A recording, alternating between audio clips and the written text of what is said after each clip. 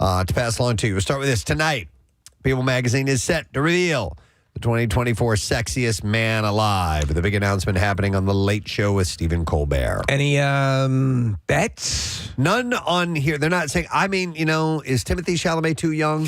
I don't think so. He's kind of a hit. He's an it guy. He's an it guy. He's a good-looking I fella. think they just had the Timothée Chalamet lookalike contest. I think if I were to put my money on somebody, maybe him, but I think he's a tad bit young. That's the Who only would you thing. like to have them hold you in their arms? Ooh, Timothée Chalamet is a little slight. Probably John Cena. John Cena, yeah. I think he can handle it. To feel all that against you at night. Henry Cable. Henry Cavill.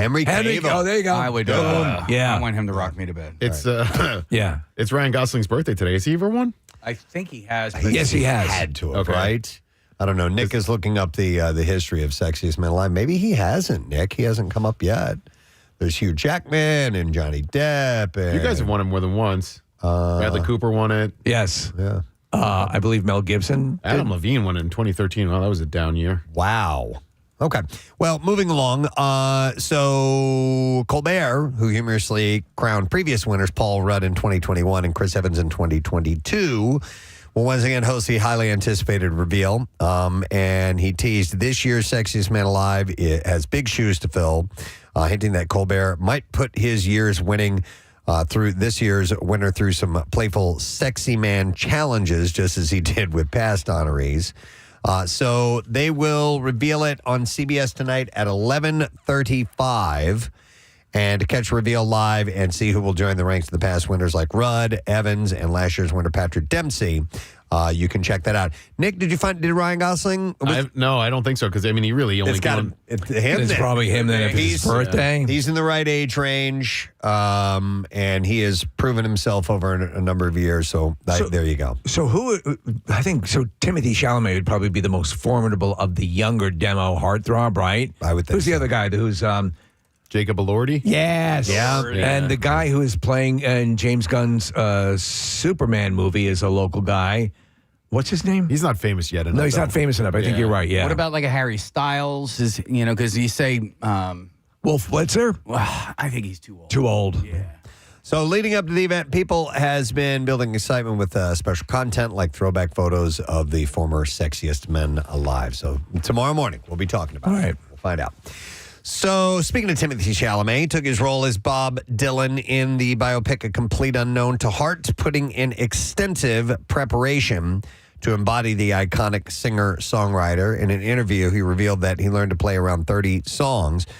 He said, for the movie, I had to learn 13, let's say, but in total, I could probably play 30. Did they say if he was a guitar player before? I assume he had to be... I think he was, Steve, in the movie Lady Bird. You remember he's in that's a band in that movie, so I bet you he learned how to play some guitar. He went beyond just learning the music, though. He worked with a dialect coach, a harmonica coach, and even movement coach to fully capture Dylan's mannerisms and style. He also took a personal journey to retrace Dylan's footsteps through Chicago, Madison, and the singer's hometown of Hibbing, Minnesota. His research was so thorough that he watched Predator because one of the characters is named Dylan. That you don't get better than that. So he said, from my own spirit gathering, for lack of a better metaphor, I retraced Bob's steps. The film wrapped production here in the middle of this year, following delays due to strikes. The movie, directed by James Mangold and co-starring Elle Fanning, is going to premiere on December 25th after years of anticipation and development. And we played some of the clip of him singing Subterranean Blues and Subterranean Homesick Blues, and it sounds fantastic. It does sound good. Sounds really good, yeah. I was blown away how well he is pulling this off so far. So we'll see if he gets the rest of it right or not. He's a solid actor, man. So Dune Part 2 was on last night, and I was watching it. Great. He's great, yeah.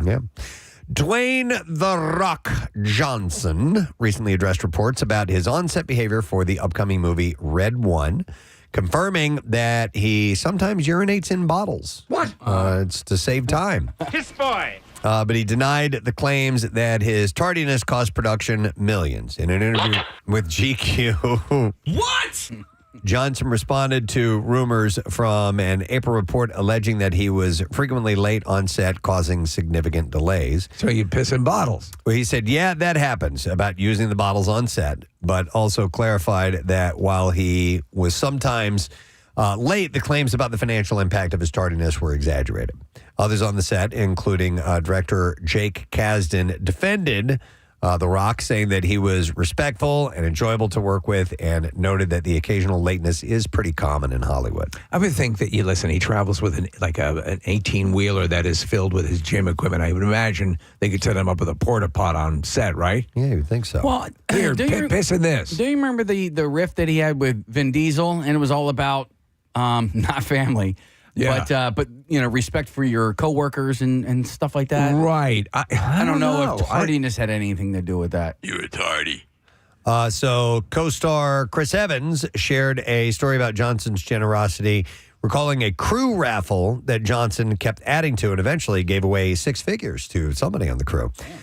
Johnson's bottle peeing habit isn't new either. In a 2017 Instagram video, he joked about using a bottle while training, saying, I don't have time to go to the bathroom. I find a bottle, I pee in it, and I keep training like a beast. And he also craps in Kentucky Fried Chicken buckets. Well, yeah. I mean, Come on, dude. there's a bathroom. Listen, If you're at a gym, there's a bathroom there. Of course there is. and it's probably not that far away. In fact, my gym has a few different bathrooms. I'm sorry. I'm calling him out on this. You agree? Yeah. If we have to, we're going to have to kick his ass. It's one of the few things that I would call The Rock out on. Dude, you probably don't have to pee in a bottle. Do you know what they do have if you ever visit the actual Gold's Gym, the original Gold's Gym? It's since moved, but they have large drums around the gym floor for vomiting. Okay. Because people work out so hard, they end up puking.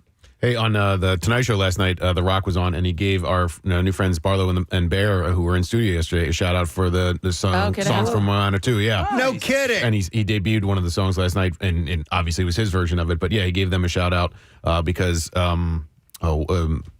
one of the women who were in yesterday shared it on her stories last night. That's awesome. I watched it again a couple times. The performance in the studio, so good. It was excellent. Yeah, we were all blown away. I talked to them a little bit more later on, and there's a fast rap song in there that she had to sing to demo it for them. Abigail? Yeah. Yeah, Abigail was the singer, and she shared it on her stories last night. Watching the The video. fast rap? No, I'm sorry, the Fallon Tonight Show with The Rock Johnson. As amazing as Abigail's voice was yesterday during that performance, I watched it a couple times too, Steve. Emily's keyboard playing. I know. I know. Her hands were flying all over that keyboard. It was incredible. There were moments her hands were 9 feet apart. It seemed like unbelievably darting up and down the keyboard, flying up and down. You got it right though yesterday. You were like you couldn't stop from going back and forth from Abigail singing and Emily playing the piano. Like you just had to look at both of them. So impressive. They're going to be big stars. So it was. Don't forget us. Great to have them in here yesterday. All right, some other stories. Megan Fox and Machine Gun Kelly are expecting their first child together. That'll be stable. With Fox sharing the news in an Instagram post yesterday afternoon. In her announcement, Fox cradled her baby bump and tagged Kelly, captioning the post with a line from Kelly's song Last November, which reflects on a past pregnancy loss. It's my baby. Together, she said, nothing is ever really lost. Welcome back, she wrote, referencing a journey the couple has been on together following the loss. You're so deep. So this new addition will be Fox's fourth child. Yes. Joining her three that she has with ex-husband Brian Austin Green. They're all sons. And Kelly's second, as he is a father to a 15-year-old daughter. The couple I didn't know that. who met on the set of Midnight in the Switchgrass in 2020 got engaged in 2022 and have been open about their love and challenges. Fox recently spoke about the impact of their past miscarriage, explaining that it was, quote, a very difficult journey for us both, and inspired her to reflect in poetry, where she expressed her deep feelings and longing after the loss. So they got a baby on the way, so good for them. Will Smith, Jada Pinkett Smith, were seen out last Thursday, and while a glimpse of the couple happily going out on a date night might be cause for happiness for fans, some are concerned with what they see in the pictures. Commenters thought that Jada looked a little off. One user wrote, "She's not well.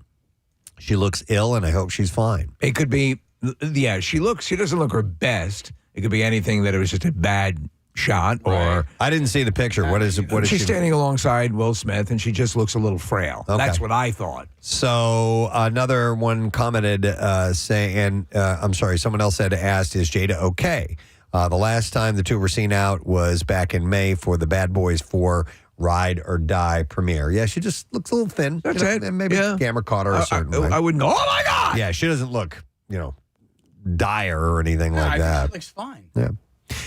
Sometimes it's hard to separate the influencer from the person. Khloe Kardashian is getting slammed by fans for making her Instagram post about niece Dream's 8th birthday party all about her. Shut up! While she sang the child's praises in the captions, many of the pics at the party had her at the center of them or as the sole subject. That's weird that somebody would confuse would say that a member of that family is narcissistic. Mm-hmm. It just doesn't seem that way. Of course she's going to do that. Fans called her out with comments like, this is all kind of sad. Mom wanting all the attention. Go to hell. All the pictures being taken of mom making the stupid looking duck faces all the time. Yeah, she does. She's always doing that. And then someone wrote, what a clown. Making her niece's day all about her. You can't even tell what she's celebrating based on the pics. It's all about her. Do you know who wrote that one? Kylie. No comment. Yeah. They all do that. Every They all time do there's it. some sort of birthday or party, or it's about them at the party, not about what the party was. Right. So let's see. There's some more scuttlebutt about Brianna LaPaglia and Zach Bryan. She continues to detail the fallout from a breakup on her TikTok. Amid the larger allegation, she claims that Zach took the couple's cat with him when they split. She said, I miss Stump so much. That's the cat. Yeah. That's a great name for a cat, by the way, Stump. But when he left and didn't tell me anything, he took Stump out of spite. He doesn't even like cats. And she also said in the short TikTok that she's now in neurotherapy and she's in a creative groove, writing a lot, and that she has a new appreciation for the genius songwriter that is Taylor Swift. So what is neurotherapy? I don't know. Never heard of Just neurotherapy. therapy. She's trying to make it sound, or is that the kind of I don't therapy know. you go into when someone steals your cat? Brain therapy, nerve therapy. I don't know. Apparently, Zach Bryan, at least what the word is here, is that other people are coming forward to say he is unpleasant to be involved with. Wait, is that who I saw this summer? Did I go see No, him? here's the thing, Kathy. There's Zach Bryan, Luke Bryan, and Zach Brown, and they're three different people. Marissa, who did I see? I thought you saw Zach Bryan. I thought I did Brown, too. I thought. Marissa? No, not Brown. What Okay. Did you see the guy who Bruce Springsteen came on Yes. stage with? That's Zach Bryan. Zach Bryan. Oh, I like He's him. he's kind of a jerk. He Oh, doesn't damn like it. radio. Yep. He doesn't like the music industry. He just But he wants likes to the do Eagles. his own thing. He likes the Eagles because he dated a girl who was from Philly. Well, he lived here. He lived here because she lived here. She lived in Fairmount. Oh, and that's why he that's lived what here? The speculation is that she signed the NDA, The NDA. took the money, and now has, a comfortable life. But I think now she's coming out and saying what a bad person he is. Yeah, because in his show here, he talked a lot about Philly and writing songs in Philly and how he loved it here and he liked the Eagles and all that. I mean, He seemed like a regular guy, on didn't he? stage, You he fell seemed for it. great. How bizarre that an artist in the city they're performing in talks about how wonderful it is. Well, yeah, Well, but he talked about living here, and could tell you know he what I was mean. mad. He called out specific sections and places he liked to go and stuff Preston, like that. It was Like a little Manioc. He also- Wait 1 second. Fairmount. He also was on stage, I think, in the Meadowlands, and Daniel Jones, the quarterback from the Giants, came out on stage, Yeah, I and he remember actually that. made a joke to him about, so I do think You think he his is, Eagles love is accurate? I think it's but you don't legit. want to sign his NDA. But I also listen. I don't know this is how just- much. Yeah, well, it was the girl who's yapping turned down $12 million. I So would've signed either that. one of two things: she thought she could make more by dishing this stuff, or B, he is that big of a piece of trash. You know what I'm going to tell you right now? I'm so Listen. bummed. I admire your Eagles loyalty. Yeah. Because that's And coming, that's where it's coming from. And it goes above radio. Above radio. Yeah, Marissa said he hates radio, but Casey, you love radio. You love the Eagles more than radio. Is that the assessment we're No. No, we're just having that's fun. pure. That's Yeah. pure. It's pure love. He loves. Did we ever question his adoration for the Eagles? It's what I would expect. Never. No, I would I be just- disappointed if he wasn't. I Defending. just question motives. It's not to say that I don't believe this young lady, Yeah. but you know. Casey, I think it's a little bit of both. I think she knows that she can make money and he's a piece of trash. So now she can use her platform to talk about what trash he is. We're building bridges. That's my speculation. That's my theory. Do you guys want to know what neurotherapy is? Yes. Please. Okay, it trains a patient's brain to produce more normal or optimal brainwave patterns. More normal or achieve optimal this- brainwave patterns. Yeah, so to achieve this, there's various, to achieve the goal, there's various ways to do that. mean It like- helps rewire brainwave activity through positive reinforcement. Okay, I was thinking It's of a different therapy. thing. Yeah, it's Yeah, therapy. right? That's all it is. So my wife will do a thing occasionally with pulsating lights. She'll wear a mask. That's what I thought it was, but Okay. Yeah. Maybe so.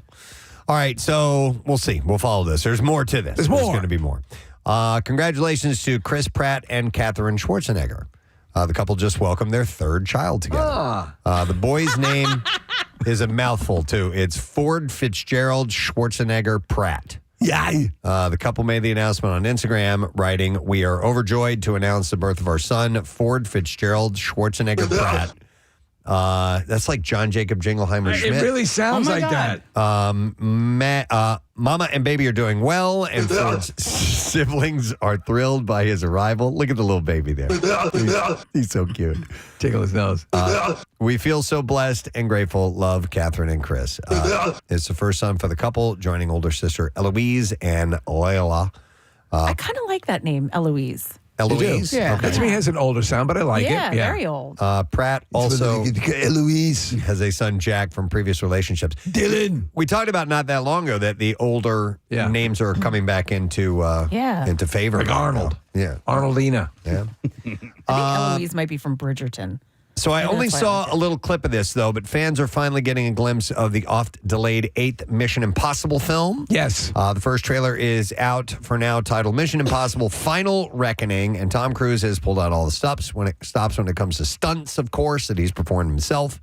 It shows him hanging off the side of a plane, which we've seen before, but it never gets old. Did you see part one of this? No. Okay.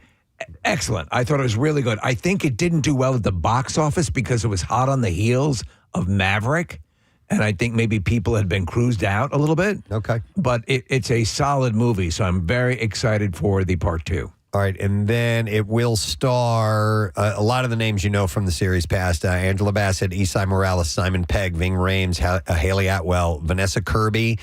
Newcomers include Hannah Waddingham and Nick Offerman, amongst others. Do you think, I'm sorry, Preston. Yeah, it's okay. Movie hits theaters May 23rd next year. Do you think, Steve, this is Ethan's last movie? Do you think Ethan dies at the end of it?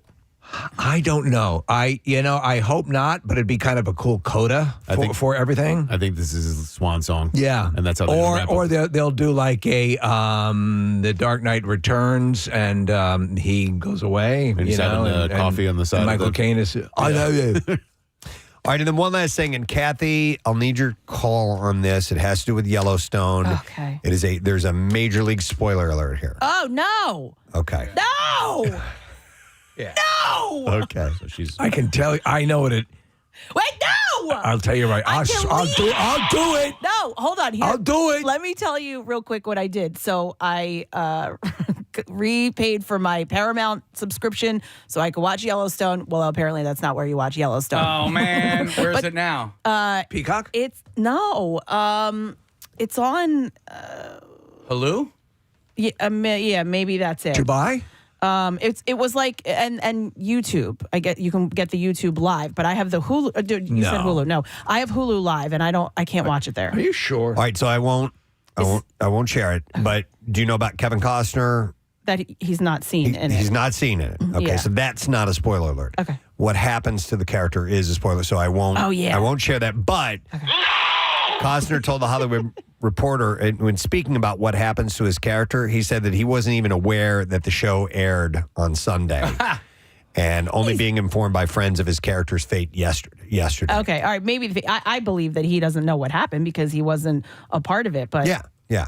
And it's not like, not all artists care all about exactly what happens in their projects. They do the job and then they move along. He's about the Horizon movie series, which we talked about, which I encourage. I won't say the rest then because it definitely says what happens to his character. So I will not. Don't. So Kathy, it says Paramount Network for Yellowstone. Yeah, but the network you have to get through YouTube Live. It's not the app. Like it's not the subscription that you pay for. Okay, because I have the app and all right. Yeah, it has all the other seasons, but doesn't have the new season. It seems very stupid. Yeah, well, and it's confusing. And when I looked it up this morning, there was like tons of comments on it, so it's happening to everybody or a lot of people. Well, let's get to the clips then. Do that. Heretic is a new cat and mouse chase thriller between an offbeat old man and two religious young women. A24 is a distributor of the film. And in this clip, Hugh Grant doesn't hold back on his praise for the creator's individualism. I've been a big admirer, being daring, being bold, breaking the awful stranglehold of sort of formulaic big commercial films and daring to do odd stuff, blend genres, break rules, be weird, be screwed up. Doesn't he talk funny? Heretic is in theaters now. I'm looking forward to seeing this movie. Looks interesting. Yeah. I don't like Hugh Grant anymore. No? It doesn't mean that I won't watch his movies or enjoy his work, but I've seen a couple of interviews with him where he's just been like flippant about things. And I've been like, you can. There was an interview about. I know, yeah. When he was in in Glass Onion. And it was a great scene. It's a short scene that he's in. It's sort and of it was a surprise. fun. Yeah. The interviewer asks him about it, and he's just like, it was nothing. No, what do you want from me? He was almost like that kind of cast offish. And I was like, come on. Man. I'm not going to defend him. I'm going to say that is his. Yeah. Are you walking the line of the quirky way people are expecting you to be? I don't like that, but I also say I've seen him in other interviews where he seems charming. So I don't know. I'm just a man. See, I was going to say, I think he's always been like that. He's always had a little bit of that. You think so? And I'm glad that you can come to my side because I've always hated him. You don't like him. I know his teeth suck. By the way, we are getting about 50 responses, Kathy, on where you can watch Yellowstone. Okay, good. And it looks like there are 14 different options. It's on Peacock some days. All the others. Let me finish. Oh, sorry. They literally. Clear the man out. Well, because I was sitting last night trying to watch it. I went through every option. Yeah, I mean, it literally aired on CBS the other night, too, but that was only the first episode. Yeah. The Paramount Network is different than Paramount Plus. If you have Comcast, you can watch it one way. If you have Peacock, you can watch it another way. So it really depends on what kind of streaming platform you have and what app you want to use. And, I mean, it seems like it's fairly insane. So by the way, confusion is not unwarranted. This is why the streaming services are cannibalizing themselves. Yeah. I mean, to have something, it's not HBO, it's Max. Or, what is it? So Penguin is on HBO and Max. Knock it off. Like and you almost have to have cable to I see do. it this I time have around. cable in every streaming service, and that's why I had to take a second job telemarketing. Oh, I'm selling plasma. Oh, you're on platform? Yeah. All right, here is the next clip. Anna Kendrick, who has become known for her upbeat roles like Pitch Perfect and Trolls, takes a leap with the new film, Woman of the Hour. And here she talks about exploring her eerie side. I started responding to different material, and it's definitely not light fare, but even if the thing behind it was like aggression, it felt like, well, at least I'm not just responding to like these bombers of material. What? Woman of the Hour is available now on Netflix. She directed it. I saw it. She is a part of it. There's another actress who carries the end of the story. So her thing with the dating game, that's a part of it. It's based on this true story about the serial killer who appeared on the dating game. But she did a great job directing. I really thought it was compellingly done. So you like the movie? Yes. Okay, excellent. One thumb up and a pinky. Definitely thinking about seeing that. All right, do you want me to go to a Yellowstone call here real quick? All We right. need to help Kathy. We'll go to Jennifer. Hi, Jennifer. Good morning. Good morning. Kathy, I am telling you, Yellowstone is on Hulu, on demand. It's season 5, episode 9. I just watched it last night. Yellowstone is on Hulu. And Kathy, you say, did you try Hulu? Yeah, I have Hulu and I couldn't watch it. You couldn't find it. No. Okay. All right. Well, I will say I downloaded the Paramount because that's where you can watch. That's where we watched all the other seasons. So I assumed it was that. Couldn't find it, and then researched, and you have to have like it's on CBS and this YouTube Live. I don't know. Maybe there's a version somewhere on Hulu. I'll search for it because obviously I want to watch it, and I don't want you to spoil it for me, Preston. All right, Jennifer, did you do without spoiling anything? So you've seen the latest episode? I have seen it. It is amazing. Okay. You definitely have to find it. It's if you look in the live guide, you will see it. It's played several times this week on Paramount Network. All right. Specifically, There's what hope. happens? No, stop! Thank you, Jennifer. I'm not going to ruin it. Not gonna do it. Thanks, Jennifer. All right, we appreciate it. All right. That's the entertainment report. We're going to take a break. We'll be back in a minute. We got a lot of things going on today. We'll do sorority party invites. You know what Casey handed this to me? I should do one right now. Yeah. A couple of them. I've Well, don't go by that. Just go. Okay. Yeah. I will give away 2 of these. We'll take callers number 7 and 8 at 215-263-WMMR. You have to be available tomorrow night. A couple things. 21 years of age or older. We need ladies for our sorority party. It's early. It's from 6 to 8. It's kind of a happy hour thing. So we'll be in the Liberty Bell Beer Garden, and we are handing out new Zeta Eta Pi sorority pins to all in attendance. And we're doing a big little party. So if you're already a member of the sorority, you can go ahead and call in. And we just ask that you bring someone who needs to be a new member. You'll be the big sister, they'll be the little sister. That's how the whole thing works, and we'll do this little ceremony. And Steven Singer Gold Roses to give away. Tickets to see Daughtry at Franklin Music Hall as well. That show is November 30th. So 215-263-WMMR, caller 7 and 8. Parks Casino, this is how you win. And we'll do that tomorrow. We're going to take a break. We'll be back in a moment. We'll have some other giveaways to tell you about it all when we return. Stay there. Preston and Steve. Why does anybody talk to me about it? Isn't that right? Get my lawyer. What, do you just expect me to pucker up and go along? Right, Sorry, Mr. Butthole. Oh, yeah. Mister. Yeah. Happy birthday, Hope Solo and her butthole. You guys are just being wacky. They both turned 38 today. They're both 38. He's one of the co-creators of the band Mr. Big. He's one of the biggest, most badass guitarists in the world, in my humble opinion. Ladies and gentlemen, please welcome to the program, Mr. Paul Gilbert. I want to explain to some people who may not know the name Paul Gilbert. You have a lot of fans. Most guitarists would know who you are. Everybody who knows me knows me. Yeah, exactly, right? 100% of those. But I've only had one. I was only famous for 2 weeks in 1992. So that's So, Paul, when I do meet people and we're talking music and I'll say, well, one of my favorite guitarists is this guy, Paul Gilbert. If they're a guitarist, they'll know exactly who I'm talking about. Some people don't, and I have to explain. Okay, so, he was in this band, Mr. Big. Before that, there was this band called Racer X. You may or may not know. Metal, real intense, shredding, crazy, really technical, awesome music. But then I try to explain your solo career as well. good luck. And that's so it's hard to quantify it, because there's elements of blues and jazz and metal and all this stuff. What's a good way to describe your music? Well, it's still evolving, and the discovery I made was that I really always wanted to be not a guitar player, but a lead singer.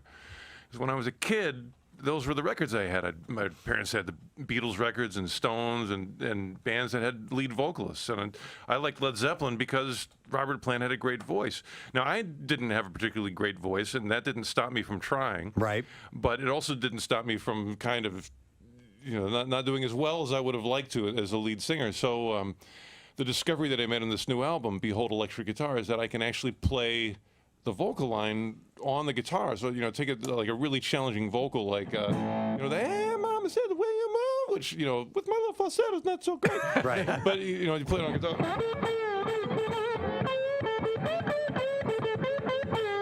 And suddenly, those notes are there. And it's just, it's my responsibility to get them right, but at least I can hit them. Well, I was mentioning to you the song Let That Battery Die, which is on the new album, and that is exactly what I thought. I'm like, it sounds like someone singing. Yeah, well, that's when I wrote the tunes, was that I would have a lyric, and, the initial lyrics for that were like, what was it?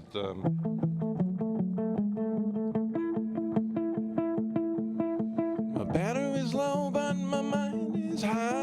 And again, I'm squeaking it out. Yeah. But with the guitar,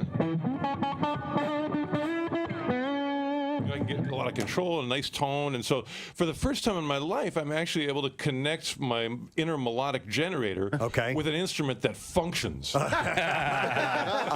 Can you give us a little of the Rocky you were playing before, the Rocky theme? Oh, yeah.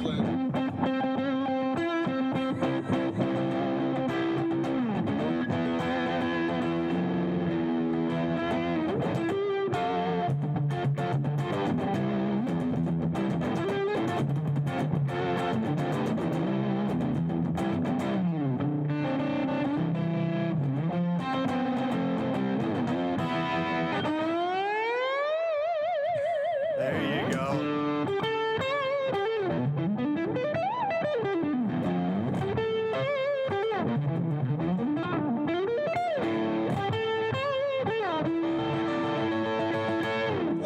The YouTube thing you mentioned is amazing. You know, I grew up with albums, so I never expected to communicate with the world that way. And I do have to mention one. If you're in YouTube, there's one where I was doing a clinic and I had this little loop pedal, and I decided to put like the most scary, frightening shred lick that I could ever do inside the loop pedal. So I just pressed the button and it goes. And I would pretend to play with my teeth, and then I would press that button, and the whole audience was like, "Oh my God!" and so of course he's playing with his teeth. Yeah, he was playing sweep picking with his teeth. How did he do that? And it was a guitar clinic, so everybody raised their hands and goes like, "How did you do that with your teeth?" And I said, "Well, it's pretty impressive to do sweep picking with your teeth, but I said it's really impressive to do it with your ass." Oh, yes. And then I just wiped the guitar, That's great. on my backside. Yeah. And I'm still a fan of the Beatles and Led Zeppelin and Aerosmith and the regular rock bands. And so now I can step on stage and really be the lead singer via my guitar.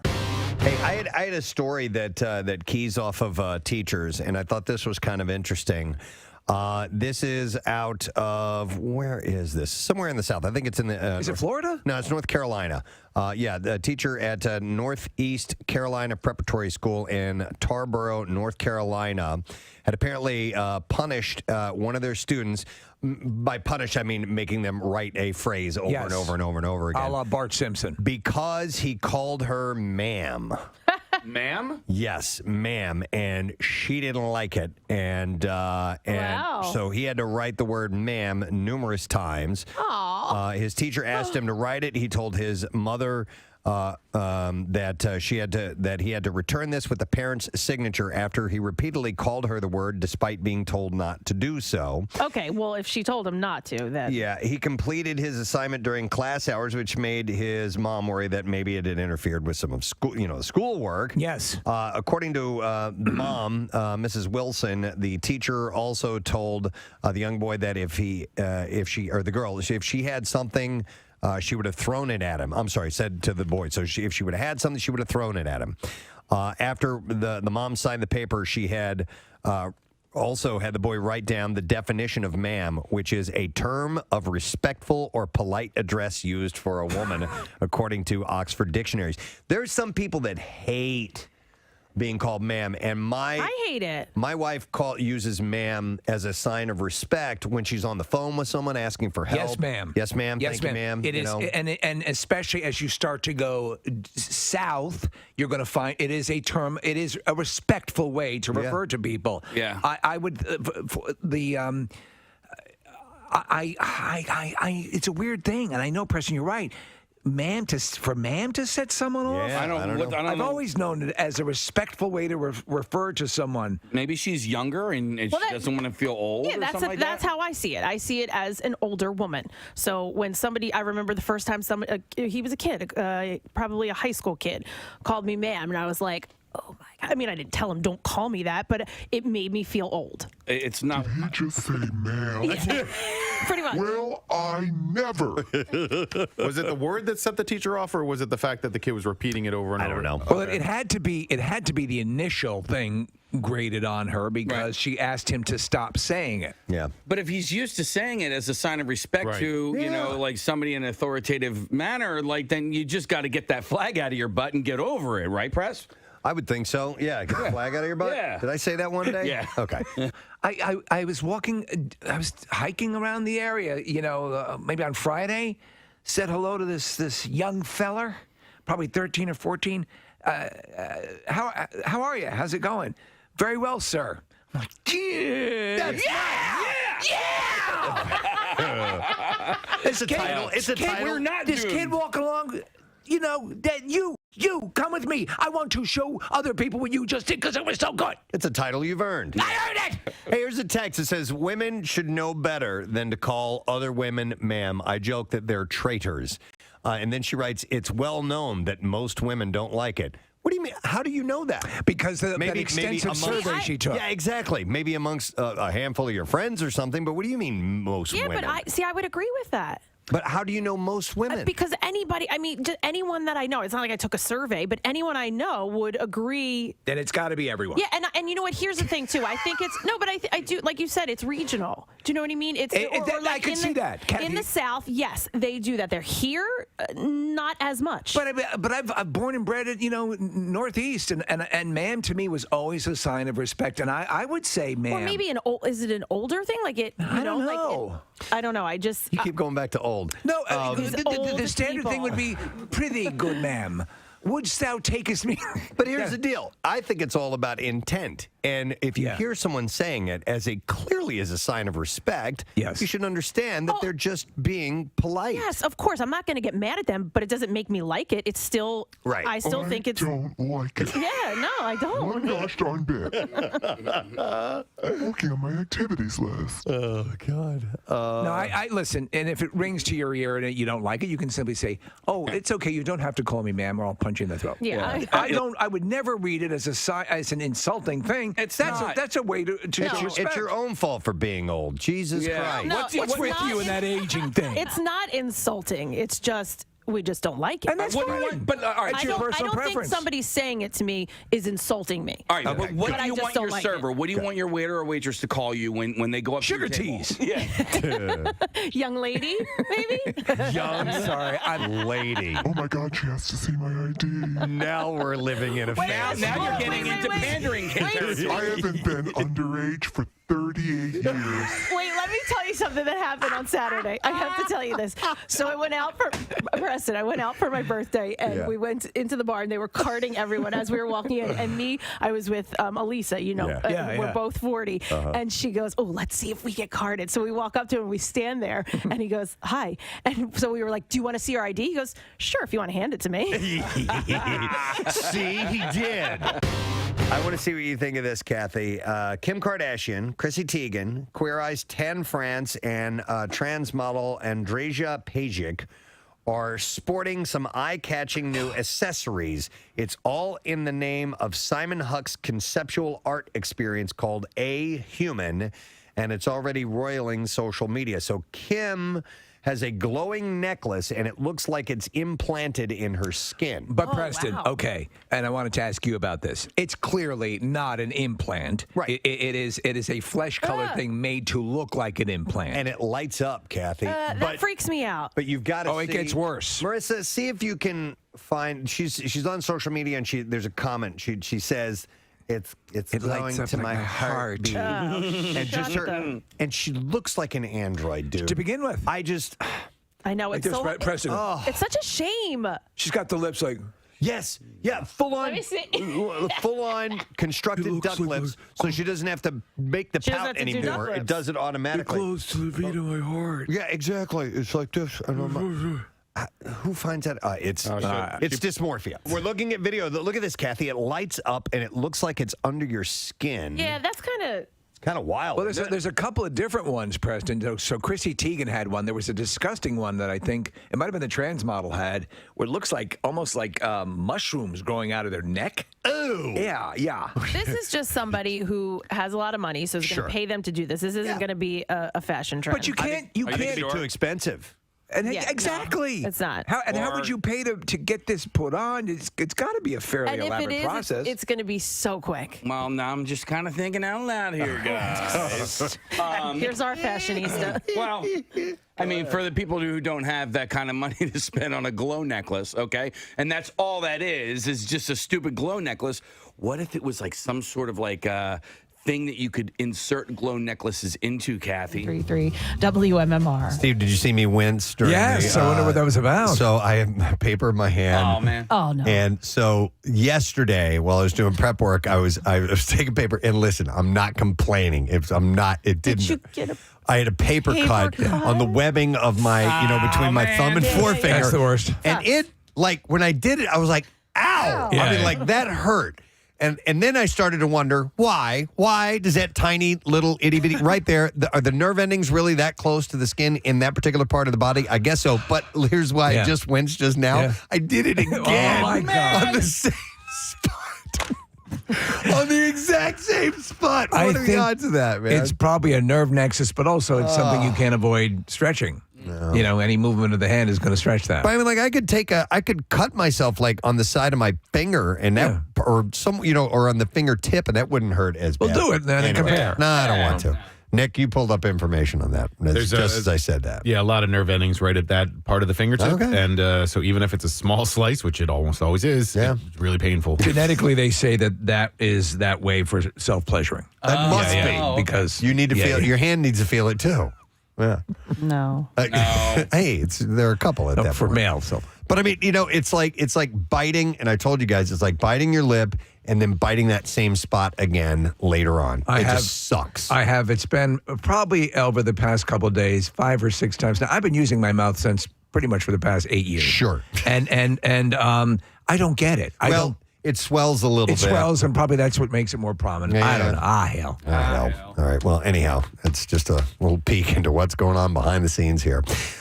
You know what? There's so many things running through my mind. It's crazy. My mind is a raging torrent, flooded with rivulets of thought, cascading into a waterfall of creative alternatives. The stream of Consciousnessner. There's so many different things that I think about when I research stuff for this radio program. Do paper cuts sometimes make you so delirious that you think of things? I think so. Yeah. I think that's what happened. So I saw loss. I saw this story yesterday, and it's random and fun, and I thought I would share this with you guys. So John Lennon and Frank Sinatra agreed that a classic 1970s song was one of the greatest of all time. John Lennon and Frank Sinatra. Sinatra. And May I you guys, guess? Sure, you'll never get it though. Okay. But feel free. I am curious. It's not their songs, right? Nope. No, not their songs. Okay. Now I have to change my thing because I was thinking one way. No. I was thinking my way. No, it would and it's neither one. They didn't sing. They never covered the songs or anything like that. But it was from a 1970s, what you would consider kind of a yacht rock band nowadays. And it's a band that I love. I grew up listening to them because a radio station that I listened to played their entire catalog pretty much. Even though they were a rock station, it was more like soft rock. So, from the 70s. Yeah. Do you want to see it, Kate? Yeah, just so I can have it ready. Oh, I already asked Marissa. Okay. Oh, Yeah. all right. Isn't that surprising? Yeah. All right. I'm great at a song. loss. My mind is a river. Marissa, did you send that over yet? Or working on it. Give it a second. So, yeah, it was from the 1970s. How about a clue? Well, okay. An Australian vocal band. Air Supply? No. An Australian vocal band. By the way, the Bee Gees? This information came from May Pang, who we've had here in the studio. Yes, she's wonderful. delightful. And in her book, Loving John, she claimed they would lie together in bed and listen to this song. John Lennon and Frank Sinatra? No, May Pang and John Lennon.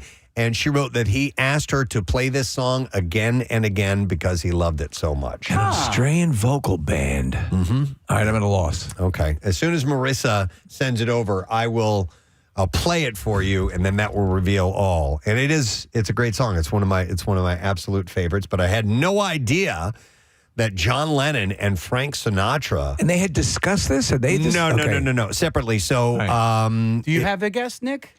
I'm stumped at Australian vocal band. So I'm trying to think of what would be a prominent 70s Australian. with a pretty it was rich catalog? Late 70s, early 80s. Okay. So think of that. More early 80s than anything. Midnight Oil? No. I'd rather rivers flow. That song, Baby's Got Me.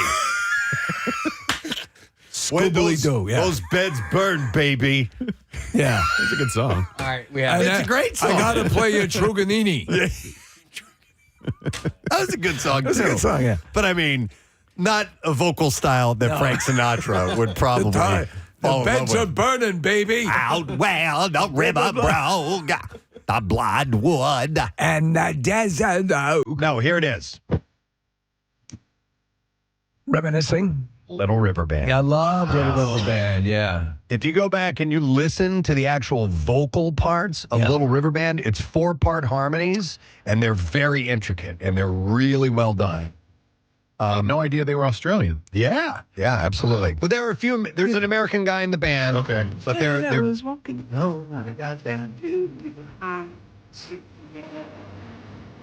It's a great song. It's about these people thinking about their life when they're going to be older, being together, and sitting back and reminiscing about old times. This is actually, it's a very good song. This is not I don't think this is my favorite Little River Band song. Oh, though. there's so many great songs. Lonesome Loser, was that them That's as well? a great song. Yeah, that's a great song. So is oh man, there's Night Owl is a great song. There's what's Cool Change is an amazing tune. Another one, yeah. There's songs. So Lennon and Sinatra agreed on this song. Yep. So that is wild. In an interview with guitar player Little River Band guitarist Graham Goebel had called Reminiscing the band's pinnacle song. It doubled any other song he said that we ever had in terms of listens. It's been in a lot of movies, a lot of soundtracks. Sinatra said he thought it was the best 70s song in the world, though he never recorded it. And he said, but when John Lennon calls it your song, one of his favorites, I mean, does that really matter? Number 2 is Beds Are Burning. That bald guy. Where the river Yeah. wood and the desert oak. Other than Little River Band's song, there was another tune that John and Frank agreed on. The time is right. It was George Harrison's Something. They both agreed on that being one of the all-time. In fact, Sinatra believes Something was one of the best long love songs ever written. Very indicative. They're very wild, though, to hear John Lennon because we think of John Lennon as the more cynical Beatle. But he wrote love songs, too. My Life, which is considered, I believe, a number of surveys have picked that as the greatest song, right? Of all time. Songwriters, yes, absolutely. Old Blue Eyes would cover this song, Something, in concert. I like another song, the one about the Vegemite sandwich. Who does that? That Men at Work? That's Men at Work. Men at Work, that's, Land Down Under. They got it going on. Yeah.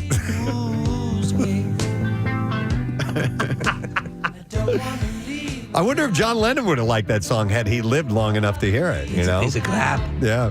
Oh, a piece of crap? No, he probably would have loved it. Yeah. All right, so anyhow. That's so funny.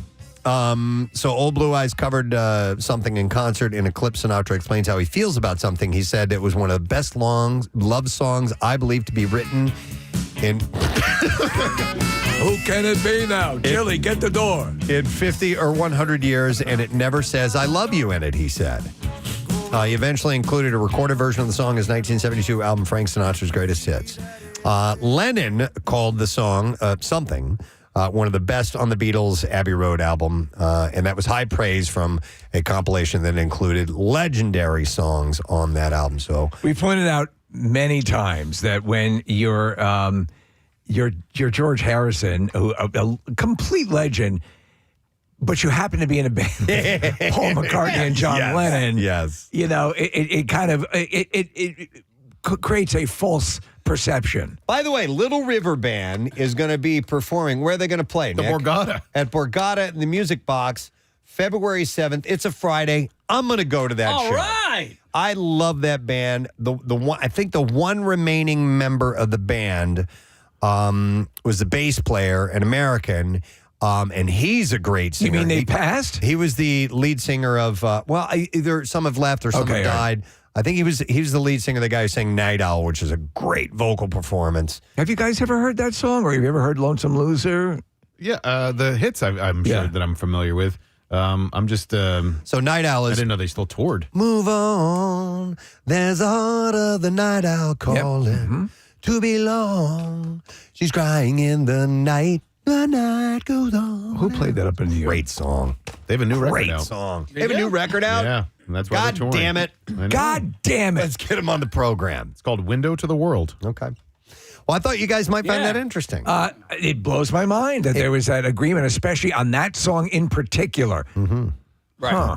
So that was running through my mind. Let's go somewhere else here. I have other things. The stream of consciousness. All right, so we're going to completely switch gears. The days of a wife automatically taking her husband's last name when they marry are not as common these days, and just about anything can go. Some couples combine their last name, some husbands take their wife's last name, and some people just keep their own name. But one couple is taking themselves out of the decision completely. Instead, they're taking an unconventional approach, and they are going to let their wedding guests choose their last name. Wow. So from any name, or choose which one of their names they will have as their last name? So the bride-to-be is Daniela Bonadonna. Yeah. And she shared the dilemma on TikTok, explaining that it all started when her fiance Jacob Bartlebow. So they both have interesting last names. Shared his desire to hyphenate their last name. The thing is, Bonadonna Bartleball. No, it sounds like a limerick. Is a mouthful. Yeah, Bonadonna Bartleball. And so the couple isn't even sure that people will be able to say it. So they've decided to let the loved ones in their wedding in February make the decision of whether to hyphenate their last name or keep their individual last name. I can call this one. Okay. I mean, they're not going to hyphenate. That's too much. I would. That's a lot of fun. I would but go with. but I the would go question with, is, which one do you put first? Is it Bonadonna Belladonna, or what? I like Bonadonna Bartleball as opposed to Bartleball Bonadonna. Yeah. It doesn't roll the same way. Yeah. Bada-da-da-da-da-da, as opposed to bada-ba-bada-bada. This is blah, blah, blah, blah. Bonadonna Bartleball. So she said... This is the greatest song I've ever heard. Bonadonna Bartleball. So Danielle said in the video, because the thing is, we both really love our last names. Neither one of us wants to give up our last name. And so, we're just going to have our guests vote on it. She says it's not, for her, it's not so much that she doesn't want to lose her last name. It's that she's been called Bonadonna or Bona her entire life. And that's what everyone calls her. So giving that up would be weird. And she says that she and Jacob just kind of love the fun and silly hyphenated combo of Bonadonna Bartleball. And she says that she hopes that people will choose that, actually. Oh, she's hoping for that. So Claire's maiden name is Mallon. Morrison. Yeah. So they're fairly similar. Yeah. It wasn't a big trade, and I was honored that she took my last name.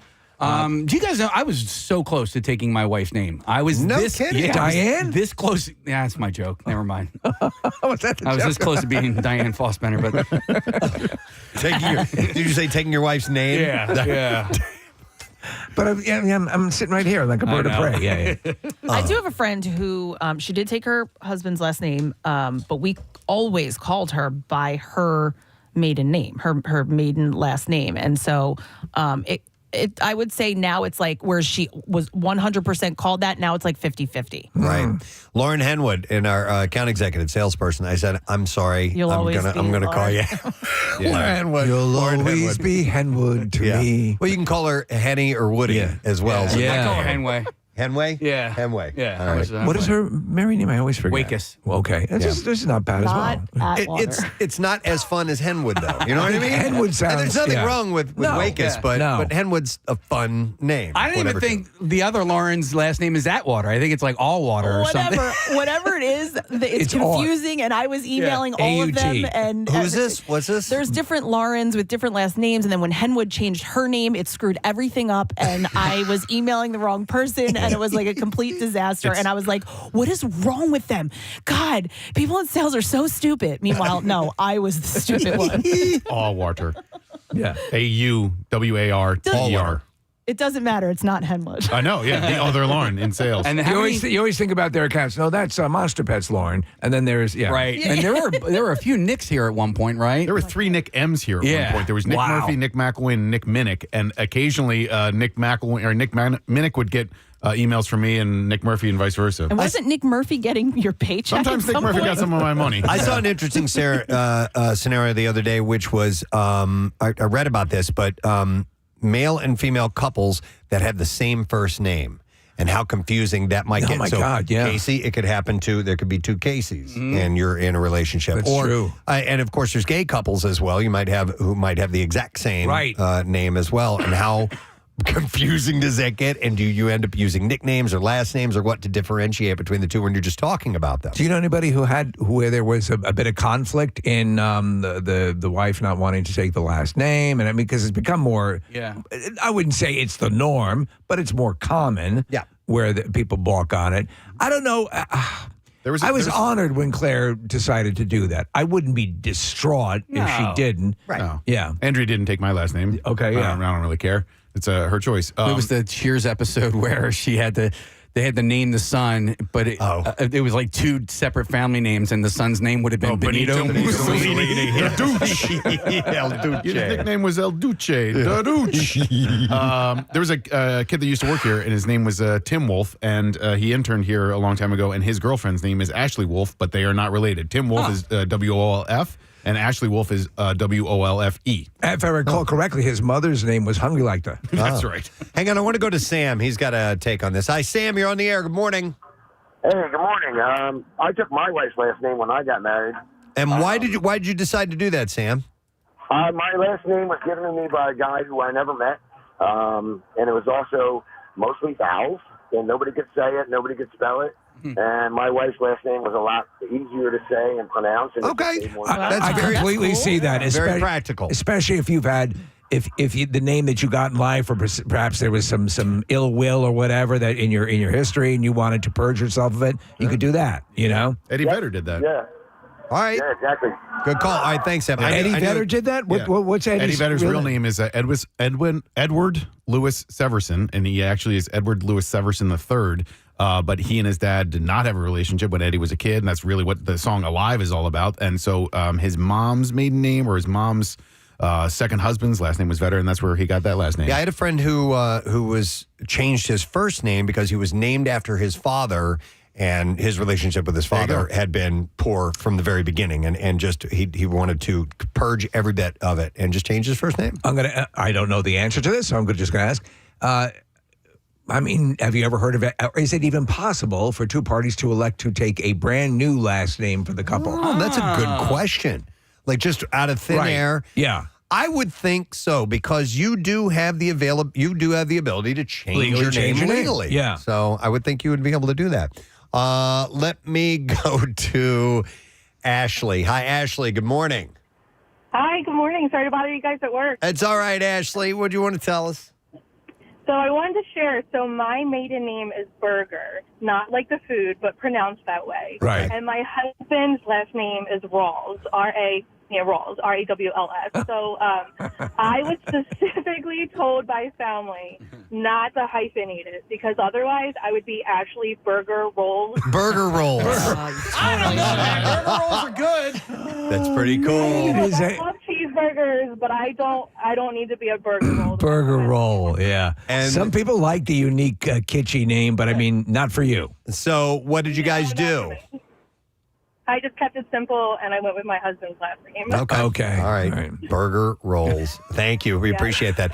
I think it was Jay Leno used to do all the time the wedding announcements. Yeah. That were awesome. Because those are always sort of in that they're always sort of hyphenated. Yeah. Let me see here. Let me go to Bruce, and we're going to move on here in just a second. Hi, Bruce. You're on the air. Good morning, buddy. Gadzooks. What's up, man? Yo, so on this last name thing, I had an ex-girlfriend. Her name was Michelle. We were considering getting married, and upon so we were considering changing our last names to splice them together. Like, my last name is Anglin, hers is Fitzpatrick. We were going to go with Fitzpenguin. Fitzpenguin. To honor the penguin. And so you guys legitimately had thought about completely creating a new name that combined the two, not hyphenated, but just created a new name. Yes. All right. Yes. Place them together. It's actually a pretty interesting idea. If you guys, if two people get married and they want to create a name that represents the family for whatever reason, Kind of brilliant. Yeah, It's a brand new name for a brand new family. Yeah. Okay. All right. Thanks, Bruce. Appreciate it, man. All right. Let's see. Let me go to like meatloaf. Yeah. Right. Yeah. These are the meatloafs. Let me go to Megan. Hi, Megan. Morning to you. Hi, how are you? Good. What's up, Megan? So I got married really young, probably around 23, and I was not ready to change my last name. So I kept my maiden name, and then fast forward 12 years later, and my husband turned 40, ex-husband, and here this has been bothering him the whole time. So for his 40th birthday, I changed my name to his name, and then we got divorced a year and a half later. Oh, my God. That was the last straw. Yeah. That's weird. And so have you since kept that name after divorce? Oh, no, so it gets even better. So then I got I met my second husband. I got married. I'm like, you know what? I'm going to change my name right away. Maybe it was bad luck that, I didn't change it right away before. Right. So I changed my name right away to my second ex-husband's name. Oh, no. How long did that last, Megan? 7 years. 7 Well, yeah. All right. People at work who know me, they can't. I have like 3 last names essentially. They Yeah. know And me from my name. have you kept the last ex-husband's last name then? I kept the last ex-husband's last name just because my daughter was little. Is there a new ex-husband in the works, or? No. Okay. All right. All right. Thank you. Appreciate it. okay. All right. See ya. Have a good day. All right. One more call before we move on to something else in the stream. I have Jessica. Hi, Jessica. Good morning. Good morning, guys. Hey, what's up, Jessica? So I used to work at a hospital, and one of the girls that I worked with was getting married, and she never liked her last name.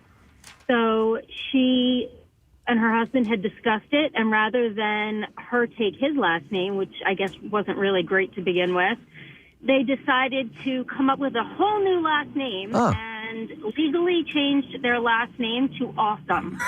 Really? They changed. So their last name is Awesome. And hand on the Bible. And the best part is that she is like the nicest, kindest chick ever. And they had a little girl, and she now has the last name Awesome as well. That's great. Well, listen. So she lives up to her name if she's legitimately awesome. She really is. All right. My nieces and nephews call me Uncle Awesome. I was going to say, Casey, this is right up your alley. Yeah. But they call you Uncle Awesome because I told them to. You told them to. What if you were to change your last name, Preston, for the family, for yourself, just if you could have a name? Well, I did. Yeah. Because I use a stage name for the radio, but if I were to be able to have anything, wow, I don't know. What would it be? Blue Waffle. Blue Waffle is such a good name because it invites conversation. Is it a hyphenated Blue Wait, Waffle? Sibian. Sibian. Okay. This is Sibian. Preston This is Blue Sibian. Waffle. Yeah. This is. I don't know. It's nothing I've ever considered. Like out of a literary, I tend to think of characters that you Atreides. Oh wow, Atreides is pretty cool. Preston Atreides. How about Booger? No, nothing comes to mind. I don't know. My confirmation name is Paul for Paul McCartney. They picked that? I picked it. Oh, you picked it? Yeah. That's awesome. There we go. Yeah. Good for you. Would you have any choice? Is there anything? I was, Bond. Kubrick? Would be Kubrick, yeah. Steve Kubrick? Bond, yeah. Steve Bond. Yeah. Yeah, man. I'd have to, that would take a little while to think Wick. about that. Steve Wick. Oh, man. Wick. Wow. That could be my last name. Nick Wick. Nick Wick. Nick Wick. Or Knack. Yeah. Oh my God. All right, let's get in one more story. That is not That's a great song, baby. That is not our theme song. The stream of consciousness. All right, I bring this one up for Kathy because I'm not familiar with this, and I want to see if this is a thing or not. The beloved early 2000 brand Limited 2. Oh my God. Okay. Yeah. Is making All a right. comeback to cater to nostalgic millennials with a holiday capsule collection for adults. Well, so Limited 2, was that I think that might have been the kids. And 2 is spelled T-O-O. I believe it is. Yeah. So there was Anne Klein and Anne Klein 2, right? Is it of the same lineage? No, Limited was the Express brand, I believe. Okay. And it was sort of a more businesswoman's attire.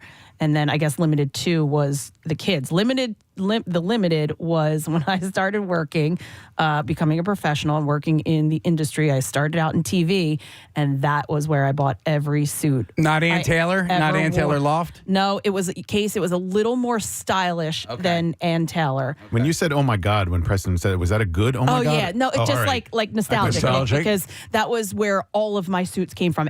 Anytime I ever did traffic on TV or walked into NBC 10, I was wearing a suit from The Limited. Okay. So the picture popped up of the Limited 2. Do you think it's possible as things, they say the more things change, the more they stay the same. Do you think it's possible this removed Amazon world that we live in will, at least in some way, lead us back to mall culture? Because there's such a mall nostalgia now, to mall culture. Not what it was, but could it be something halfway there? I don't see that happening. You don't see it happening? You got to walk through the Springfield Mall. It's starting to turn into like what's going on at Plymouth Meeting. You know, there's like nothing there. Well, like that's the new life that they're trying to bring into it. Is like that.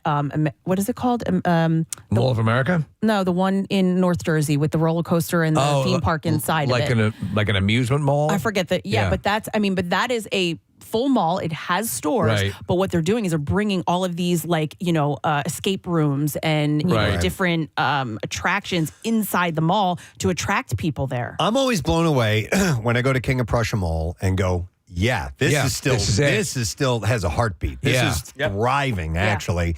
But I'm blown away why it's the only one. There are, like you have the Philadelphia Premium Outlets, which is out kind of by where I am. That's all outdoor. And that place does brisk business. It's packed all the time. I love that place. But I just don't know why the indoor mall concept died out the way it has. Because there are still people going to like the premium outlets, even though they're not really outlets. You're not like getting outlet prices. But people still go there. So it's not all just the online commerce that's killing this. It's something else. I don't know what. Well, I think that it is mainly the main reason would be online, but like Probably, those outdoor malls, like you said, they're outlets, right? So people they still think they're going to get a deal. They're getting a cheaper price. And I think that that's what's still drawing them. And even though you can shop online for them, I feel like it's not as easy as the traditional store. And then places like King of Prussia that have high-end stores, they want to go in there and see that. Touch it, yeah. Well, Stroke one, it, because pet it. a lot of the items are not available online. They're not available on their website. okay. And you have to go in, and a lot of times it's, a store will get a certain, a small inventory. And so you got to go in and grab it before it's gone. And I look around when I'm walking around that really, and most of that mall is high end. Yeah. King of Prussia. And I'm walking around, I'm like, all these people have all this money, I'm usually there to walk around and kind of. They don't even have like it one as thing seen in on mind. TV. They have as seen in theater. Right. Preston, it's not all high end. Haven't you gone to that second food court area? It's not high-end. No, I know that. Well, there's a place where we can hang. That's where the shooting Instead happens. you're not eating your corn dog outside of the Aramet store. Yeah. The place in North Jersey, Kathy, is American Dream. That's it, American Dream. Yeah, and a bunch of people are texting and saying that the Willow Grove Mall still does really well. Oh, okay. I haven't been there Glad in a long to hear time. that. I would. But it was such a wonderful thing to do. It literally was entertainment, to go to the mall. Isn't Willow Grove now kind of outdoors-ish? No. No, it's not? No. Okay. It's All right. and I'll tell you why Willow Grove probably still does well. It has to do with the anchor stores. When the anchor stores go away, it kills the mall, and it's what happened with. How many anchors do you need? It's what happened with Plymouth Meeting, and King of Prussia still has, although some of them closed and reopened and whatever.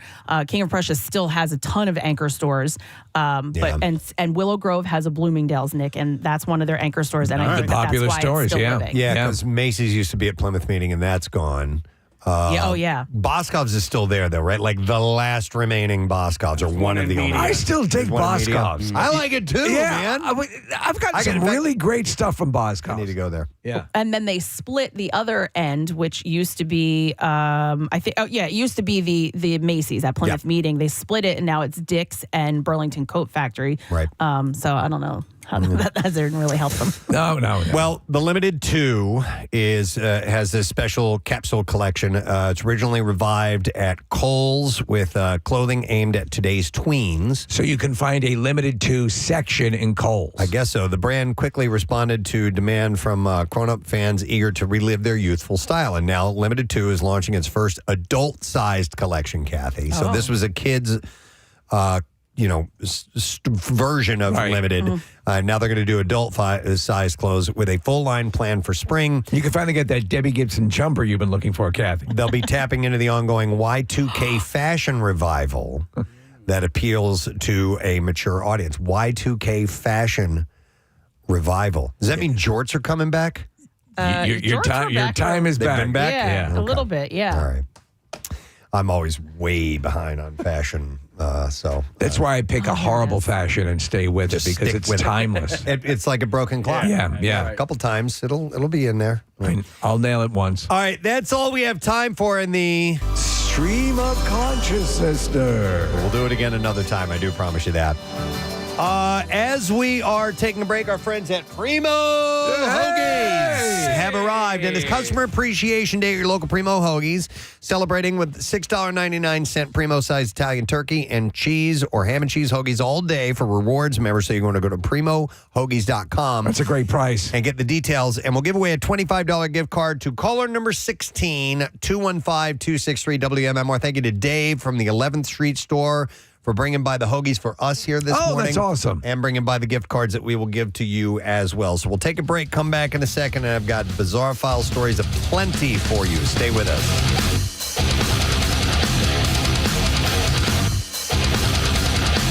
What do you mean? So you know what a glow necklace is, obviously, The right? things Like you glow, crack? the glow bracelets. Yeah. What if it was like just a vessel that was like decorative that you could insert the glow And make it necklace? different colors? Well, I see what you're saying. The Not- pitch here, though, is that it looks flesh-colored. It looks like you have altered your skin. You're saying not looking like it's implanted. not like but accessorizing your glow necklace. Like what Twiggy wore in Buck Rogers. Here's the audio of her showing it off. Here we go. My necklace glows like a heartbeat. It moves to the rhythm of my heartbeat. Oh my God! Shut up!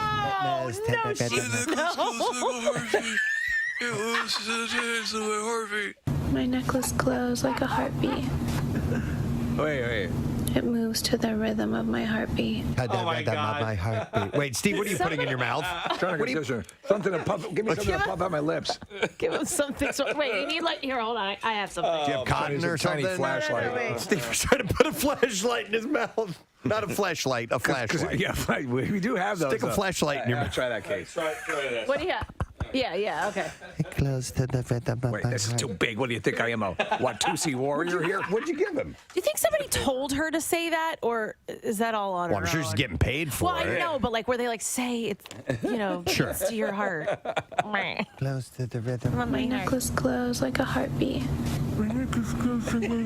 moves to the rhythm of my heartbeat. You look like Bill Murray in where the giant plant when he goes to the dentist. Little Shop of Horrors. You look like Little Shop of It goes to the beat of my heartbeat. It's right under my neck and it glows and it pumps to the heart of my heart. Glow, turn on my heart light. It moves to the rhythm of my heartbeat. Oh my God! Shut up. Yeah. Well, this person Simon Huck is a conceptual artist, so it's. I'm a conceptual artist. And I want your neck to glow. Stop it. So they don't see that outside the bubble. All right, the so rest of the world is like, what are you doing? I'm looking at one. Nick pulled this up. It looks like she has feathers growing out of her chest. Yeah, Yes. Steve, this is Chrissy Teigen. Okay, so Yeah. Nick, do you have the other ones as well? Kind of cool. This is no. That's cool. She only posted one. I mean, listen. It looks like studio makeup done for a movie. Yes. For a horror movie. Yeah, a horror movie or Yeah, some sort of fantasy, sci-fi thing. So why not be like the large singing plant from Little Shop of Horrors? Yeah. So meanwhile, Seymour?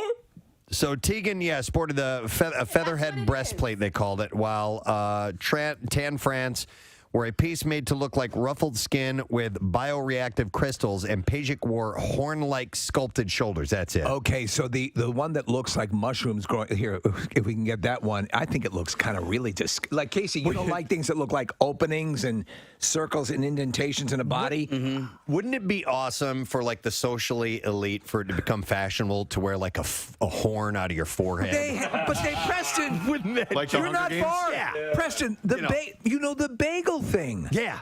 You know, the Japanese were doing the bagel implants on the forehead. But I'd like to see like a rhino horn coming out of their forehead. Oh my God. Charge. Rhino. That's so rhino. All right, anyhow, the full exhibit of futuristic clothing-like objects inserted under the skin opens in New York City next week. The entrance fee to even see this stuff is $40 if you want to go check it out. $40 to see these incredible expressions of self. Ewan McGregor is in talks to reprise his role as Obi-Wan Kenobi in a series that centers around his Star Wars character for Disney Plus, according to the Hollywood Reporter. It is Obi-Wan Kenobi, attorney at law. It's a departure. That would be. Yeah. I think you should let him off with time served. Giving you time served. He's using the Jedi mind trick to sway the judge. I think you should find him innocent. I'm finding you innocent. I object. There's no way that's legal. It's totally legal. Oh, my God. I think you need to go to sleep. I got to go to sleep now. That would be... I would be watch. brilliant. I would totally Attorney at law. This isn't the evidence you're looking for. Yeah. Even if you're stone cold guilty, give me a call. Yeah, exactly. Those are the commercials. Yeah. Demand Kenobi. Yeah. And he's licensed in Missouri. I am. Yeah. And even if I'm not, I'll convince them I am. Yes, that's right. I'm licensed in Missouri. He's licensed in Missouri. Better call Obi. Would he wear would he be a cowboy hat? Space cowboy. Lawyer? Yeah. Type? Oh, my God. Obi-Wan Kenobi, attorney at law. Anytime, day or night, even on New Year's Day. Coming soon to Disney Plus. Or Life Day on the Wookiee home planet. No, this could be good. I loved him as Obi-Wan Kenobi. I didn't care for the series of movies, but I thought he pulled it off wonderfully. He was the thing that kept me watching, and he provided, I believe, the emotional core to those. The second and third movies I really do like. I think they're good.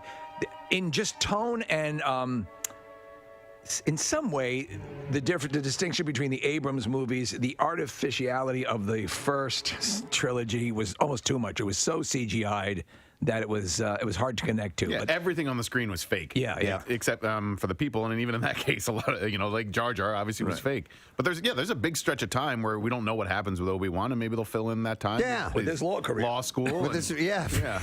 passing the bar. Mr. Kenobi, do you have anything to say? John Houseman. So anyhow, we'll see when that eventually He gets his own surfaces. judge show. Obi-Wan Kenobi. This bitch still got my TV. Give the TV back. He's settling these small claims cases. It's like Sam. This bitch still got my TV.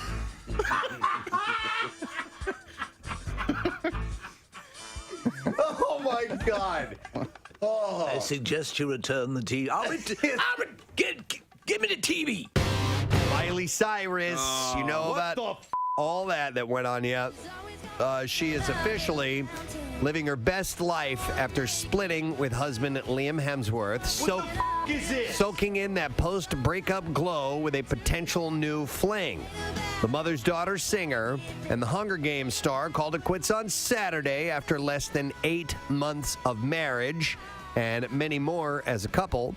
The two announced that they've decided to, quote, focus on themselves and their careers in a joint statement. The thing that is wild is, I guess about 4 months ago, she said she was bisexual, right? That she enjoyed relationships with women as well. And lo and behold, right? I'm sure you have the information there. Well, yeah, so she is seemingly taking an on-to-the-next-level approach. As hours before the news broke, she was spotted kissing Caitlyn Carter. Carter recently ended her not-so-real marriage to reality TV star and Kardashian step-sibling Brody Jenner. Can you imagine? The two have been vacationing in Lake Como, Italy with Cyrus's sister and were seen packing on the PDA at the Il Sereno Hotel over the weekend, where onlookers said they were not trying to hide it at all. Oh, this is all happening on Instagram. I've got to follow her, Preston. I'm missing so much. Are you ready? So please. Here is her inspirational message. She wrote. Do we have music that would? I think you should cue. This is inspirational, so this is... Oh, you want the anthem. So she wrote, "Don't fight evolution because I hear you, bro. You will never win. Like the mountain I'm standing on top of, which was once underwater, connected with Africa. What? Change is inevitable." This is my fight. Take back my life. All right, and life is a climb, but the view is great. This is my fight song. Take back my life. You know what? I think you need a different one. Can you read that line back to me again? Which one? The climb one. Okay. This is Life is a climb, but the view is great. There's always gonna be another mountain. I'm always gonna wanna make it move. What's the name of this song? You love that song. I do love this song. I think that's probably why she wrote it. Yeah. So she's so smart. Hemsworth, meanwhile, has been the only one in this love square, laying relatively low. He stepped out with his brother Chris in Byron Bay, Australia, where the two picked up some frozen yogurt. So they hit up Froyo. Hey, you want some yogurt or something? Hey, we'll get frozen yogurt. But he did break his silence a little bit. The 29-year-old was, like I said, was hanging out with Chris. And man, just let me eat my yogurt. It seems Liam isn't quite ready to jump back in. And Liam told Daily Mail Australia when asked about the split, "You don't understand what it's like. I don't want to talk about it, mate." I feel bad for him. Yeah. I mean, he entered. She seemed like a safe bet, Miley Cyrus, that she would be the wife he had always wanted. But no, listen, the heart wants what the heart wants, Preston. Mm-hmm. And this heart wanted another chick. I guess so, right? It's.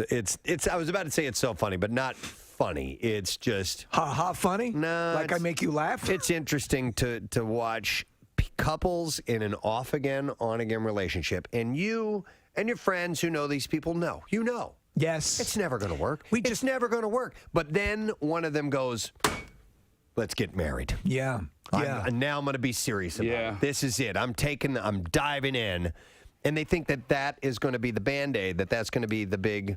Oh yeah, the impression of commitment. Yes. Yeah. Let's have the trappings of commitment. Yeah. Without the commitment. And then they don't realize after it just goes back to the same old crap, and it didn't. And there you are eating yogurt with your brother. Yeah, exactly. There you are eating froyo with your brother. It's also funny to watch the reactions because he's laying low, not saying anything, not posting anything on Instagram. Meanwhile, Miley is going nuts on Instagram. She's finger blasting somebody in Lake Como. And they're both, she and this Caitlyn girl are both posting a ton of hot photos of themselves. So in order for them to get validation post-breakup, they need to post these superficial shots of themselves, whereas Liam is just like, I'm going to get some frozen yogurt. And not for anything, just, I don't know, live your life how you want to live, but maybe be a little respectful of the marriage you just had.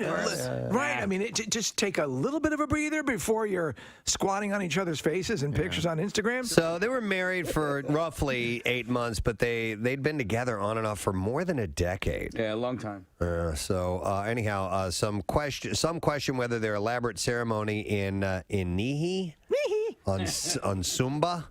This is all made up. Is this all? Are these real words? These are pretend places. You're a geographer. I know places, but yeah, this one's a mystery to me. In Nihi on Sumba. How do you spell?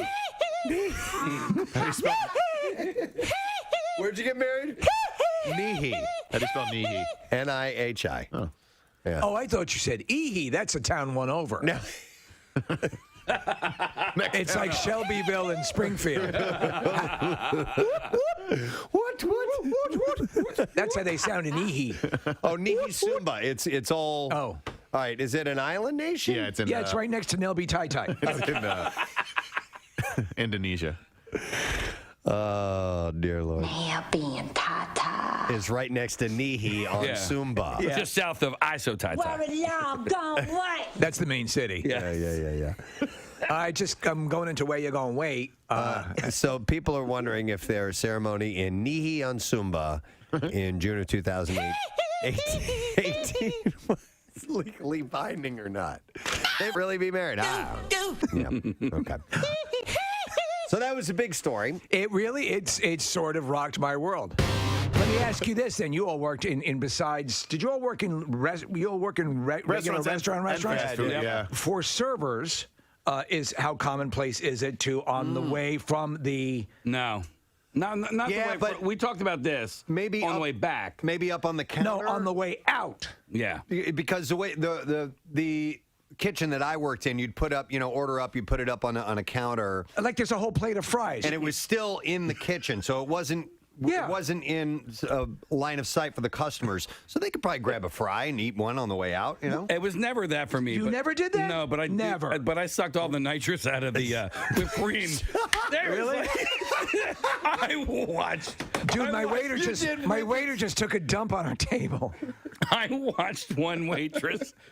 She had like 3 or 4 different whipped cream things that just was like cream juice. All right, thanks, Kev. Real quick, a shout out. This is for Christine, our physical therapist at Trinity Rehab.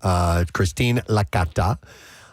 She wanted me to give a shout out to her son's birthday. It was yesterday. I missed it. He turned 6 years old. So Dylan gets a shout out. She says, "Can you give a shout out to my little pickle?" Thank you, Christine. So here is a shout out. And that's a good one for you, Dylan. You know him. And happy birthday. And then I'm going to do a butt plug, if you would, please. This is for, this is a Veterans Day fundraiser. I hope I didn't miss this. Nick got sent this information as well. And I apologize. I've been a little out of sorts lately. Apologize? Would like to apologize, yes. I'd like to apologize. Says, I'm hoping you can give a butt plug for a Veterans Day fundraiser. The American Legion Post 241 is having a designer handbag bingo to celebrate Veterans Day. When is this going to be? I want to make sure that I didn't miss it. It said Veterans Day, and that was yesterday. So I don't. No, it says Friday, November 15th. Yes, it didn't seem like you'd have one of those events on Monday. Yep. So we'd love listeners to join to win fabulous designer bags and a chance to win Flyers and Wings tickets, golf foursomes, 50-50, and a bunch more. The designer bags include Kate Spade, Dooney, and Bork. Michael Kors, Ted Baker, Calvin Klein. And it's going to be at the VFW, 275 Wilmer Street in Glassboro on Friday. Doors open at 5:30. Anybody who wants a ticket can email. And here's the email address in case you're interested. al241bingo@gmail.com. Tickets are $35, and they're looking to raise $15,000 for veteran programs in our area. It's very nice. And I got that from Dina Stanton. So, Dina, there's your butt plug, and we wish you all the best. It's up on the community page of the website, too. If you need that information, go to PrestonandSteve.com. Excellent. And then one more I'll mention, too. This is, and they asked for a shimmery teal and purple butt plug. It says, my name is Jennifer Antonic. I founded a nonprofit in Delaware called DJ's Alliance, which seeks to offer a positive vention or support after a suicide death. And we're just under a year old as an organization. Unfortunately, do not have the funds yet for marketing campaigns, hence the sparkly shimmering butt plug. Everything's better with a little shine, she says. This is from Jen, by the way. We're hosting our first ever Survivor Day Trot 5K at Buffalo Wild Wings in Dover on International Survivors of Suicide Loss Day. She said, I know that Dover might be a stretch for all of you, but we're a statewide organization. The 5K, it serves as a needed fundraiser so we can continue and expand our volunteer-run program, as well as raising awareness and coming together as a lost community. We hope you consider sharing the butt plug in the most hygienic way possible on the air. We're still on the hunt for participants and sponsors. Now, I don't have the date on this. It is the 23rd of November. Okay. And all of that information is also on the community page. Wonderful. Thank you for doing that, Nick. The website is djsalliance.com. So I wanted to pass that along to you. So there is your shiny. Nice. What was it? Teal and purple butt plug. Shimmery. All right. We shall now give you the Bizarre File. WMMR presents Preston and Steve's Bizarre File. Brought to you by Red Robin. They got holiday gifts all wrapped. You can give the gift of yum with a $30 Red Robin holiday gift card and get a $5 bonus buck reward for you. And it's now through December 31st. Red Robin. Yum. All right, so we'll start with this. A woman in Thailand had to endure severe pain for nearly 2 decades after medical staff left a needle in her vagina. Oh, my God. During childbirth. The woman, who is now 36, said a nurse accidentally dropped a needle into there 18 years ago while stitching up her after stitching her up after childbirth. Accidentally dropped in? I guess so. A doctor apparently tried using his fingers to retrieve the misplaced needle, but could not get it. Fearing more blood loss due to a delay in suturing, the woman recalled that the doctor continued the procedure without taking the needle out. What the hell? Soon feeling constant pain in her lower abdomen, which often turns severe. It's horrible. An x-ray last year showed the needle was still lodged in her vagina, prompting doctors at the local hospital to send her for surgery. The procedure, however, had to be postponed 2 to 3 times as the needle keeps moving inside her. Vagina. She now has to visit the hospital at least 4 times a month for follow-ups to monitor her condition, causing her significant financial strain. She coordinated with the Department of Social Development and Human Security to provide and to arrange transport to the hospital. It was not immediately known when she might have surgery to remove the needle, or whether she'll take legal action against the hospital for medical malpractice. So I assume sex was impossible, right? I don't know. I mean, think so. Unless you would have sex with her and it'd be like an acupuncture treatment. In June, another Thai woman nearly lost her life at a medical team as a medical team left gauze inside her uterus during a treatment for cancer that caused her to suffer a severe infection. It's not a junk drawer down there. Yeah. All right, here's a follow-up story. The Wicked movie merchandising that we posted about, had talked about yesterday. Right, yeah. There was a web address listed on the packaging for character dolls took consumers to an adult pornographic site. Well, the toy company apologized yesterday. They said, we deeply regret this unfortunate error and are taking immediate action to remedy this. By Sunday afternoon, the entire Mattel manufactured doll collection, which includes fashion dolls, singing figurines, and deluxe collectible models, was no longer available for sale at Target, one of the leading retail partners of the Universal movie. It's a big hit. The Mattel-produced line with the incorrect website address is in the process of being pulled from shelves at Walmart, Macy's, Kohl's, Best Buy, DSW, Amazon, and other retailers.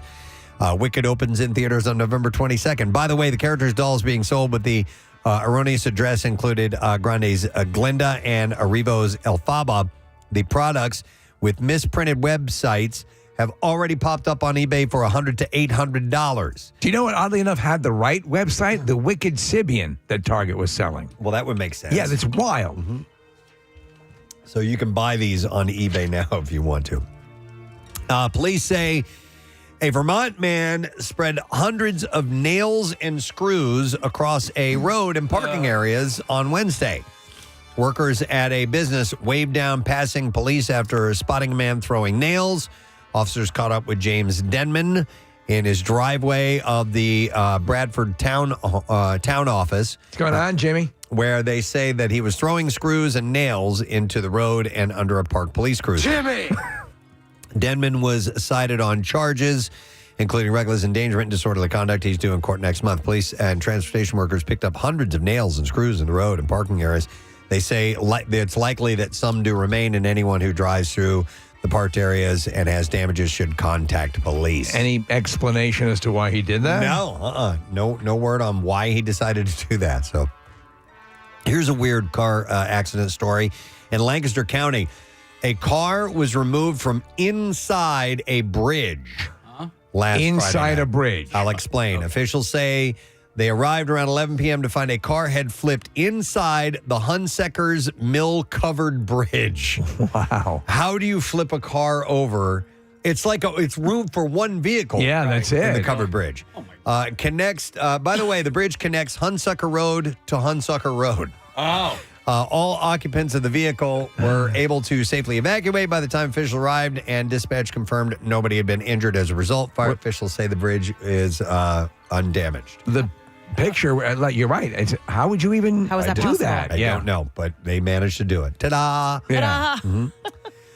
Here's another follow-up.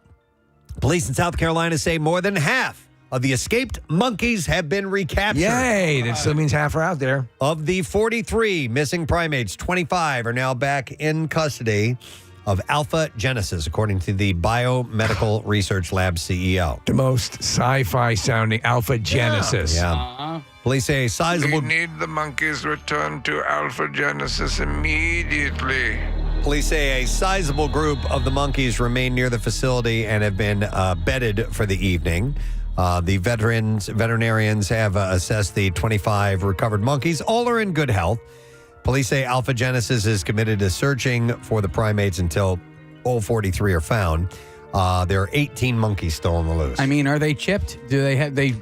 If would they're not, think, can you right. please start putting GPS trackers on these things? Yeah, I mean, I don't know if it would be worthwhile to do that because they pretty much test on them and then kill them, you know? So I don't know. So if you spot the monkey, you're asked to call 911. Spot the monkey tonight. Yep. All right, and then we will do one last story. Oh, man, there's only part of it here. Hang on a second. More monkeys? Oh, wait, here it is. I stapled two of the wrong stories together. All right, here we go. Bigfoot was caught making a ruckus in Connecticut's Sasquatch hotspots last year, according to a recent report by the Bigfoot Field Research Organization. So this is a Bigfoot in the Connecticut region? Yep. A Fairfield County resident heard the hairy giants screaming and long-duration whooping just after midnight in October. They sparking a barking dog frenzy and sending owls into a terrified silence. The howls emitted from a forested area near the town of Monroe lasted up to 10 terrifying minutes, according to a witness. The alleged Bigfoot would yelp for roughly 10 seconds and halt before repeating the pattern, which a reporter claims matches other Sasquatch recordings captured on shared on YouTube. Is the belief this is their spoken language? Maybe. This guy's an idiot. I was out last night. I saw A, a shooting star, and then B, it's like now like mating season for foxes. So That's what it is? Yeah. Okay. A witness stated all the dogs in the area started barking at once. When the vocalizations ended, normally there were many owls in the area. And when I had gone outside previously, I could hear them. So you're saying that the Sasquatches are mating with the coyotes? He said that he was certain the noises did not come from a coyote, bobcat, cougar, or fox. He said, when I noticed the vocalizations had ended, it was probably a good 10 minutes before I could hear the owls again. It did not come from any one of the animals that are actually in the forest. According to the BFRO investigator and they found and founder Matthew Moneymaker. Yes. Reported exactly. The report wasn't shared for nearly a year because it was a sound-only report, but a probe found the claims credible enough to land a Class B categorization, Steve. Well, you mean Class B? Yeah. It's way up there. The witness said he saw a very tall, all-black, upright figure. What are you looking at? Chasing 30 deer through their backyard. 30, exactly. He said, my first thought was this is either a person or a Bigfoot. And I did a quick checklist in my head and ruled out a person. Yeah, you got to go with the sane choice. Said it was a solid black from head to toe with no color differences. Couldn't possibly be someone dressed in black. It was also too large to be a person. I had a size comparison with the deer when the deer ran just past it. The figure was about 2.5 feet times the height of the deer torso. It must have been between 8 and 10 feet tall. Wow. In Connecticut, of all places. And it was whooping all over the place. So, yeah, there you go. So listen for that. Now that we know what it sounds like, you hear that in the middle of the night, you know there's a Sasquatch nearby. That's what I have in the bizarre file for you. All right, let's give away some love from Primo Hoagies. It is Customer Appreciation Day. I have a $25 gift card. We'll take caller number 11 at 215-263. WMMR, our friends from Primo Hoagies, dropped off a bunch of good stuff for us today, and they are made with the finest Thumann's meats and cheeses, sliced fresh to order and served on award-winning seated rolls. And today is Customer Appreciation Day. You can get $6.99 Primo-sized Italian turkey and cheese or ham and cheese hoagies all day if you are a reward member. So you can go to primohoagies.com for details. We're going to take a break, and we'll be right back. Stay with us. Preston and Steve on What's going on here? These are all broken. Do you remember? Dripping. I don't know. I have no idea. I have no idea. Casey. That's messed up, man. Casey, at a place called the Coffee, you remember the Coffee Beanery? Yeah! All right, so the same thing happened. I wanted whipped cream on hot chocolate. Oh, my God. The guy's like, he's going through the cans. I said to him, what are the odds that 6 cans of whipped cream have no propellant in them? And Steve, did you know that when you do nitrous, it's like sulfur hexafluoride? Yeah, it makes your voice sound like this. Did you folks like some espresso? Just side note, that stuff killed brain cells so fast. Oh, my God. It was so stupid. Dude, also, I watch people in the parking lot doing these things and walking at the same time. Rule number 1, sit down first. Because you're going to fall and smash your face into a parking block. Oh, yeah. I gotta get to surgery. I'm a neurosurgeon. Preston, you know that thing that you got me where you can stick your phone in the vents of your air conditioner? Yes. I saw somebody that has. That's how you heat up your chicken? No, Steve, it's even more ridiculous than that.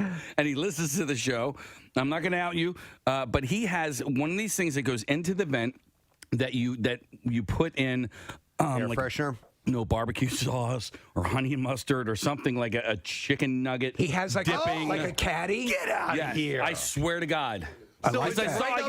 I like that. Because that's great. It's exactly what it looked like. It's like having a Fixins bar on your dashboard. And I made a joke about it, like, hey, I can't believe you have a barbecue sauce holder here. He goes, yeah, I found it on, it was like, ad on Instagram. I was like, that's actually what this is. Steve, that's like getting a limited edition, like Jeep or something. This is a Roy Rogers. Right, Roy Rogers. Look at this. This signal squirts horsey sauce. Yeah, the rear view, Preston. It's like you're milking a cow. All right, TMZ reports that Davy Chase. Now, I looked her up, and it says she started the ring. She was Samara. She's the psycho. Yes. The scary girl. The girl in the well. And by the way, turns out she's gorgeous. Yes, she is. She was arrested, and she was arrested on a drug possession charge and spent some time behind bars. Yeah. But she escaped through the television, didn't she? She did. She managed to get out of I it knew we were through the going that TV. way. But she's had some run-ins. Last year, she was locked up after cops pulled her over for joyriding in an allegedly stolen car. She was locked up for 7 days. Is the phone rings after 7 days or something like that? In 7 days. Yeah, that's when you die. You have 7 days to get your affairs in order before you're... 7 days. It's been a while since I've seen that movie. 6.5. 7 business days. Business days? So that means I get the weekend, too? Well, it's Monday's Labor Day, so about 8 days. All right, just stay there. I'm going to come over and kill you now. Yeah, if you could be more specific, it might help in planning. So, what if I go across the international date line? Let me get back to you.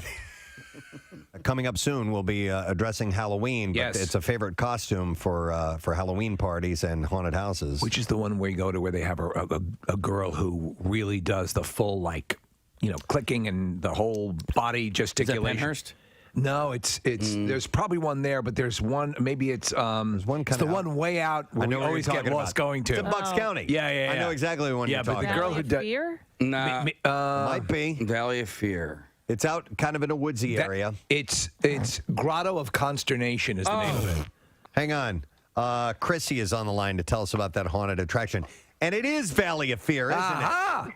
So it's Valley of Fear? It is Valley of Fear, and the girl who does play the one from The Ring, who was there for a long time. Liz is just a phenomenal singer too. I just wanted to let you guys know. Really? Okay. Oh yeah, she's incredible. She's incredibly talented. And she was good. It says you were moving along, she'd move along, and she never sang really, but she didn't I'm sing. the chick from The Ring, and I'm coming after you. So her name is Liz. Yes, Liz. All right, cool. Thank you, Chrissy. Appreciate it. No problem. Cause in 7 days See ya. you're through. Chop-a-da-ba. All right. It's not that scary. I know, it's not Yeah. scary when you sing it.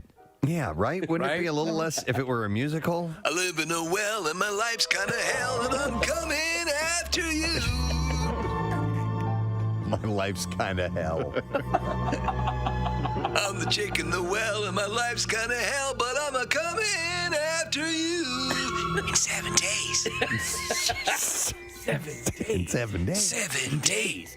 7 days. Coming after you in 7 days. Hey. The Ring, the musical. Turn my mic on. You turn his mic off. I didn't turn it off. I think you might have hit the button yourself there, dude. Uh-oh. No, there we go. I just hit that button. All right. Wait a second. What's going on? Wait a What second. just happened here? Your mic will turn off in 7 seconds. Your mic will turn off in 7 seconds. What? I don't have a mic.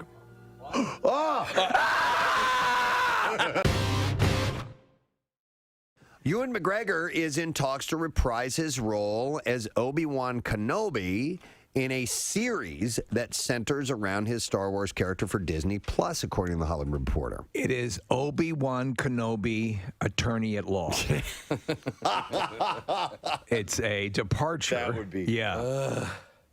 I think you should let him off with time served. Giving you time served. He's using the Jedi mind trick to sway the judge. I think you should find him innocent. I'm finding you innocent. I object.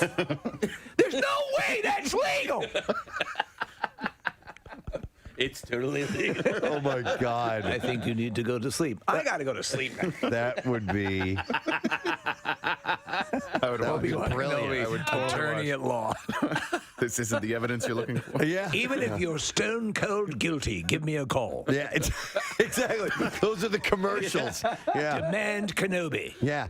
And he's licensed in Missouri. I am. Yeah. And even if I'm not, I'll convince them I am. Yes, that's right. I'm licensed in Missouri. He's licensed in Missouri. Better call Obi. Would he wear a Would he be a cowboy hat? Space cowboy. Lawyer? Yeah. Type? Oh, my God. Obi-Wan Kenobi, attorney at law. Anytime, day or night, even on New Year's Day. Coming soon to Disney Plus. Or Life Day on the Wookiee home planet. No, this could be good. I loved him as Obi-Wan Kenobi. I didn't care for the series of movies, but I thought he pulled it off I agree. wonderfully. He was the thing that kept me watching, and he provided, I believe, the emotional core to those. The second and third movies I really do like. I think they're good. In just tone and in some way, the distinction between the Abrams movies, the artificiality of the first trilogy was almost too much. It was so CGI'd that it was hard to connect to. Yeah, But everything on the screen was fake. Yeah. Except for the people, and even in that case, a lot of like Jar Jar obviously was fake. But there's a big stretch of time where we don't know what happens with Obi-Wan, and maybe they'll fill in that time. Yeah. with his law career, law school, With this, yeah. passing the bar. Mr. Kenobi, do you have anything to say? John Houseman. So anyhow, we'll see when that eventually He gets his own surfaces. judge show. Obi-Wan Kenobi. This bitch still got my TV.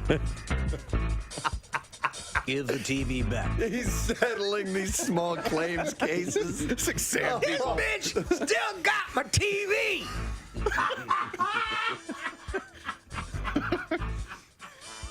Oh my God.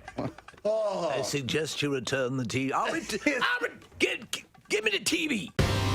All right, TMZ reports that Davy Chase. Now, I looked her up, and it says she started The Ring. She was Samara. She's the psycho. Yes. The scary girl. The girl in the well.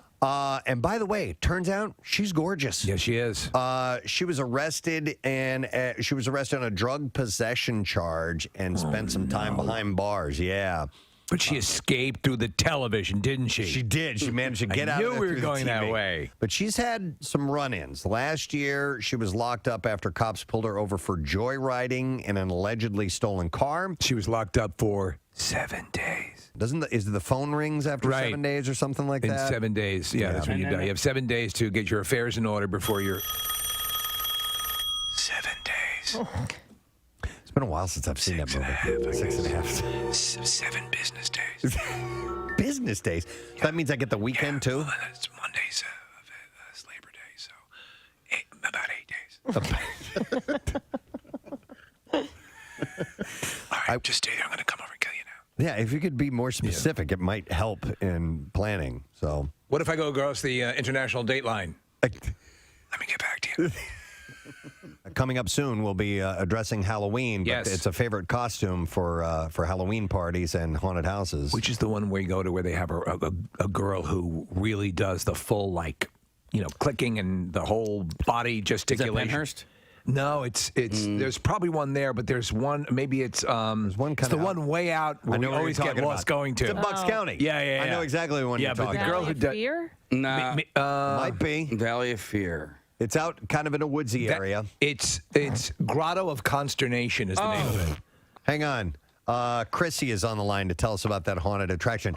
And it is Valley of Fear, isn't it? So it's Valley of Fear? It is Valley of Fear, and the girl who does play the one from The Ring, who was there for a long time, Liz, is just a phenomenal singer, too. I just wanted to let you guys know. Really? Okay. Oh, yeah, she's incredibly talented. And she was good. It says you were moving along, she'd move along, and she never sang really, but she She didn't I'm sing. the chick from The Ring, and I'm coming after you.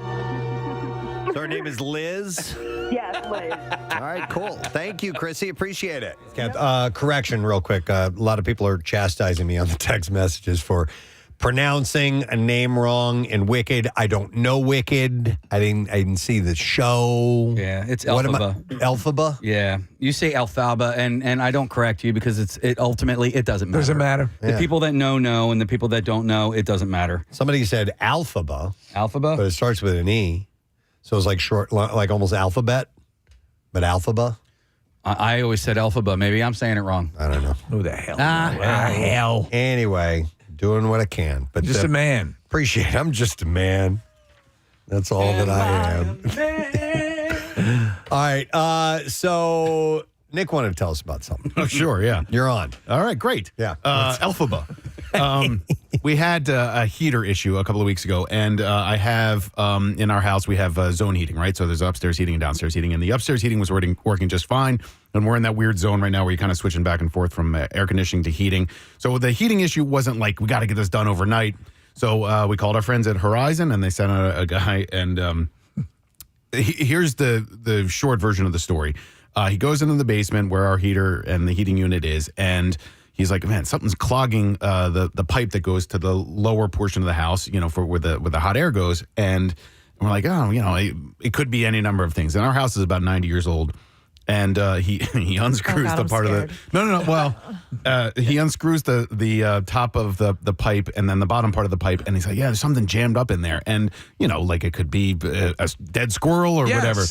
And there's a bucket that we pull out, and we hear a plunk. Oh, God. And then another plunk, Oh, plunk, God. plunk. Oh, God. Oh, Kathy, God. it's okay. Relax. Are you sure? Yeah, I'm sure. It wasn't any dead animals. Instead, it was about 1,000 acorns. What? And it was squirrels.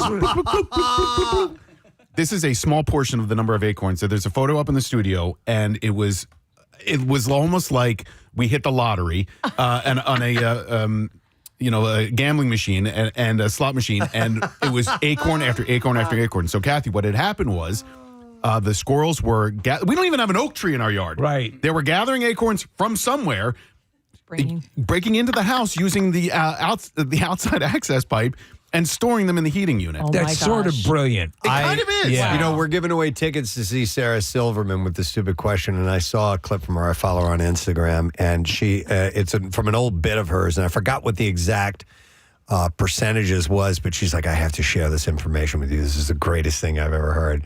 That apparently squirrels only find like 5% of the acorns that they store. It was something like that. Like they stash them, and then they just forget where they put them. So Andrea goes outside and where like I guess the exhaust portion of the pipe that leaves the house to go to the outside area, and she sees a squirrel bolting from that pipe across the yard to I guess wherever the squirrel was going. But I'd never heard of acorns showing up in anybody's heating system, or a heating system being a storage place for the squirrels' nuts for the winter. It makes sense. It's a source of heat. So, and they want something that's going to be sheltered. But how industrious are they to do that? Yeah. It's pretty amazing. Yeah, how'd they get, They had wrenches. So, Nick, was there an exhaust tube that they were dropping them into? And that's where the squirrel bolted out of when Andrea went upstairs. Oh, no, this is Nick McElwain's house. And so she saw the squirrel leave the exhaust tube, and I'm an idiot, right? I don't know how the heating system works. All I know is that sometimes some of the air needs to be put into an exhaust pipe to get out of the house, and that exhaust pipe was where the squirrels were getting into the house and storing the acorns. So what did you end up doing? Did you have to put like a grate up in front? Yep. Okay. On the outside area, so no more squirrels coming in. Hopefully, no more acorns coming in. What'd you do with did you put it like in a bucket outside for them to reclaim? Yeah, we would just toss them into the woods or whatever. But it was just, I had just never even heard of that. And there's like so many different ways of, an animal infesting into your house. And this one was a new one for me. Here's a text that says, I had mice clog up a turbo in my truck by jamming dog food in the intake. Isn't that crazy? Do you ever in the like dead of winter? Do you ever just give a quick check under the car or hear something? Because sometimes animals will climb up into the engine. My neighbors at my old house, they had an issue with the squirrels, and I don't know if it was. It seemed to me that this happened not primarily, but majority wise with like Honda cars. There was some sort of coating around the wires that was attracted to I don't doubt the squirrels, and these and they're just screwed. There's nothing they can do about it, but the squirrels are going in and chewing up the wires in their engine. It's effed up. Somebody texted a squirrel somehow get into my car's glove box. And it shredded it says shift boot that I had stored in there into a nest. So they got in they got in from under the car into the glove compartment. I guess so. Wow. Yeah, that would make sense. Man, Rochelle and I, not that long ago, this doesn't have to do with storing the nuts, but we were eating at this outdoor restaurant in Skipack, and big oak trees all around this area. And it was cloudy, and we're undercover.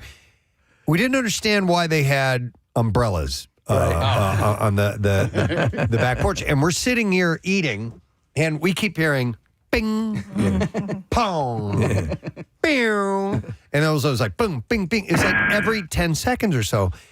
And these were acorns from squirrels in the tree. They were dropping them, and they were hitting cars. I mean, like hard. Oh, man. Like, boom. And we'd be like, dude, these cars have got to have dents all over them.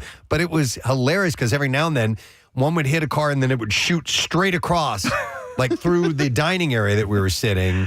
And we were cracking up, but it was nonstop. When you're in the season, as we are now, I mean, they've been madly storing their stuff. They're running around. You can see them like they're just. Come on. Time's wasting. We're burning daylight. Let me go to Vic, who is an HVAC tech. Hey, Vic, good morning. Morning, Matt Damon. Yeah. Yes, of course. And a Matt Damon to you. What's up, man? So, a couple weeks ago, I was servicing a heater, a new client. And, Nick, same thing. I opened up the cabinet to the furnace, and a bunch of nuts, seeds just came pouring out onto the floor. Vic, had you ever seen this before? Not to that extent. I have, Kathy, cover your ears. I have found a dead squirrel inside of a furnace before that got into it.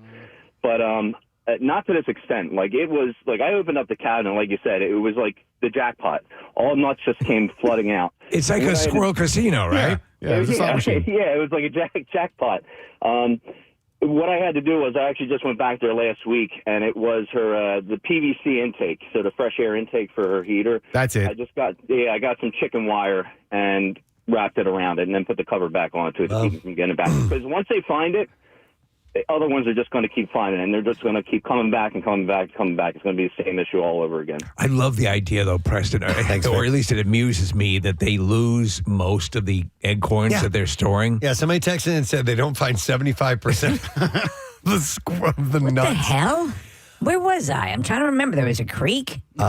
They tear apart my planters. They'll bring the acorns there and try to hide them in there. So I'll find actual flowers or plants that I've put in tipped over onto the ground because they'll dig them out, dig a little hole and put them in there. I mean, do dogs bury bones still? That was the thing, right? They would, Chelsea would do it. Ours would do that, take a treat or whatever and go stick it out in the yard for however long. For and a eventually rainy get back day. to it, I guess. When unexpected company drops by. But they would go back and get it? I guess so. I never did find out, but we'd watch them go do it. And they would go, they wouldn't dig, and they could go into mulch where it was easy to cover it up and just kind of stash it for later on. So, yeah. Let me go to Lisa, who's on the line. Hi, Lisa. Good morning.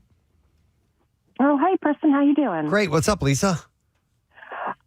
I just texted in and said that we had the same issue with a squirrel a number of years ago where it wasn't heating right, just like Nick's house, and we didn't necessarily have the casino right like he did, but it was when we looked up, they were like, oh, okay, they're building a nest and they're putting things in, and I was like, oh my gosh, this is crazy. So we ended up having to do the same thing with putting the grate across the top, and then we didn't have any trouble after that, and then we moved a couple years after that. So if they're there now, that's somebody else's problem. But so it was just funny to hear that he had the same issue, and I'm highly amused that they forget where they put everything. It's so cute to watch them hide the little acorns or whatever, and they're like. And then they never come back for it. What I think it is, it's just they go for the numbers. They figure if they hide enough, they're going to remember at least some of it. Yeah. All right, thanks. Yeah. Appreciate it, Lisa. All right, thank you. All right, we'll see you later. You too. It cracks me up that it was like a slot machine jackpot. It's just one after another after another. And it's to see the text, the HVAC guy's expression on his face. He's like, well, never seen this before. Nice. Here's a text that says, squirrels are a-holes. Get an RV and you will learn quick. They tore into the underbelly and stored acorns and ate all of the electrical wiring. I had to rewire everything. Oh, no. I would buy them a lockbox. Hey, guys, you don't have to do this. Yeah. Here's where I'm going to store everything for you. I actually had for the longest time, Preston, as I'm setting up my Christmas decorations, there is a part in a string of Christmas lights that I have displayed on my front lawn at kind of the top of the yard that curves over into the garden. I have to stop it at a certain point because it extends out in an area that the squirrels have come to know as their feeding area or whatever. And they will every time chew through the cake. I can't have the lights run contiguously because, as you talked about, Casey, the plastic or whatever it is that attracts them to the Honda wires, it's the same thing. Yeah. And I'm like, I can't win this battle. They just will always get these lights. Well, you guys remember my struggle with the squirrels and the raccoons. They were in cahoots because the raccoons were, He's going out. Go, go, go. They were breaking into my trash can every single night, and then I ended up I was putting rocks on top of the trash can lids. Then I was bungeeing the lids, and once I bungeed the lids down, that's when the squirrels were like, "I got you, boo," and they would chew holes through the pail. Yes. Mm-hmm. Oh, here's an interesting text. It says Honda and Acura had issues with their wires. The wires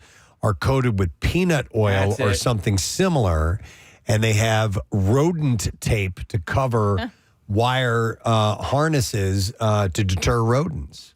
So whatever product they were using drawing them in. was drawing them in. Oh man! Wow. And there's people talk about the Christmas lights, also the smaller ones that they'll run around the edges of the house. Squirrels will go after those. And Steve, if they chew through them, is it like the cat in a Christmas Vacation where it just explodes? I didn't see any detonated squirrels, All right. and I went. I bought the same strand of lights about 8 times before I said, "You got it, boys." Here's a text that says the squirrels like to put stuff in my mailbox. One time I found half a donut. Ooh, don't mind if I do. It says I've also seen a footprint under my hood in my car.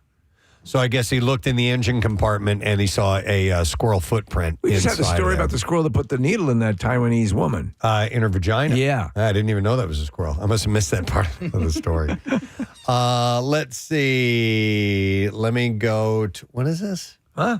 This What? Okay, I've never heard of this. What? Let me go to Ed. Hi, Ed. Good morning. Yo, how you doing, guys? Good. What's up, Ed? Yeah, so we have an acorn tree in our yard, right? So a buddy of mine that used to live a few doors down, he did it. He told me about it, and I didn't believe him. Well, I called the guy up, and he's called the acorn man out in Vermont, and he told me he'd pay me. So I raked up all these acorns as a banner year, and I filtered through them, all the broken shells and the dirt and on the porch for like a week, sent them off and in a box. And made $250. You're saying you sent your excessive acorns out to some guy in Vermont and he sent you money? Yeah, because he would go and sell them to hobby stores, hobby people for Like me, things. crafting. And also, I would like to buy your acorns. So, Ed, $250. How much did it cost you to ship those out to him? well, he paid shipping too. Wow, Kathy. Did you also have to send a pair of your used underwear? No, listen. This makes sense because these crafts that I do, I just did the pumpkin succulent, right? And we used little acorns as part of the decoration. And you can tell they didn't walk around their grounds and pick them up. They bought them. Hey, Ed, how long ago did you do this? About 20 years ago. Oh, okay. I'm wondering if the acorn man is still around. And did you only do it the one time? Yeah, I did it one time. Too much work? What's that? Was it too much work? Yeah, kind of. I mean, I had to filter through. He didn't want crap, Oh, you had to curate the acorns. Yeah. I had the kids out there on the porch. We were all, doing a family thing out there. He's going to be walking down the beach like next summer, Preston. There's going to be a guy walking towards him. I'm the acorn man. Yeah, they finally meet. All right, thanks, Ed. Appreciate it, man. That's the exact reason, though. I have such a hard time buying like winter greens. So I'll do my planters outside of my house. Because the animals have it? No, I'm saying to buy it. So I love the acorns all over the place. I love magnolia, and to buy it, it's like $30 for like 3 little stems. Down the street on Fayette Street in Conshohocken, there is the biggest magnolia tree I've ever seen in my life. I want to, for years, I've been saying I want to knock on their door and just say, "Hey, do you want me to trim your tree for you?" Kathy, I have a magnolia tree. Oh, can I come over? You can go over and trim. Is it big? What's your name, hussy? It's good size, yeah. Oh my God, I didn't know this. Are you What? sleeping with my husband? Do you want the blooms or just the leaves? The leaves, so it's pretty decorative for the how did you not know? holiday How does this not come up in a conversation? How did I not know this? All right. Why are you keeping this from her? I'll send you the dates when I'm coming over. We'll have a trimming party. Okay. That sounds great. It's like code when you're cheating. I'm gonna go trim some. No, I'm actually trimming the trees. I'll even make margaritas. Oh, yes. Yeah, baby. We'll make a day of it. Let me go to Shreve. I don't think we've ever talked to anybody named Shreve before. Hey, Shreve. Hey, how are you? Good. What's up, man? Nothing. When I was living with my, at the time, fiance, we had this squirrel that would torment us from inside the house, and I had to go total Cape Fear on this squirrel. I put up a little bait. I sat in the kitchen on the counter, waited for this thing with my BB gun. Unfortunately, loaded all the BB gun into the ceiling, missed the squirrel. Oh, you were shooting BBs into your ceiling trying to get this squirrel. Okay. You know what? It was like Shreve. Hold on. So wait a minute. You're just waiting and you hear scurrying. Yeah. And you're shooting towards the sound. Oh, no. The squirrel would pop its head out of the ceiling from where it would chew through its entrance into the house, and it would look at us. And then we had this third floor that was kind of broken so you could see into the living room. Yeah. And it would stand on that neat wall and look over. All right. See, I don't see Cape Fear. I see Carl from Caddyshack. That's exactly what I see. Yeah. Well, that would have been more up my line. Cape Fear would be the squirrel riding under your car, holding on during your trip. So you got rid of me, didn't you? It would eat its leavings were blue. It would not die. So it would crap blue? Yeah, because I would feed it peanut butter with poison in it. Aww. It would eat it up and never die. And not die and just scrap here's your blue. poison. I know what you're up to. He's just taking blue dumps. I eat all over the house. poison for We ended up breakfast. moving. The squirrel was still there. Wow. All right. Thanks, Sharif. Was that mouse hunt? Yes. Yeah. They can't get rid of the mouse? My boyfriend's house in college had a slanted roof, and we swore that we would hear the squirrels playing up there. So it was almost like a slide for them, and you would hear them slide down and then like hit the wall, and then you'd hear them run back up, and there was multiple in there. So you're just doing it over and over. They're having fun. Over and over again. That's what I get to do. God. Oh yeah, You know over that and over when again. you're in at night and you're in here. You're like in the scurrying, it's like, God damn it, because it'll drive you crazy. There was a mouse in my room, and again, the word goes out. You know, like the cats are like, all right, Delta Force 1, and they're all in the room, and I'm like, I've got to capture this. Yeah, but it gets behind things, and you're gonna get, and it's like, ah. You know what videos I never get tired of are the squirrels that try to feed from bird feeders, and they have, like, the loopy ones, the and spin around ones. Yeah, and like every now and then, like somebody will overdub or like be like the voice of the squirrel. They get me every single time. Well, they look like top-level gymnasts as they're being flipped around, and there's one where the squirrel like keeps climbing up a bush and tries to hop onto it, and like finally he latches on, and it still spins around and shoves him off. Somebody says Google squirrel launching. Squirrel That might be what I'm talking about. That might be what you're talking about. They're never not funny. Jesus Christ. Yes.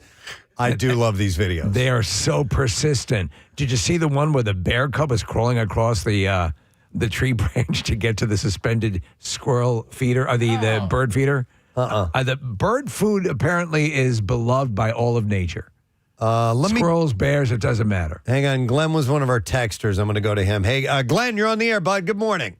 Hey, good morning, and how are you? Good morning to see you. I'm good. What's up, man? Oh, I sent in a message. Squirrels are a-holes.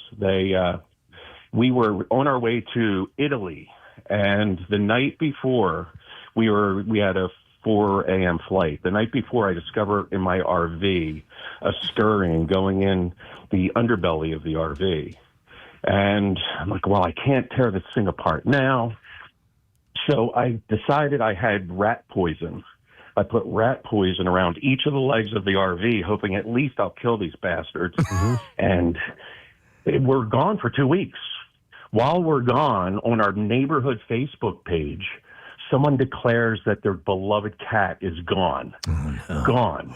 And my wife and I are convinced that we killed Sparkle. Oh, no. See, that's the problem. So I always endeavor to try to use a humane trap because that's the only, because sometimes you'll get that exact situation. Hey, Steve, have you ever seen the price tag on an RV? I know, but I'll take the hit on the RV. You know, but that's the way I'm wired. The good news is there's good news in this story, and there's bad news. All right. Get back. And Sparkles is just fine. He was out killing birds as cats do. Okay. Again, humane. And I take apart the bottom of the RV, and the bastards had more nuts in there, tore out all the insulation, and destroyed all the wiring. So I could have totaled the RV, but I rewired the RV. So, I mean, it must be that wiring that attracts them. As you probably had that in the RV as well. Well, it's interesting. They only ate. I say he because I looked them straight in the eye. Only ate the 12-volt wires. Did not eat the 110s because it would have fried them. Isn't that wild?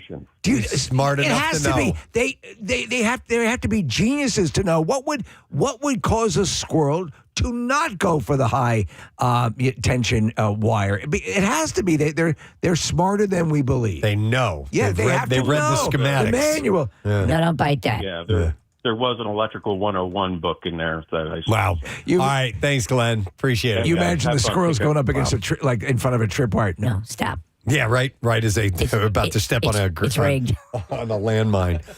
Wow. Well, that's cool, Nick. At least you didn't get stuck with the squirrel running around in your ductwork. Yeah, and look, the tech from Horizon was awesome, and it was really funny to see the look on his face when the acorn started dropping out of the piping system. Found your problem right here. And then... Oh, my God, that's great. All right. Well, thank you for your calls. We do appreciate it. We do have to take a break, though, because we have a guest who's joining in just a moment. Stavros Halakis will be joining us. Did I say that right? Halkias. Alphaba. Oh, you know what? We actually have Alphaba. Alphaba right here. This is how you say Alphaba. I play Alphaba, the Green Witch. Alphaba. Not Alphaba. I hear L. Alphaba. Yeah, Alphaba. Alphaba. Alphaba. All right. Well, anyhow, we're going to be talking to Alphaba in a minute. We'll get that guy on in a minute with us here, and we'll take a break. And I have another $25 gift card for Primo Hoagies. They dropped off some goodies for us and goodies for you in the form of $25 gift cards. We'll take caller number 15 at 215-263-WMMR. It's Customer Appreciation Day at your local Primo. So stop by today because they have rewards members available to pick up $6.99 Primo-sized Italian turkey and cheese or ham and cheese hoagies all day. So go to PrimoHoagies.com for details. We'll take that caller, and we'll be back in a moment. Stay with us. Preston and Steve. Riding in an allegedly stolen car. She was locked up for 7 days. Is the phone rings after 7 days or something like in that? 7 days. Yeah, that's when you die. You have 7 days to get your affairs in order before you're... 7 days. It's been a while since I've seen that movie. 6.5. 7 business days. Business days? So that means I get the weekend too? Well, it's Monday's Labor Day, so about 8 days. All right, just stay there. I'm going to come over and kill you now. Yeah, if you could be more specific, it might help in planning. So, what if I go across the international date line? Let me get back to you. Coming up soon, we'll be addressing Halloween. But it's a favorite costume for Halloween parties and haunted houses. Which is the one where you go to where they have a girl who really does the full, clicking and the whole body gesticulation. Is that Penhurst? No, it's there's probably one there, but there's one, maybe it's there's one it's the one way out where we always get lost going to. It's in Bucks County. Yeah. I know exactly the one you're talking about. Yeah, but the girl who does... Fear? No. Might be. Valley of Fear. It's out kind of in a woodsy area. It's Grotto of Consternation is the name of it. Hang on. Chrissy is on the line to tell us about that haunted attraction. And it is Valley of Fear, isn't it? So it's Valley of Fear? It is Valley of Fear, and the girl who does play the one from The Ring, who was there for a long time, Liz, is just a phenomenal singer, too. I just wanted to let you guys know. Really? Okay. Oh, yeah, she's incredibly talented. And she was good. It says you were moving along, she'd move along, and she never sang, really, but she didn't I'm sing. the chick from The Ring, and I'm coming after you. So her name is Liz? Yes, Liz. All right, cool. Thank you, Chrissy. Appreciate it. No problem. Because in 7 days See ya. you're through. All right. It's not that scary. I know, it's not scary when you sing it. Yeah, right? Wouldn't it be a little less if it were a musical? I live in a well and my life's kind of hell and I'm coming after you. My life's kind of hell. I'm the chick in the well and my life's kind of hell, but I'm a coming after you. In 7 days. 7 days. In 7 days. 7 days. 7 days. Coming after you in 7 days. Hey. The Ring, the musical. Turn my mic on. You turned his mic off. I didn't turn it off. I think you might have hit the button yourself there, dude. Uh-oh. No, there we go. I just hit that button. All right. Wait a second. What's going on? Wait a What second. just happened here? Your mic will turn off in 7 seconds. Your mic will turn off in 7 seconds. What? I don't have a mic. So, what's going on with Lindsay Lohan and the Crown Prince of Saudi Arabia? I'm sorry, I don't kiss and tell. Mohammed bin Salman is his name. Hey, Sababin bin Dalbin. Rumors are Mohammed bin Salman. Salbin bin Dagbin. I love you. Mohammed bin Salman. What? Rumors are circulating that the Crown Prince of Saudi Arabia, who many critics say is a dictator and the real power behind the throne of his father, King Salman, and the perpetually beleaguered Lilo have formed a special relationship of some sort. Wait, is it come and get roast beef? Some believe that he is a dictator and the real power behind the throne of his father, King Salman.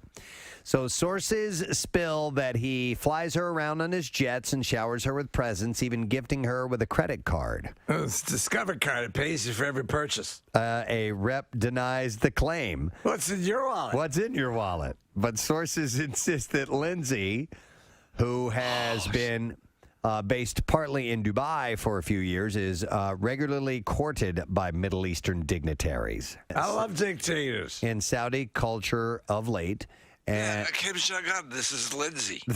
last year declared her intention to make an all-female film dubbed Frame about Saudi Arabian life. I want to make an all-female version of Steel Magnolias. It is an all-female.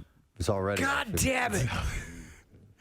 If Lindsay is, in fact, good friends with him, she wouldn't be the first Hollywood star to cavort with dictators, Kim Jong-un and Dennis Rodman. Hilary Swank and Ramzan Kadyrov. Yes. Steven Seagal and Vladimir Putin are just a few of the reported Hollywood political odd couples. So Lindsay might be, I don't know, tight with Mohammed bin Salman. Wow. And yeah, it's pretty wild, isn't it? A former Cape Breton University student says that she regrets not making a formal complaint 3 years ago against a professor who was fired this summer for demanding moose meat, lobster, and sex from a student in exchange for better grades. In that order? Moose meat, lobster, and sex. All right, you don't have moose meat. You don't have lobster. You got any lobster? Sex. All right, look, how about sex? She said, Wait, I found some moose meat. Yeah! She said, I wish I did something back then. I wish I got him fired, Jess Hardy said. Then the situation wouldn't have happened. She was a first-year student and said that Shamal Fernaduple made inappropriate comments and suggestions. You're going to ruin the day, Fernaduple. And her appearance, and implied that he wanted a sexual relationship with her, and he would say inappropriate things all the time. Now, unfortunately, as the story goes on, it never gets into the details about the moose meat and lobster. Well, it's a bizarre That's what I'm pecking most order. interested in. Right, yes. You don't understand. But they ended up firing this guy because he apparently did. Was it the moose meat? To a couple of students. It was the moose meat. He's there in front of the dean. It was the moose meat, wasn't it? Well, actually, the number 3 on the list here, the sex. So apparently he wasn't only demanding sex, but moose meat and lobster. I should have stopped at lobster. And they fired him. So there you go. That's all I have in the It's details. like he's looking for something to round out the list. Yeah. And the sex. Yeah. Kourtney Kardashian is fighting back against critics who claim that she does no work. Preston, are you saying she's clapping back? She is clapping back, Steve. Yep. And she got some blowback after posting multiple shots from her family vacations in Italy and Idaho. I know. So what's it going to be, kids? Italy or Idaho? She's only visiting places that start with I. Yeah. And Idaho happened to be on the list. In Italy, Indiana. In Italy, the Poosh founder partied with her 3 kids, Mason, Penelope, and Rain. Remember Poosh? I'm sorry, I just pooshed. Yeah, that's her. Is that her lifestyle brand? Poosh? Trying to be like Goop, I guess. Yeah. Poosh. I just pooshed in my pants. People who brought you queef and drippy fart. But she partied. Poosh and queef. The award-winning triple line from Kourtney Kardashian. The Poosh found her party with her 3 kids nominally for her sister Kylie's 22nd birthday. With the subtle scent of salmon. Several other family members were there, as was her ex, Scott Disick, with whom she shares her children, and his girlfriend, Sophia Richie. Now, in Idaho, Kourtney and her kids... We're going to Idaho, kids! ...hung with her sister Kendall. One social media user commented, "Kourtney, this is why people say you don't work, girl." And she replied, so she clapped back. She clapped back. "We all have our priorities, so I'll be making memories with my kids and amazing people while living my life to the absolute fullest." And then a fight broke out between commenters who praised her for prioritizing her kids over at work and others who said, as working moms, they were dedicated to family too. And so Kourtney clapped back again. So she clapped back at the mothers? She says, "Who says I'm not a working mom? Because I most definitely am. Working moms can be dedicated, of course. As women, we should be supporting each other for what allows us to be our best, not being so critical and judgmental of each other. We all do things our own way." Did they counterattack with the clap salvo? I don't think so. There was not. Underlying her point, she wrote, "A travel diary coming soon." Can't wait. On Poosh. And I guess there must be an Instagram account because it says @Poosh. Poosh. Yeah, @Splooge. Splooge. We need to start our own lifestyle brand called Splooge. All right. So anyhow, that's her fight song. Yeah, I guess so. This is my fight song. Take back my life song. To be honest, though, following her on Instagram, I don't follow her on Instagram, but I follow her through all the pages of TMZ and all that stuff as I put together stuff for the Hollywood Trash. And to be honest, I've never seen her do anything but vacation. I know. Yeah, never. That's what her job is. That is her job. Yep. Well, she's working hard then. Well, just consult Poosh if you want to find out what she's up to. Let's talk about the happiest place on earth. It's magical. Disney. This is Disneyland, by the way, in Anaheim.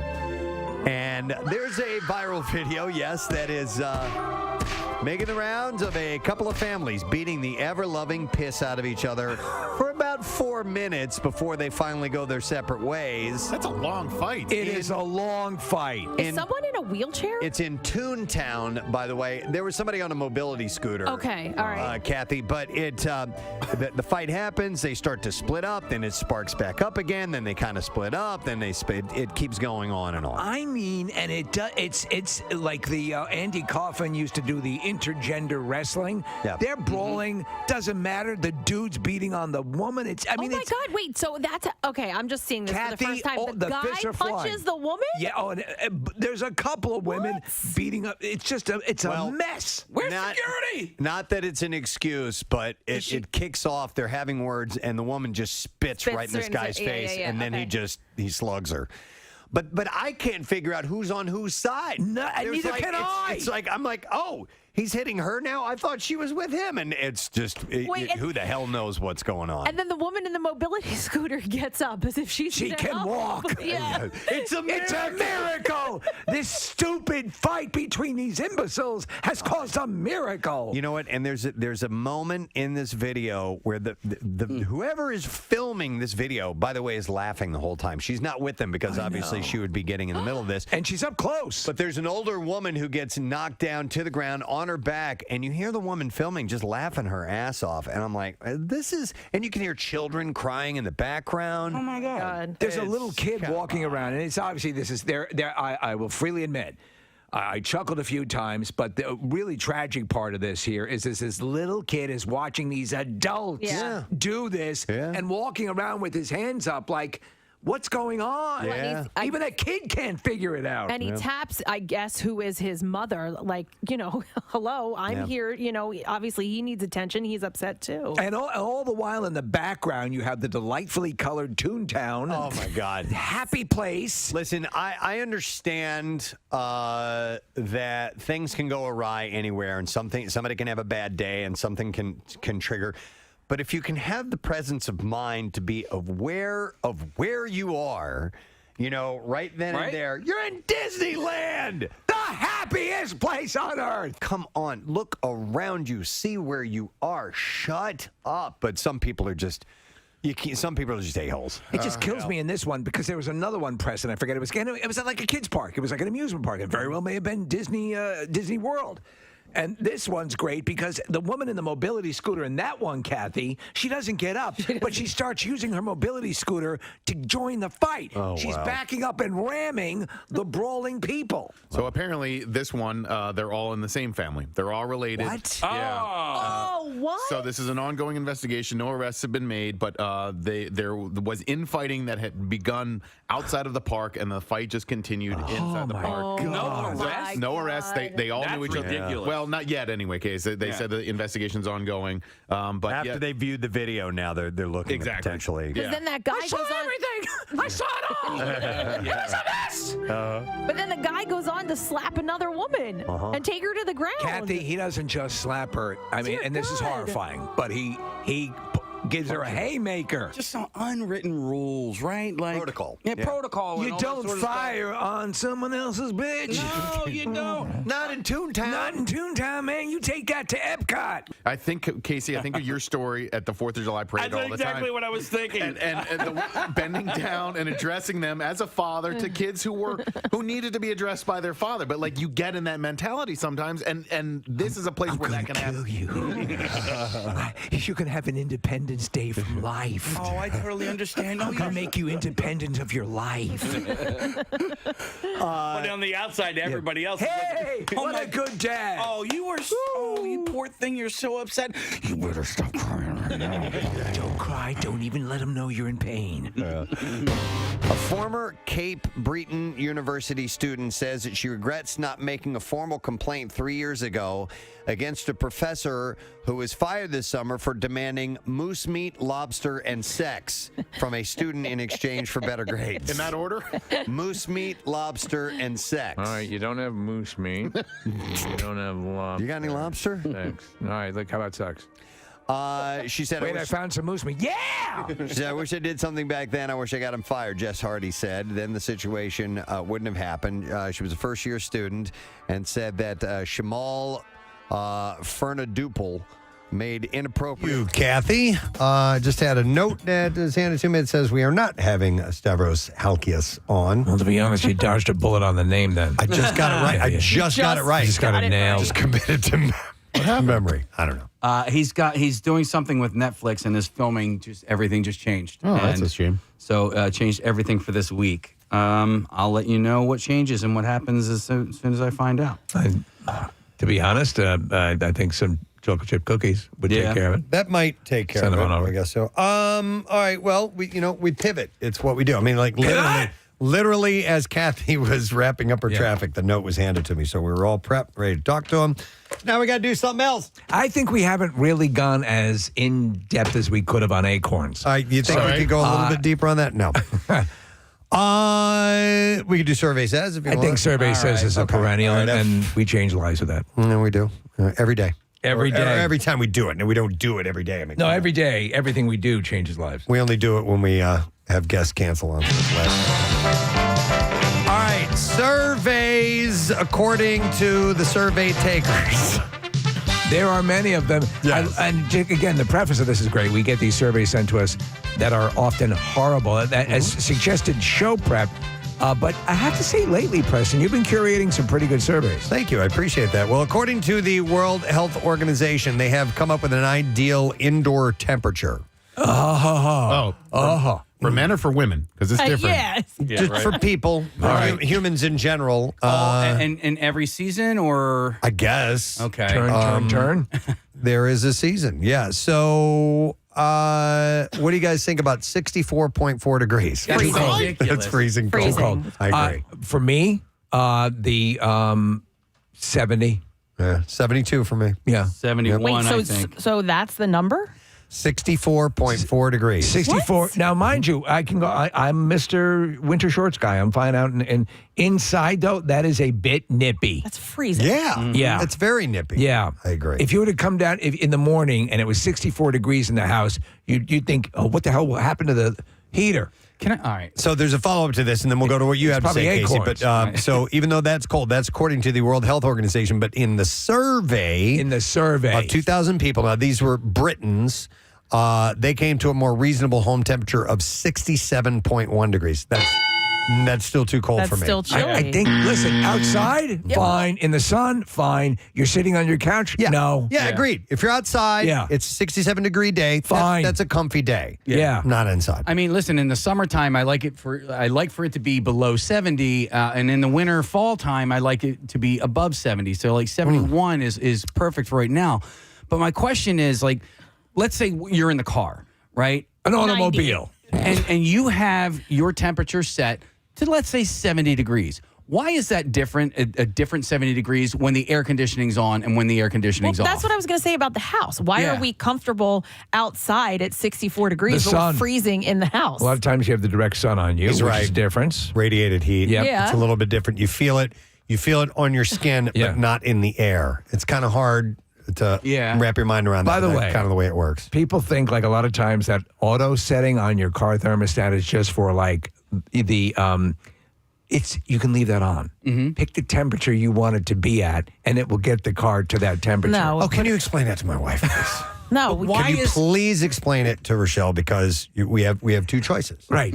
We have blazing hot or freezing cold. Oh, boy, yeah. No in between. Yes, because that's how car temperature works. You put it at 90 when you're cold, and then you put it at 60 when you're hot. Yeah. It's just how everything in between doesn't matter. Steve's right. I'm with Rochelle. If you pick the temperature, it is supposed to regulate it, and you hit the auto function, it will keep the car interior at that That's temperature. what auto does. But then you freeze. In your auto. But then you freeze until it gets there. If you put it at 90, then That's why you put your heated seat and heated steering wheel on while everything's heated up. temperature at and 90. then- you just be a little patient. It'll take about 2 minutes to heat up the whole car. That's so long. I'm Do you freezing. have a remote? Do you have a remote heater, remote start? I don't. I do, yeah. So, but with the heated seat comes on immediately. I'm good to go. Yeah.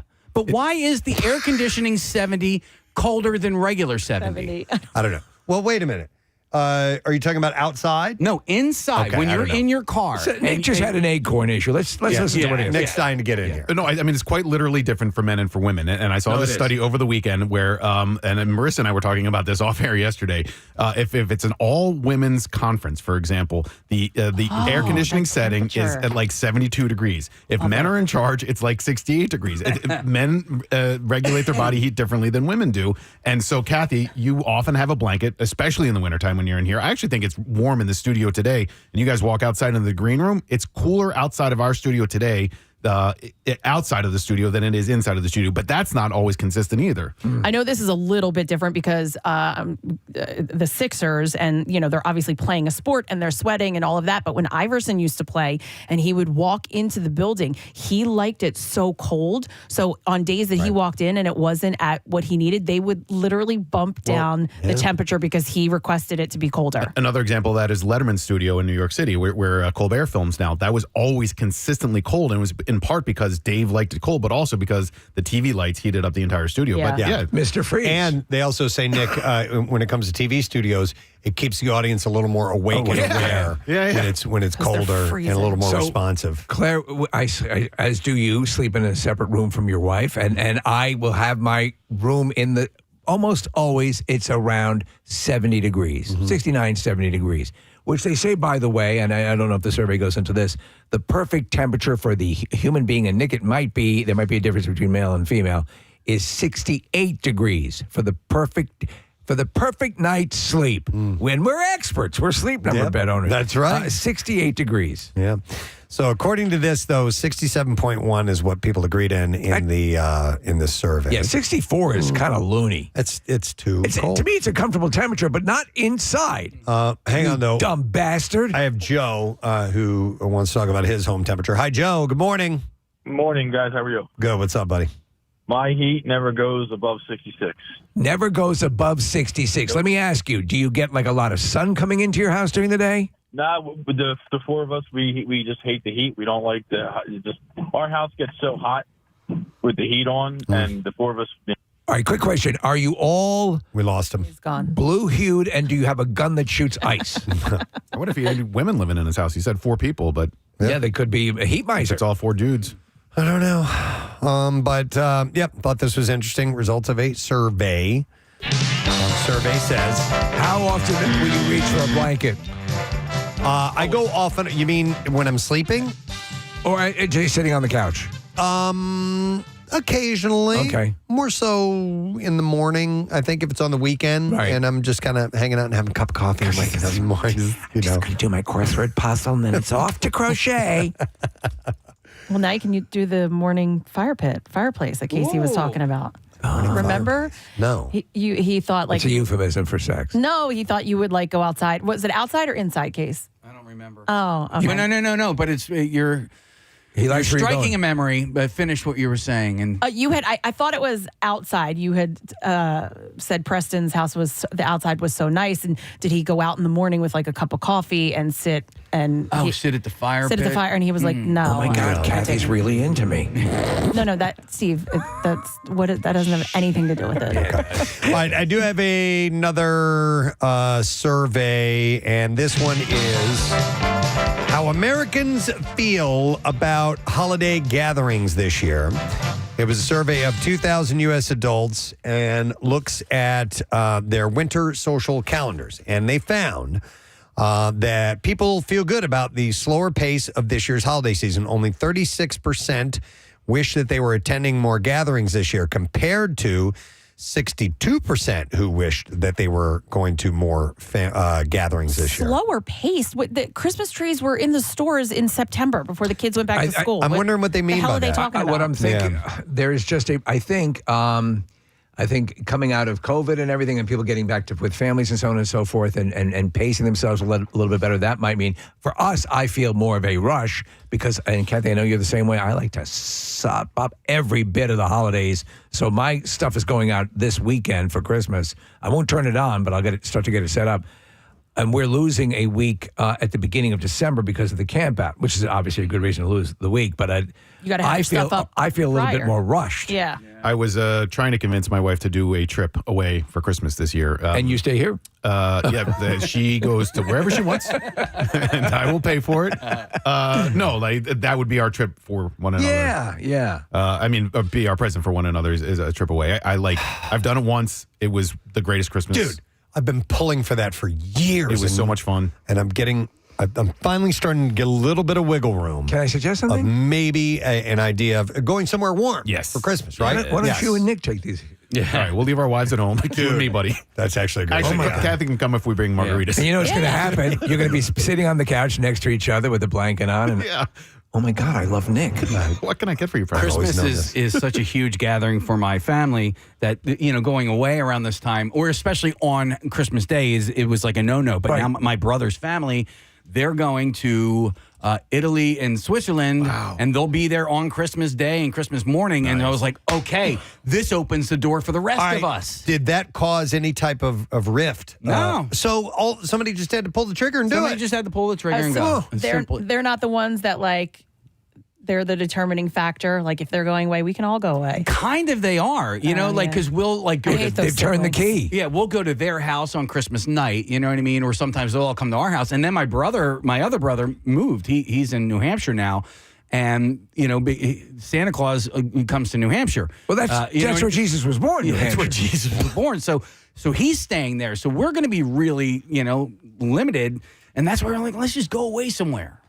Press, I have friends who went to Hawaii for Christmas, and they brought before they went, they bought a blow up Christmas tree, and they put that in the rooms, and Santa still came and brought the kids presents.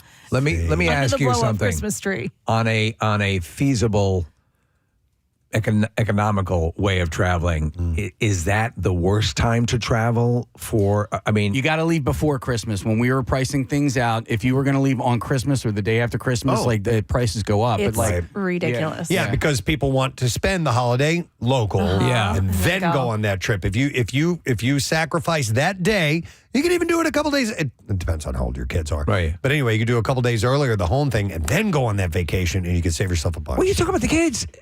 It's okay to abandon them now and then, isn't it?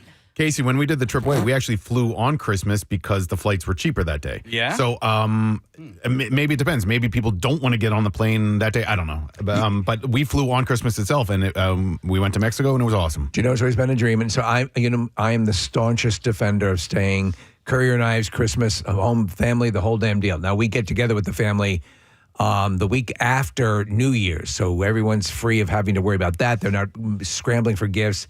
There's a little bit more breathing room. But the one thing that I've always wanted to do, and maybe next year it will be the year that we do it, there is a one of those like Tauk Viking cruises that hits all the Christmas cities. I would love that. Oh, that's cool. Along the Rhine, I think it is, and So I mean, it's a European Christmas thing. Yeah. All right, that could be really cool. I mean, and they all turn out Christmas big time. All right, so instead of going somewhere tropical for Christmas, what is the most Christmassy place to go? Something that's going to have snow and pine trees and lights and I gotta outdoor ice imagine skating. Tijuana. Yeah, you're probably right. TJ. I was thinking somewhere in New Englandy. There's a place in Washington State, Casey. I think it's called Leavenworth, and the entire town. It's a federal prison. It's a federal prison, and it's so charming. No, it's meant to look like a Swiss village. Yeah. Okay. And they do it up at Christmas every year. So, Steve, if you want the Currier and Ives thing, that's where you should go. Here it is. Here's a picture of it in the studio, and it is unbelievably beautiful. Apparently, it's not cheap, but it's like a Swiss village. Is this where the escaped convicts come Christmas caroling? Not that I know of. I would imagine places like Park City, Utah, Yeah. and Vail and things like that. But If you this- want, their village, you're going to get that vibe from that, and obviously it's going to be cold and there's going to be plenty of snow. Well, to your point, Nick, we're looking at a picture. This looks very European. The entire Christmas town village, is yes. It says here Washington's beloved Bavarian town, so you get that kind of Germanic architecture. Look really cool. The pretzels alone have to be amazing. Yeah, maybe the Burgermeister will show up. I don't know. Meister Burger. So overall, 2 and 3 respondents say they're excited about the upcoming holidays. Just over a third feel like they've been waiting a long time for the holidays this year. The most popular events this year for the holidays include, number 1, Thanksgiving dinner. Number 2, Christmas dinner.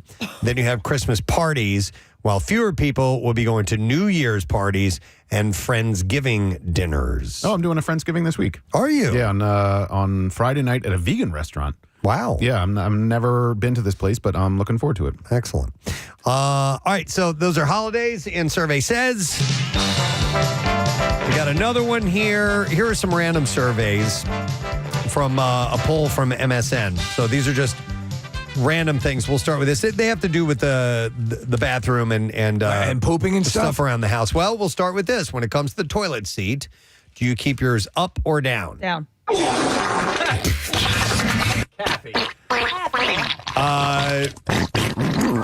We keep it down. Out of concern for the ladies. Oh, of I'm so course. proud of you. Yes. Anybody else? Down. Yeah. 81% keep it down. 19%. The worst thing in the world is when you misjudge and you don't realize you sit down into the water. Dude, you want to die. I have done it. When it's been dark, and covered in. No, man, I keep a pistol on the counter just to shoot myself in the head. Okay, wait. You're just talking about the seat, not the seat. lid? Yeah, I think it says toilet seat. Yeah. Oh my God. Now, Down. when The it comes to the lid, Down. we leave the lid up. Oh no. Yeah. That's never mind. I'm not proud of you. Really? You put the lid down too? 100% I'd all say the time. so. I have my own bathroom, in the house, and percentage-wise, your I'd lid say down? about 70% of the time the lid is down. Oh, okay. No I'm kind kidding. of proud of you. Any particular reason? I keep don't know. the cats from getting a in lot there? of times I'll prepare my sandwiches on that. Okay. No, that's actually a good consideration. Sometimes a little furry paws like to play in the water. So, yeah. But I mean, I think it presents nicer. It presents nicer. I was always told growing up in my house with my parents, I had to put the lid down. So I still do that.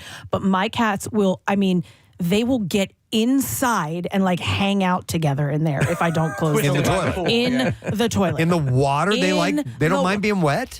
Listen, any other water, if I give them a little to get off a counter or Little something, spritz. they run through the house like I'm trying to murder them. But they will, the two of them together, get inside the toilet. Some of our cats are fascinated by water. In fact, we have little cat fountains that mimic a sink so that they'll drink out of them. Oh, wait, sorry, real quick, another cat story. My cat will every single time pull out the drain in the sink, like it's like a little rubbery piece because we have a garbage disposal down there. So much so that I have a metal rack in the sink. I have to turn it a certain way to cover that drain because she rips it out They love every that. time it's exposed. If I don't even understand why. You guys have all cats, and you'll agree with this, Kathy. when a cat drinks out of a faucet, a lot of times they put their entire head under the water and lets it run. Cupcake does this. Like the entire side of her face is getting just a deluge of water, and it'll run down her face into her mouth. By the way, there are 5 more questions on the survey. Kathy, I'm going to answer every one of these for you. All right, okay. Let's see if you get them right. I'm just going to I'm going to go through these very quickly, rapid fire. Don't stop me. Okay. You squeeze your toothpaste from the end. Shoes off in your home? Yes. Ever go to bed with a sink full of dishes? Never. Make your bed in the morning? Always. Brush your teeth once or twice a day? Twice. Did I get them right? For me? Yeah. Yeah, absolutely. Okay. Except Yep. I don't always make people take their shoes off. Okay. But I have hardwood floors and I clean it after they leave. No. Do you take your shoes off?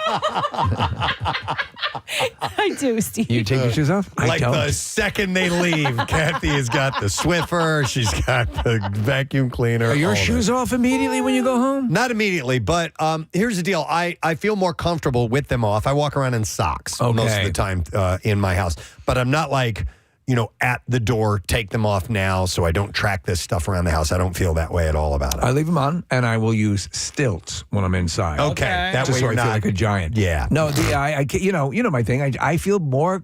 I don't know, it does jokingly go to that fight or flight thing. I prefer to have shoes on just in case. Yeah, I don't know what that means. I'm a socks guy, and then I feel that that's why I go through socks kind of quickly. Is because I wear them around the house like that. Do you have any hospital socks with the little padding on the bottom? Those are great. Those are cool. I I've stolen them when I go to get MRIs. But yeah. You can get them at like a jump zone or what do you call the bounce Sky house? Zone? Yeah, Sky Zone, yeah. I got those socks on Friday when I messed up my endoscopy. I was so mad that I threw them on the chair. You didn't keep I'm like, them? I'm not even keeping you guys. Oh, man. Bad memories. I have an extra pair for you, Case. I'll bring them. All right, so I bet you I have some in my bag. I bet you. where do you squeeze your toothpaste from? End or middle? Bottom. Bottom. Okay, so that I think that's what that means. Bottom, yeah. I start at the middle, and then when I Go get both it, directions? when my fingers touch, and then I'll go to the bottom. Okay. Shoes off in your home. We already covered that. Or Nick, are you off immediately when you get home? There's a place to put the shoes when you walk through the house. Okay. Or walk into the house. Case, do you care? No, I take my shoes off as soon as I get in, but I do have house shoes. So I have these like slippers? Slide-on UGG slippers that are good for indoor and outdoor. Okay. Yeah. Ever go Would you to say- bed with a sink full of dishes? Often, sometimes, rarely, never. No. I think I only live with a sink full of dishes. So here's I'll say this, and this is a discussion I've had. Simply because something is on deck to be cleaned doesn't mean that it's clean. So there is a perception sometimes that I have to deal with, which is like, I just clean it then and there. My wife is the real, everything will be very cleanly, but I like, as I'm preparing things or whatever, I clean everything as I'm going along. I don't like to have That's a big pile of stuff to take care of after a meal. We will sometimes, if it's been a day, if it's just been a day, that can wait till tomorrow. So You're at your last nerve. Yeah, and so sometimes we'll leave some dishes in there. But You for the found most part, acorns in your heating system. we clean them right away. I'm usually the cleaner post dinner, so and if I'm at my parents' house, I'll clean up after dinner or whatever, and when cooking at home. So I'm not usually the one preparing the food. So I feel like if I can clean up afterwards, that I've contributed. Nick, I want to ask you something specifically because this always sticks in my mind because you said something like this a year, maybe even 2 years ago. You were complaining about your son because you're the one who does the laundry, and you were complaining that he doesn't put his clothes right side out when he puts them into the washing machine. Right. Okay, so I was doing laundry this weekend, and essentially every single item of clothing was inside out when it came out of the dryer. Okay. And I was thinking, I'm like, Nick, does it even matter if it's right side in or right side out? Isn't the washer and the dryer going to do whatever it does to the clothes? Okay, Yes. okay. Yeah, I mean, you're thinking logically. Okay. It's just me being nitpicking. But I don't think the washer will turn your clothes inside out. No, but it'll clean it. Oh, sure. Yeah. So Yes. it really doesn't matter which side so is out. that's why. That's why you. It's just like it's just a neat freak It's kind of a thing. folding. And folding. It yeah. helps with folding. Now I've got to turn everything right side. So no, fold his clothes inside out. Yeah. And then just if you're going to fold them I for tried him. that. Because he doesn't even He'll care figure it anyway. out eventually. Yeah. He's 18. So the next time, I'm going to have to do a control study, right? So the next time I do laundry, and I just do my laundry like once a week, I'm going to have to make sure that everything that I put into the washer is definitely right side out. Here's what's worse. just to see what happens. When the socks aren't unbunched, like you put the socks together or they're all crumpled up, they're not going to get clean when you toss them in the dirty laundry that way. Or if the underwear are like still attached to the pants when you take both of them off at the same time. Right. Separate your goddamn pants. Yeah. Right. That's it. Okay. It's not hard. Done and done. All right. Ben. How about this? There's 2 more on this survey. Make your bed in the morning. Always, sometimes, rarely, never. Every morning. Always. But I don't have a lot to make. Yeah, right? Because you kind of like... You lay Sleep on top. What about you, Case? No, God, no. No, Yeah. well, first of all, there's somebody still in my bed when I leave. Kathy, what about you? Yes. You always make it? Yeah. Do you and Dennis sleep together, or you sleep in separate beds? Separate. Okay, so you do make... I never make my bed. Ever, ever, ever. If I got up at a normal hour, I probably would. I will tell you this: it will haunt me if the cat's on the bed, and I'll let them sleep occasionally. I'm like, I will think about this is my insanity that the bed is unmade. I will. It's incomplete. Yeah, it's incomplete. I've not completed my morning tasks. By the way, the most recipients said they always make their bed in the morning, 54%. Sometimes at 20, 15 rarely, and I'm in the minority would never. And then... how much steak do you eat for breakfast in the morning when you're heading out of the house? A couple of eggs, I assume, toast? Yeah. I waffles. usually do an 8-ounce filet to go. All right, brush your teeth once or twice a day. Once, twice, more than twice, no comment. Sometimes more than twice. Okay. Anybody else? I only do it once. Yep, I've been in that way for a long When time. do you not brush? What's that? When do you brush? In the morning. You don't brush at night? I don't brush at night. All that I know it's food- do you terrible, have right? I cavities? know. No. I mean, I have had cavities. But you're not like... I don't have bad teeth. You don't have bad teeth. No, I brush vigorously in the morning, and I know some people will find that disgusting. But according to this survey, 42% said once a day, 45% said twice a day. So it's kind of even split, fairly close. I only do the morning, but Kath, I get like food caught in my teeth all the time. So I floss all day long. He does. All right. Just flossing all the time. Little mouthwash Where before do you I go to keep sleep? getting months? Where did I get months? I think it hurts, when you use Listerine. I don't like Really? it. Yeah. So I bought this new toothbrush that I saw advertised, and it has, have you guys seen it? It has kind of bristles on both sides and then a top brush, and you kind of, like I'm It'll get your holding my cheek hands- too? Well, you hold it and you kind of move it around. So it's doing the inside, the outside, and the top. It's an electric toothbrush. Okay. So it's different than this. Oh, it's up here. electric toothbrush. Yeah, it's electric toothbrush. And it does the gums, it does each side of the tooth and the top at the same time. Oh, that's cool. The big thing is you're supposed to be able to brush your teeth in like 20 seconds. Right. No one would do that. I wouldn't do that. Right. But I'm feeling it out. I'm seeing if I like it. All right. So 8% brush your teeth more than twice a day, and 5% said no comment. I guess that means you don't brush your teeth. What is the frequency of anal bleaching? Do they have that on the it list? does not. Okay. That'll be for next time's survey says. I want to So- hear from people who don't brush their teeth and why. Like, why? I am curious. Listen, I told wanna you, answer your question. I've seen people with black teeth. Yeah. And I remember asking my dentist, I'm like, okay, what's the story with that? Besides like they have a drug problem or Yes. something along those lines. And he just said flat out, they're not brushing their teeth. It's decay. It's gum disease. It's all of that. It's just simply not brushing their teeth. And somebody is listening right now who never brushes their teeth for whatever reason it is, and I don't know why. Yeah, I me also too. ran to talk to somebody the other day who doesn't wear a seatbelt, or his son doesn't wear a seatbelt, and I'm like, really?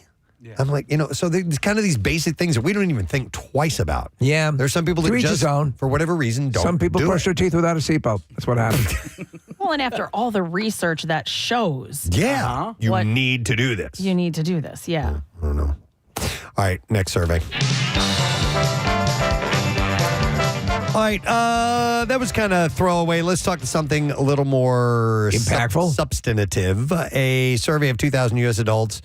We're asking about how Americans feel socially. We're all busy, but it turns out it's taking a toll on our social lives. And according to this survey, it's been at least a year since many have been to a concert with a friend or been on vacation with them. There's 59% said they haven't been to a concert with a friend, and 44% said they haven't been on vacation with a friend. All right, let's go around the room. You a concert with a friend, Preston? I didn't. Well, other than the MMRBQ, I didn't go to any concerts. So no, I did. You know, it's my hearing. Not even Little River Band? No, I'm going to try to go to that. I have a feeling it'll be a little quieter than some bands, but it's because my tinnitus. Turn it down! And I don't go to shows very often. I went on vacation with 2 friends for a golf getaway in the spring, so that would count. I went to more concerts this year than I have since pre-pandemic. Good for you. Yeah, I mean, and a lot of it was just the bands that I wanted to see lined up this year, but some of it was I wanted to see bands that I hadn't seen before. So to me, or for me, this year was a good summer for concerts. Besides that, 58% describe their current friendships as fun and ever-changing. A quarter say their social lives feel repetitive. Of course. Sounds about right. Yeah, I was thinking the same thing, right? Like you do the same things? Yeah. I mean, you know, yeah. I don't feel that way. Really? Like with you miss friends? activity. Yeah. That's what I mean. We're always doing something. We're going to do new activities. Yeah, Yeah. we are. No, it's true. So you keep things fresh. Yeah. And with your friends too, right? Your Yeah, friends, sure. you have got to be the activity coordinator for your friends, right? Yeah. Well, and there's like different groups of friends, and so with especially with activities, like they kind of know, they get like a heads up on what's going to be on the list because they'll pick where they want to go. People probably just call you and go, "Hey, Kath, what are we doing this weekend?" Oh yeah. Right? Yeah. Hey, when are we making this? Or when are we doing this? Yeah, I got actually one of my really good friends, Jenny. She was like, "Hey, we didn't do pumpkin succulents this year. Like, what's up with that?" And I had to schedule. I had to schedule another workshop that wasn't on the list because she needed this specific pumpkin succulent. Kathy is the cruise director of her circle of friends. Julie McCoy. Yeah. Totally. So it all runs through you. Like, are you in charge of organizing the people that are going to be a part of the events too? Yeah, well, like Nick, it's literally 3 different group text chains. So it's like, do the salsa friends want to come? Do the neighborhood friends want to come? Do the cousin friends want to come? So it depends. It's a lot of juggling. All thanks to Kathy.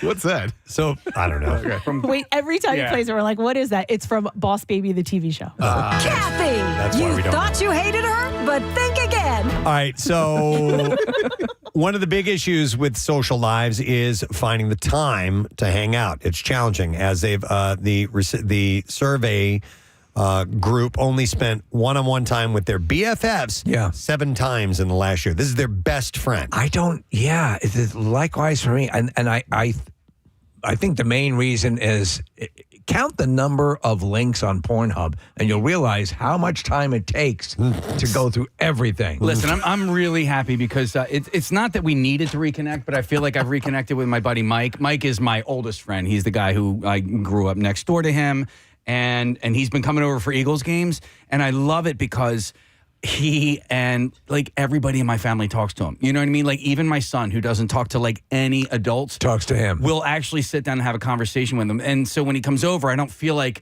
oh, here, I'm going to leave the room real quick. I'll be right back. No, because he's just fine with everybody. And like my buddy Jeff, like I feel like he and I only get to see each other for like Fish concerts. Mike, Dr. Mike, my bestie. Yeah. And I don't get to see him at hardly at all. But there is a thing. Mm-hmm. And it involves hand stuff, but it is a thing. Hey, that's good. He's got really tender hands. Yes, he does.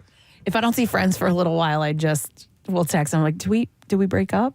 Or Oh, really? What happened? See, you're like my wife. She has, my wife is a chameleon with, she can be, whatever the group is into, she can go along. And so she has clusters of friends. She's very social and manages it all. And they love to have her part of the various things. I just was and that's you, Kathy, as well. I was just at my friend's 50th birthday party on Saturday night, and these are guys that I went to like kindergarten with, right? So that blows my mind. And it's great, and I don't get to see those guys as much. You know what I mean? And so much so that I'm like, I don't know your kids' names. I mean, you guys are like my longest, oldest friends, and I don't know anything about you because I don't get to see you guys enough. One last thing on this list. When friends do get to hang out, here's what they're doing. According to the survey, 25%, they usually go out and get drinks. Number 2, they go shopping at 21%. or binge watch shows or movies at 20%. That's what they're doing. No, With friend I'm not, groups? I'm not doing that with friends. Oh, that's okay. not a friend activity. Coming over, Ed. We're going to sit in silence and watch a TV show. Wait, get drinks. Drinks, yes. Go shopping. Drinks. Or binge watch shows or movies. You don't watch shows or movies with friends? No. Oh, okay. No, I do. Watching shows or movies with friends, like you're not hanging out with your friends. You're just getting in the same room and watching something together. That's not a bonding activity. So I will run movies and I'll have people, and a lot of times it'll be attached to a dinner, so we'll socialize, and then we'll go do that. But yeah, just doing that alone, I don't think is socializing. So we'll definitely get drinks. Shopping maybe, but shopping with drinks, yes. Definitely. Activities with drinks, Drinks. yeah. I'll watch shows with Chuck. Like when we're down the shore. Like autofocus?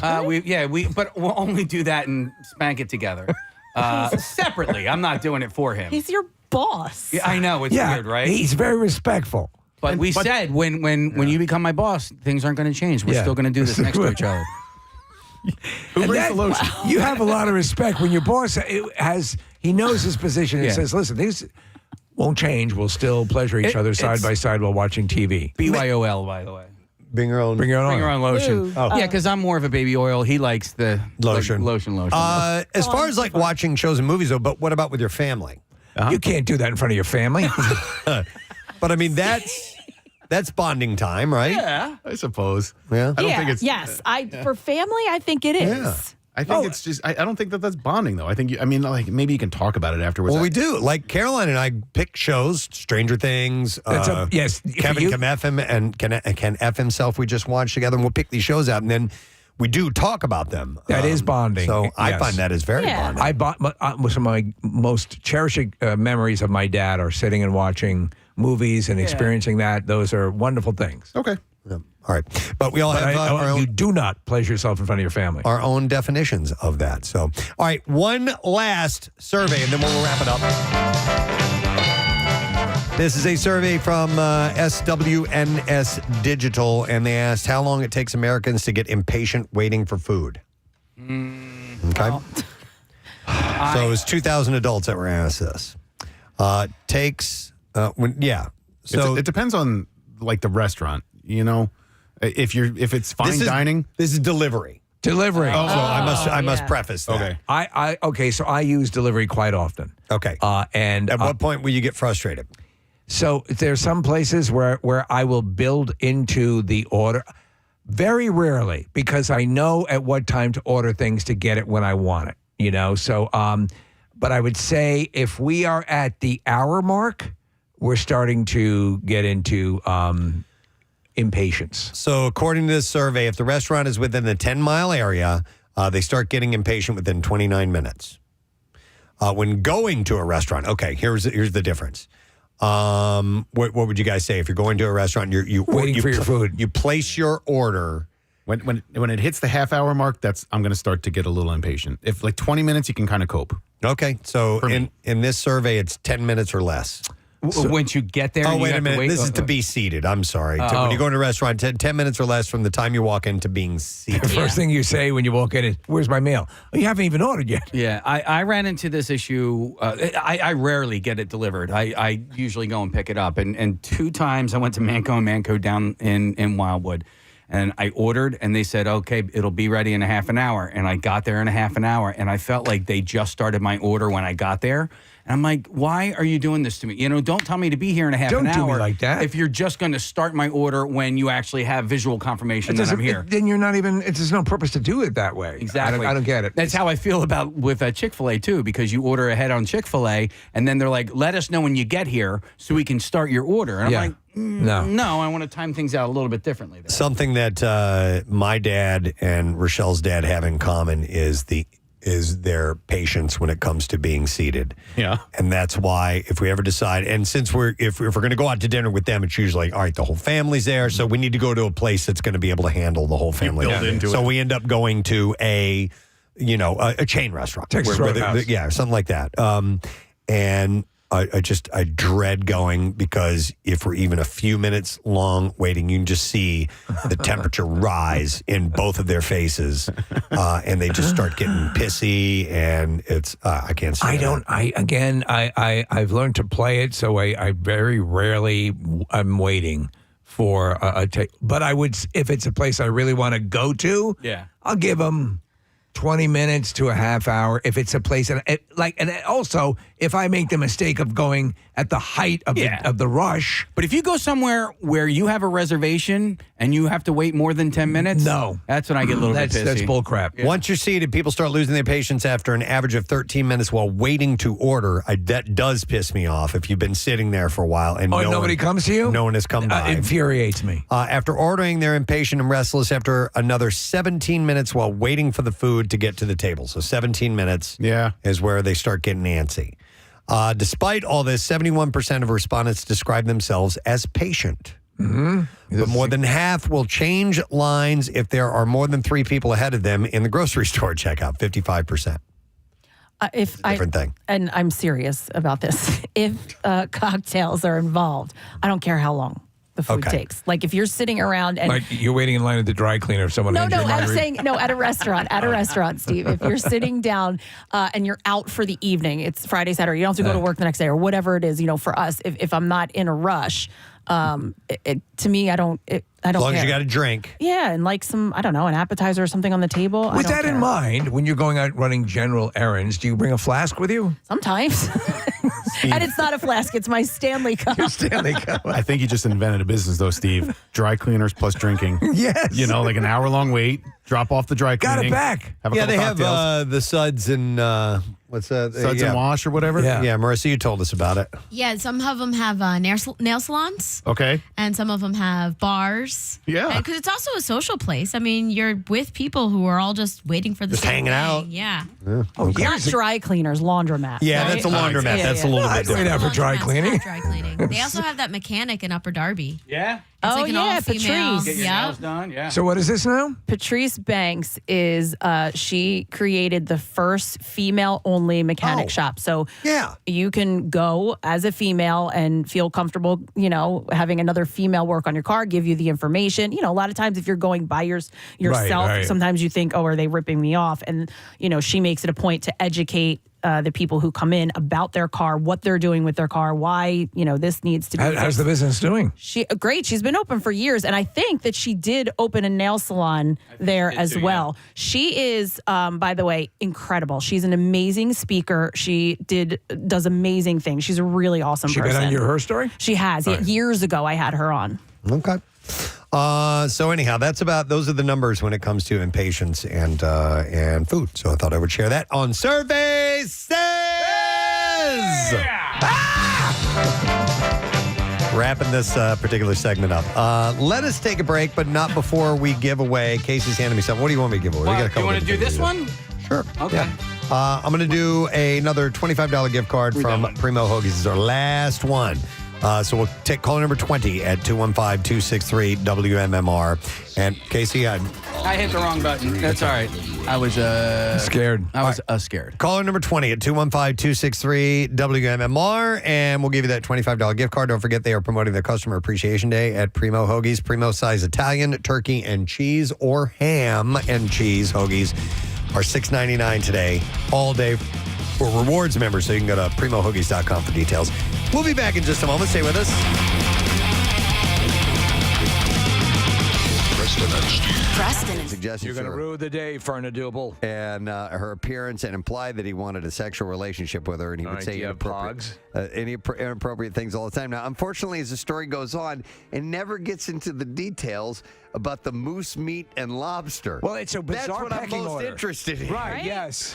You don't understand. But they ended up firing this guy because he apparently did Was it the moose meat? to a couple of students. It was the moose meat. He's here in wasn't front it? of the dean. It was the moose meat, wasn't it? Well, actually, the number 3 on the list here, the sex. So apparently he wasn't only demanding sex, but moose meat and lobster. I should have stopped at lobster. And they fired him. So there you go. That's all I have in the It's like details. he's looking for something to round out the list. Yeah. And the sex. Yeah. So I was surprised the other day when my daughter came to me and described a very specific detail of what I'm assuming. I don't know if it's a social class or if it's just a fashion or what. Huh. But I was like, okay, this is all new to me, and I've forgotten what the full description is. So if anybody wants to call in, if you're familiar with this term, but Visco girls. Visco girls. Yeah. And that's spelled VSCO. Yeah. Visco, you've heard of this, Nick? I have. I hadn't heard of it until Friday. And so I learned about it just as recently as you did, Preston. Visco. From Ben? No, from BuzzFeed, of all places. Okay. I read an article about it. I saw Visco online somewhere, right, as about a post. I didn't know what those letters meant, VSCO. Yeah, I still don't know. It's an app, and it stands for Visual Supply Company, right? And, the reason that I know that it's an app is that my girlfriend does some photography on the side, and she's used this app to process photos. What girls now are doing, Preston, is they're taking this app and they are applying it to their social media posts, and now it's also become its own social media thing. Nick, look at this top text. Do you know what that means? Okay, so it just says SK. Apparently, they go around going. Wait, like that. okay, I'm Okay. so So the confused. Visco. So what is it? I don't know. I'm trying to figure this out.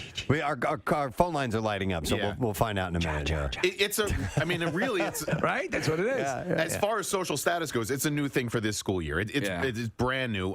But How is it social status though? because it's a look. So basically, it's a look. If you are a Visco girl, you are you kind of look like you came from the beach. You wear scrunchies around your wrist. Scrunchies are a big thing. Yeah. You carry on your wrist. You carry around a hydro flask.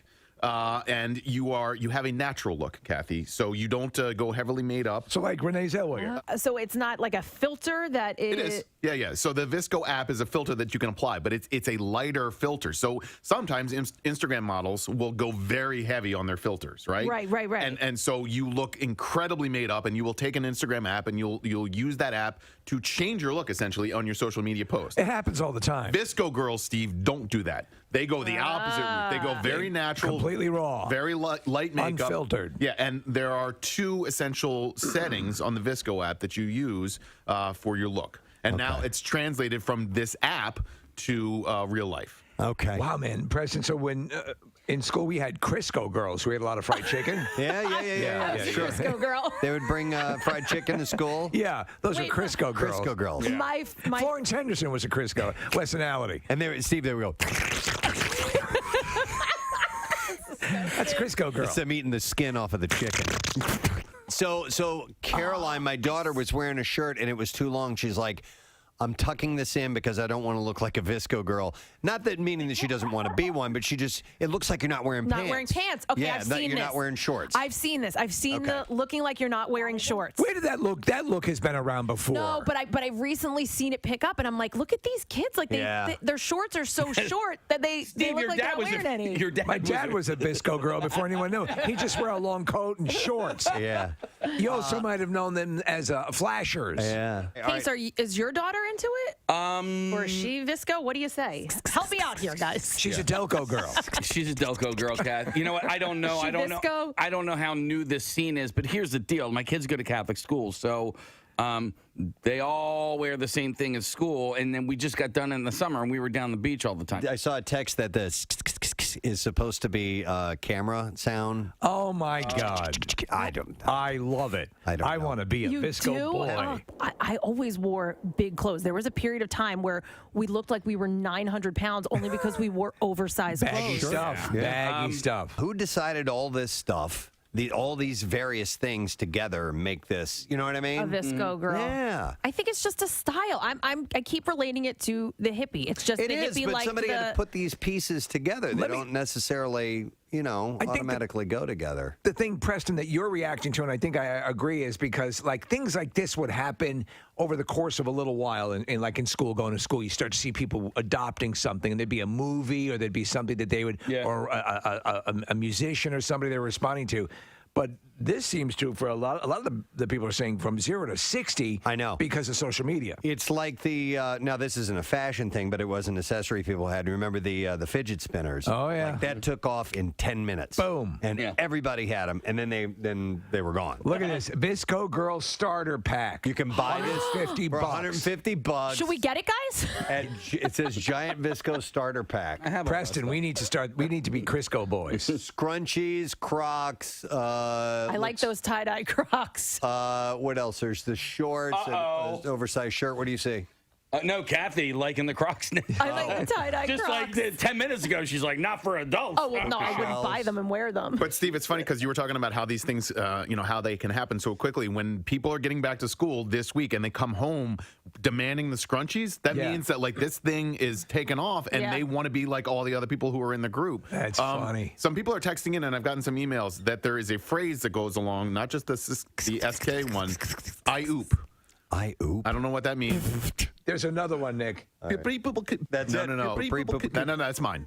You can't have that. I oop. But I oop is a Can thing. we make that part of the Crisco boys? Sure. Yeah. That's allowed. But All right, how's IOOP spelled? I oop is I, the letter I, and then OOP.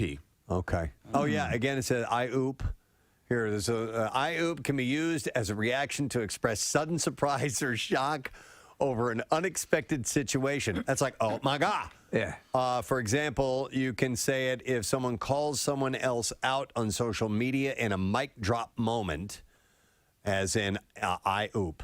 Okay. Because it says here, honestly, who says mic drop anymore? That's please. old now. That's so old. Nick, you know that I love you, but I do find it a little creepy that you know the most about this. Well, anyone on the show. BuzzFeed research. Yeah, no, I stalk 12-year-olds. Yeah, do you want to hear it? Interesting. Oh, yeah. Jasmine thanks. Masters, I think. All right. I crashed in my back seat for a couple of hours, and All right, okay. And that's funny. And, Okay. And hence the beginning of a new phrase. Wow, Bizarre. Sitting on your balls created a thing. Where some things come from And yet how they take off. We can't get to take off. Nobody can pronounce it. And it's very hard. That's the only thing. I is much easier. All Although I got a text from somebody who says I'm 27 and I just found out I'm a Visco girl. it's like going and looking at your X-rays. Yeah. I have some bad news. You're a Visco girl. What would be some positive workplace habits? It doesn't give any examples here at all. So I'm wondering what we could do. Maybe some yoga or something like that. Well, let's assess. Maybe like clean up your area. Are you talking to me? No, I was just saying that's like a positive workplace. I just moved all my stuff in there. It's a mess. This morning, looking at you. Kathy goes to me. She goes, "Oh, your area looks really nice, Steve." And Preston goes, "Oh, what about mine?" Mine's just an absolute. It looks like an atom bomb went off. It actually looks worse than the old office. I haven't done anything. I just dragged all my crap in here. Listen, I was and not set talking to you. And I was just saying in Steve, general. your area looks very nice. That's pretty mean. Steve came in over the weekend and worked on his. I did. Whereas Preston just poured it his I over. just brought Didn't my have stuff over chance. and left it. I'm going to work on it today. I was just complimenting Steve because the shelving in the new office was made specifically for his guys. Like, Yes, my Batman. It looks so nice. I wasn't saying it. Kathy did it in the way where you're talking to one person, but your mouth is actually towards someone else who you want to make sure they hear that particular statement. Your part of the office looks much better. The cleanly, orderly way you've approached your workspace is impressive. I swear, I was not saying it because yours was messy. It did feel good to purge, like Oh my God, I getting love rid of it. a lot of stuff. And I found files from like 2008, 2009 when we moved into that office. I found that puppy I never gave Marissa. Oh, no. Yeah. Listen, to make me realize how long we've been in that office, I've had some stuff hanging in my area on the wall space there, notes that my sons wrote to me. Oh, yeah. In little kid That's handwriting cute. of "Daddy, I love Yeah. you. I hope you have a nice day." I mean, that's how long we've been in that room. We've been in that room for 15 years. And it does mean a lot because we started when we came here. First off, so that was not initially our first I guess office it hasn't been was- 15 years. Yeah. It's been at least a dozen years. Right, though, but because we were in it was Kathy, you, and I were in that small office that used to be a closet. Yeah. So here's another thing that you can do to help get past the post-holiday vacation back to work blues. Don't dwell. Okay. Don't dwell. Yeah. Don't feel sorry. Lou, I couldn't help but noticing that you're dwelling. Isn't that obvious?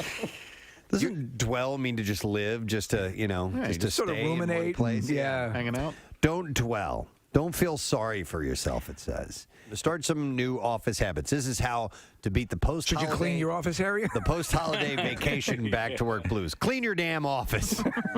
All right, how about this one? This is just this. Here you go. This is all it says you need to do. Reflect. Wait, that's too close to dwelling. Seriously. Where's the delineation between right. reflecting and dwelling? You're not supposed to dwell. However, you should reflect. God damn it, Earl, I was reflecting. Looked like you were dwelling. Well, I wasn't. You nosy ass. So it says here. Gentlemen, what? Well, he's always saying I'm dwelling. I was clearly reflecting. My head was up with my chin cocked a little bit to the left. That's reflecting. That's reflecting. Dwelling is hands on the temples down. Yes, yes, chin down. That would be dwelling. You idiot. Yeah. Lily Allen and Stranger Things star David Harbour dating. This is way better. I had to look up Lily Allen, and I still don't know who she is. Is she a singer? I believe so, right? I think don't know. she's a dancer. Oh, no. No, she was a dancer. She's a dancer. Oh, my God. Stop. Oh, I like her. Oh, her brother's Alfie Allen from Game of Thrones. And Lily Allen is from a while. She was career was on fire about 8 years ago, 9 years ago. Her brother is Theon Greyjoy. Yes. From Game of Thrones, and she's a singer. No, she was a dancer. Jinx, oh my God! Honestly, is she a singer? She's a singer. All right. Her brother is Marcus Allen. Honestly. And Preston, is she a singer? Yeah, she's a singer. I'm not doing it. I'm why not? No, she was a dancer. Jinx, oh my God! Stop. Gets worse. Okay, I thought she was an actress. No, she's a singer. No, she was a dancer. Jinx, oh my God! Okay. She had a couple of hits. She was at yes. What are some of her hits? We all know her hits. Well, the girl that we're looking at, the girl that we have up in this photo, I think is the actress that I looked up on IMDb. No, this that's morning. the singer. No, she was a dancer. No, she was a dancer. Jinx, oh my God! Lily Allen, for Christ's sake, she's a musician, right? Okay. Are we looking up two different people? There are a ton of acting credits for No, those are soundtrack. someone named Lily Allen. Those are soundtrack. Oh. Those are not acting credits. Okay. We all was an clear? actor? Are we clear? No. She's a singer. She has a song called MMR. Kath, where's this truck accident? It's on the Pennsylvania Turnpike westbound side, Route 1 out in Bucks County, like, Oh, my near God. when we go to parks and all that. Yeah, Out that way. we're looking at video footage of this. This ain't going anywhere anytime soon. Nope. That's a major accident. It's going to take a while to clean up. It's 2 tractor trailers and a box truck. Whoa. All right. Well, hang in there if you're dealing with it.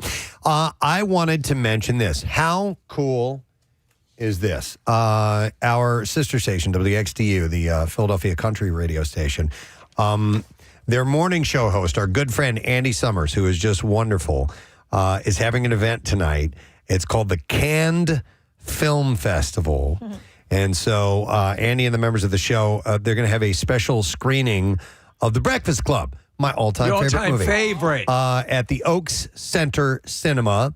And it is free, and you have to bring canned goods with you, which will all be donated to the Preston and Steve Camp Out for Hunger. That's awesome. This is our sister station. This is We love those guys. technically a competing morning show is doing that for us, and I love those guys. It's really cool of them to do that. Even Donnie?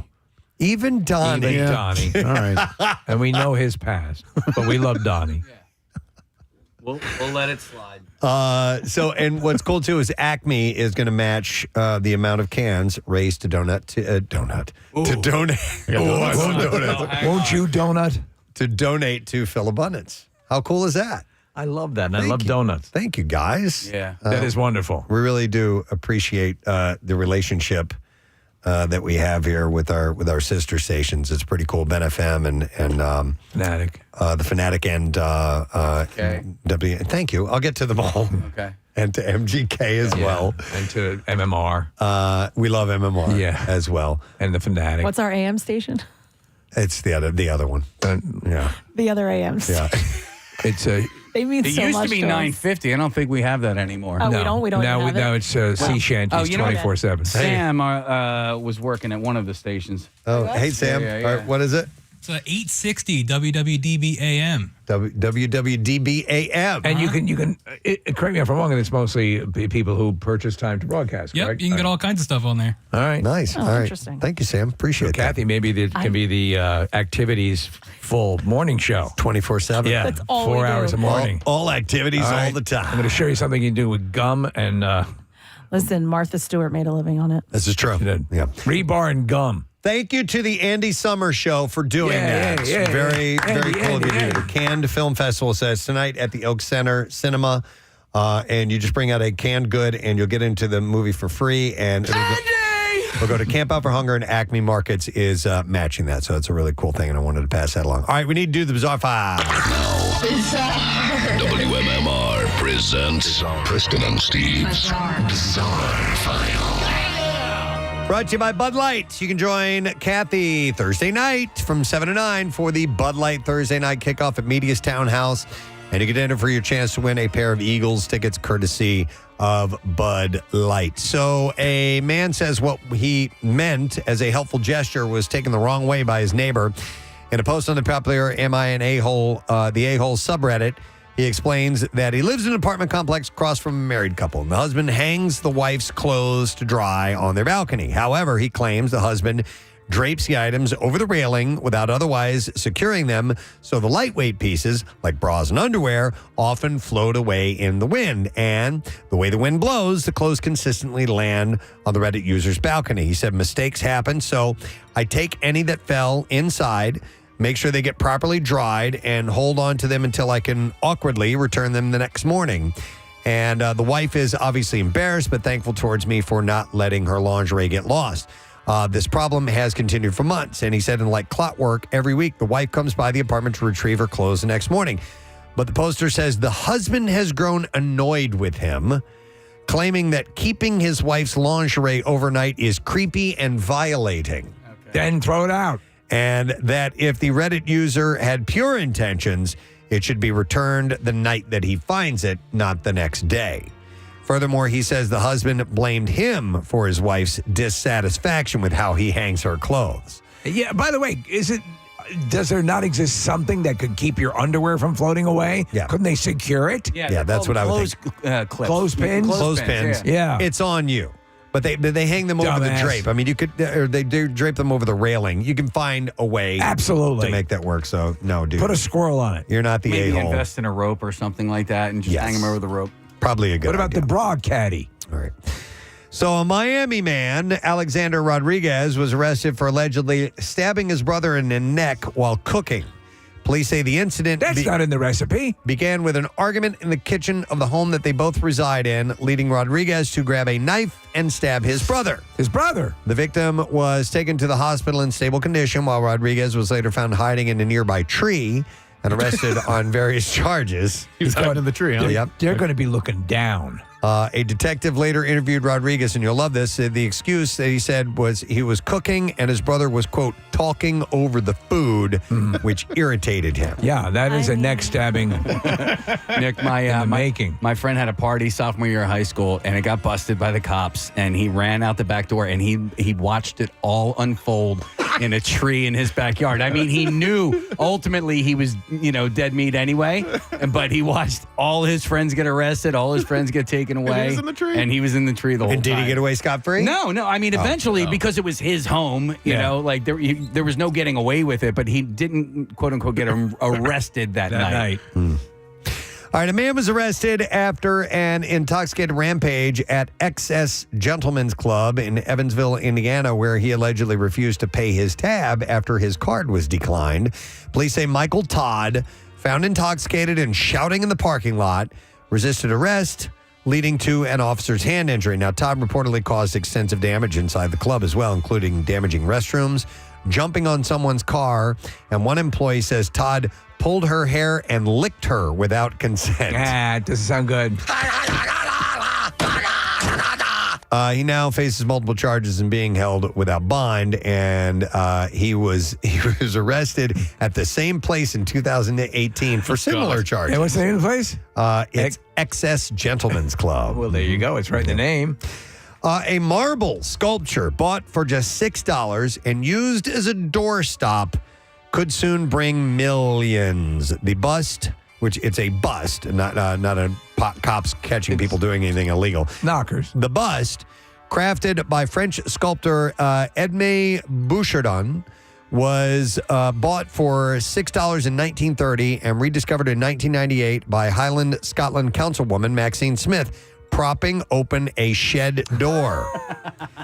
Smith said, a few people have joked you should have taken it home with you when you saw it. The sculpture depicting Scottish landowner Sir John Gordon was acquired by the town council due to his connection as a founder of the town. Highland Council now holds the bust, which has been valued at over $3 million. Jeez. Largely Propping open a door. Due to rising interest in Bouchardon's artwork. Originally intended for display, the sculpture has been kept in storage because of its high value and security concerns. In January, the council proposed selling the bust, inviting local input and stating that proceeds would benefit a common good fund which supports local projects. Approval for the sale was granted last Thursday following a $3 million offer from a private overseas buyer. The sculpture has previously been exhibited in some famous places like the Louvre and the Getty Museum in L.A. How the hell does that happen? I don't know how that occurred. Bonnie Blue has had quite a bit of success on OnlyFans as an adult content creator, but it seems her exploits aren't going to be welcomed in Australia. Blue had advertised a master plan of traveling to Australia for a sex marathon with, quote, barely legal teens. No, you can't do that. In the country. I mean, you can. I mean, I guess you could. If they're legal, but, freshly 18 maybe is what What's she's legal thinking. in Australia? Don't know. Yeah. I'm not sure what the age of consent is. But it says barely legal, so legal. Okay. When word got out, however, a petition was created on change.org to keep her from soiling the country's young adults and reputation. That backlash eventually made a difference as Blue's 12-month visitor visa was canceled late last week. So they actually... Had she have gone there to encounter legal bears, that would have been fine. Maybe so. Yeah. All right. I don't know what the interspecies laws are, but that is what I have in the bizarre file for you. We will take another break. We will come back in a moment, and we will get our lesson question, trash news. Casey, do I have invites for the sorority party Yes, tomorrow night you that I could do? How many can I do right now? Let's do 2. All right. We'll take callers 11 and 12. If you'd like to join us for the party tomorrow night, you're at least 21 years of age, a lady who would like to be in the Zeta Eta Pi sorority, then we can accommodate. It is our big little sorority, and we will be at the Liberty Bell Beer Garden inside Parks Casino in Ben Salem from 6 to 8 tomorrow. 215-263-WMMR. And while we're there, we have the Zeta Eta Pi sorority pins. If you want to bring someone who is not in the sorority yet, or if you're both new, whatever, we're going to do a big little party. And we'll have Steven Singer Gold Roses. We'll have tickets to see Daughtry at Franklin Music Hall to give away and more. Parks Casino, this is how you win. Call now if you're interested. We'll be right back. Stay with us. Preston and Steve on. Okay. Yes, I know that one. All right. Really? Yeah. Okay. Anyhow, they might be dating, her and David Harbour. Londoners have spotted the two out hanging out and, of course, post about it on social media. Somebody wrote, David Harbour, when on earth did this happen? And it was alongside a screenshot of her, of her TV screen showing the couple at a boxing event. Huh, good for him. They first sparked rumors earlier this month when they were spotted taking in a West End performance of the Lehman trilogy. Are we good enough friends with him now to just blow a call in? Of course we are. Yeah. What time is it in London? We did have a really good time with him. Yeah. It's like noon. Super nice guy. Yeah, it's So he's probably up. Yeah, we give him a call. Hello? Yeah, David. Yeah, David, it's Preston and Steve. Are you dating Lily Allen? Yeah. She's a singer, right? No, she was a dancer. Jinx, oh my God! What are Casey and Kathy doing on this call? We just had to do that. We had to do that because this is funny. Okay, bye. Okay, Woody Allen, maybe persona non grata in Hollywood, but Scarlett Johansson would work with him anytime. Huh. The A-lister is one of the few stars to publicly signal her support for the director. He was the original choice for Captain America. I did not realize that he would actually... I don't think the serum worked. Yeah. I don't feel very super. He was the original guy. Yeah. Imagine that. The thing opens up. Have I changed dramatically?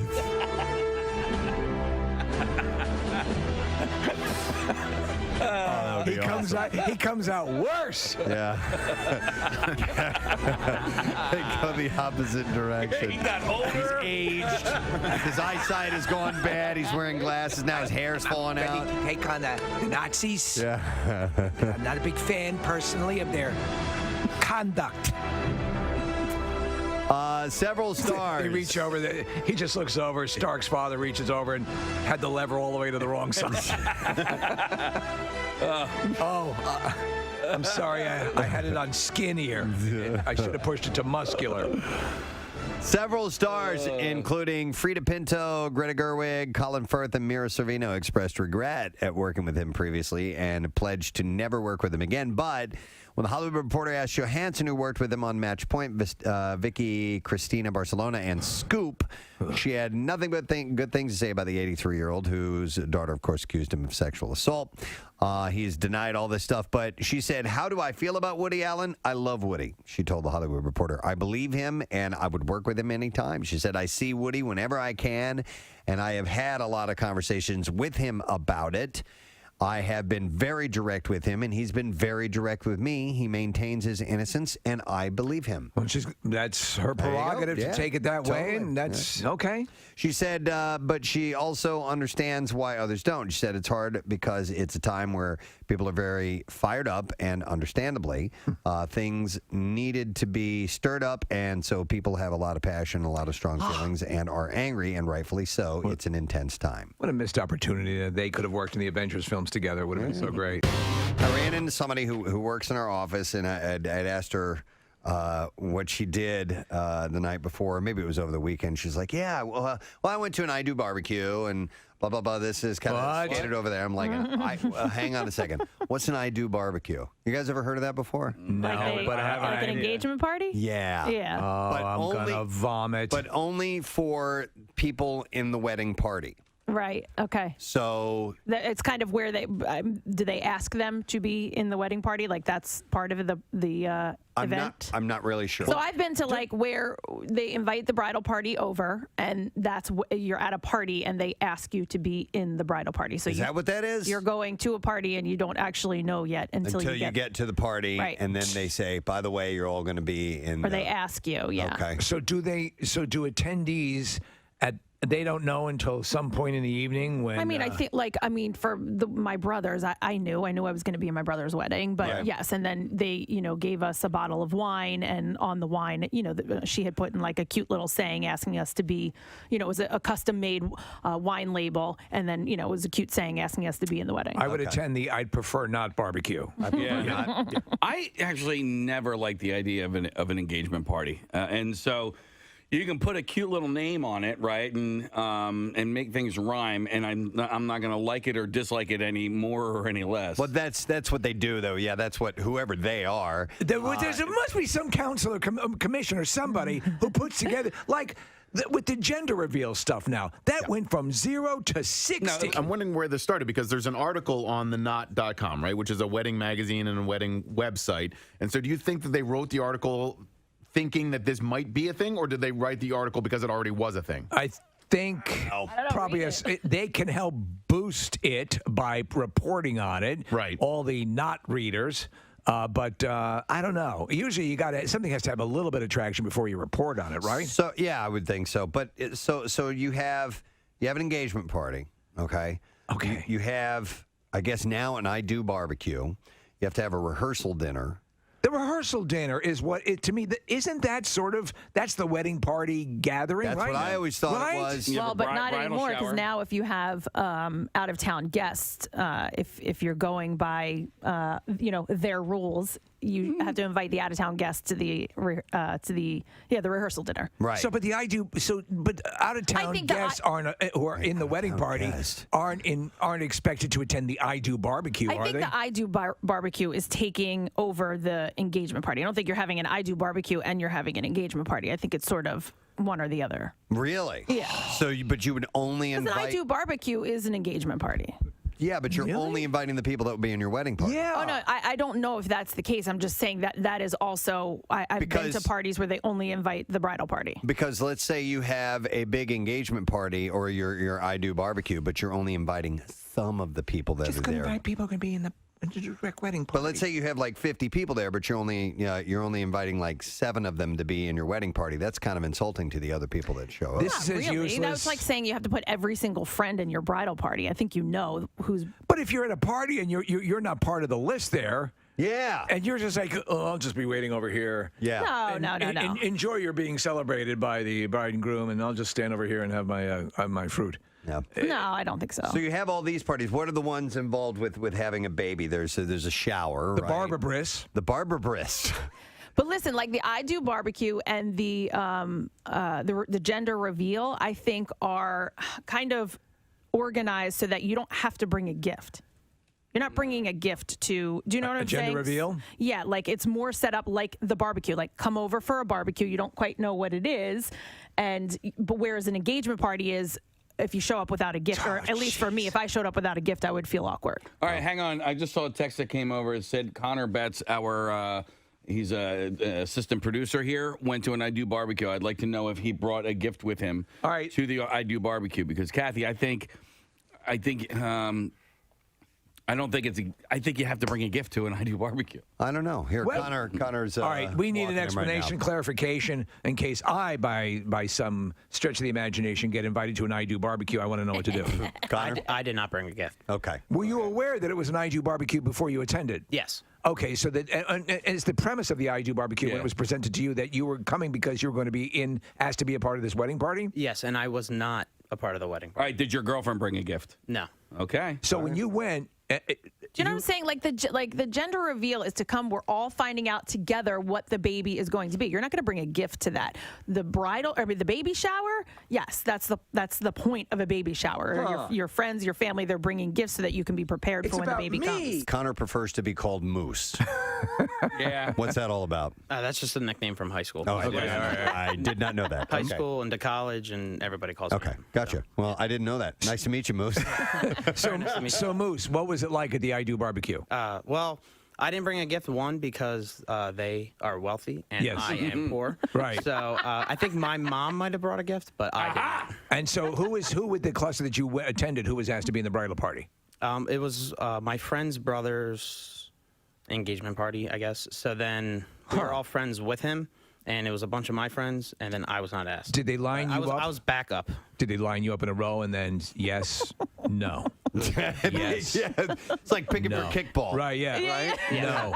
And then, Connor, you're there with the caterer standing there. Yeah, it was me and the caterer and the dog. Right, was on the side. These are the ones who will not be in our wedding party. Shame them. Sorry, Moose. Why don't you forget the moose for a moment? But you didn't go to the party expecting to be asked to be in the bridal party, right? Yeah. Not even a little bit? No.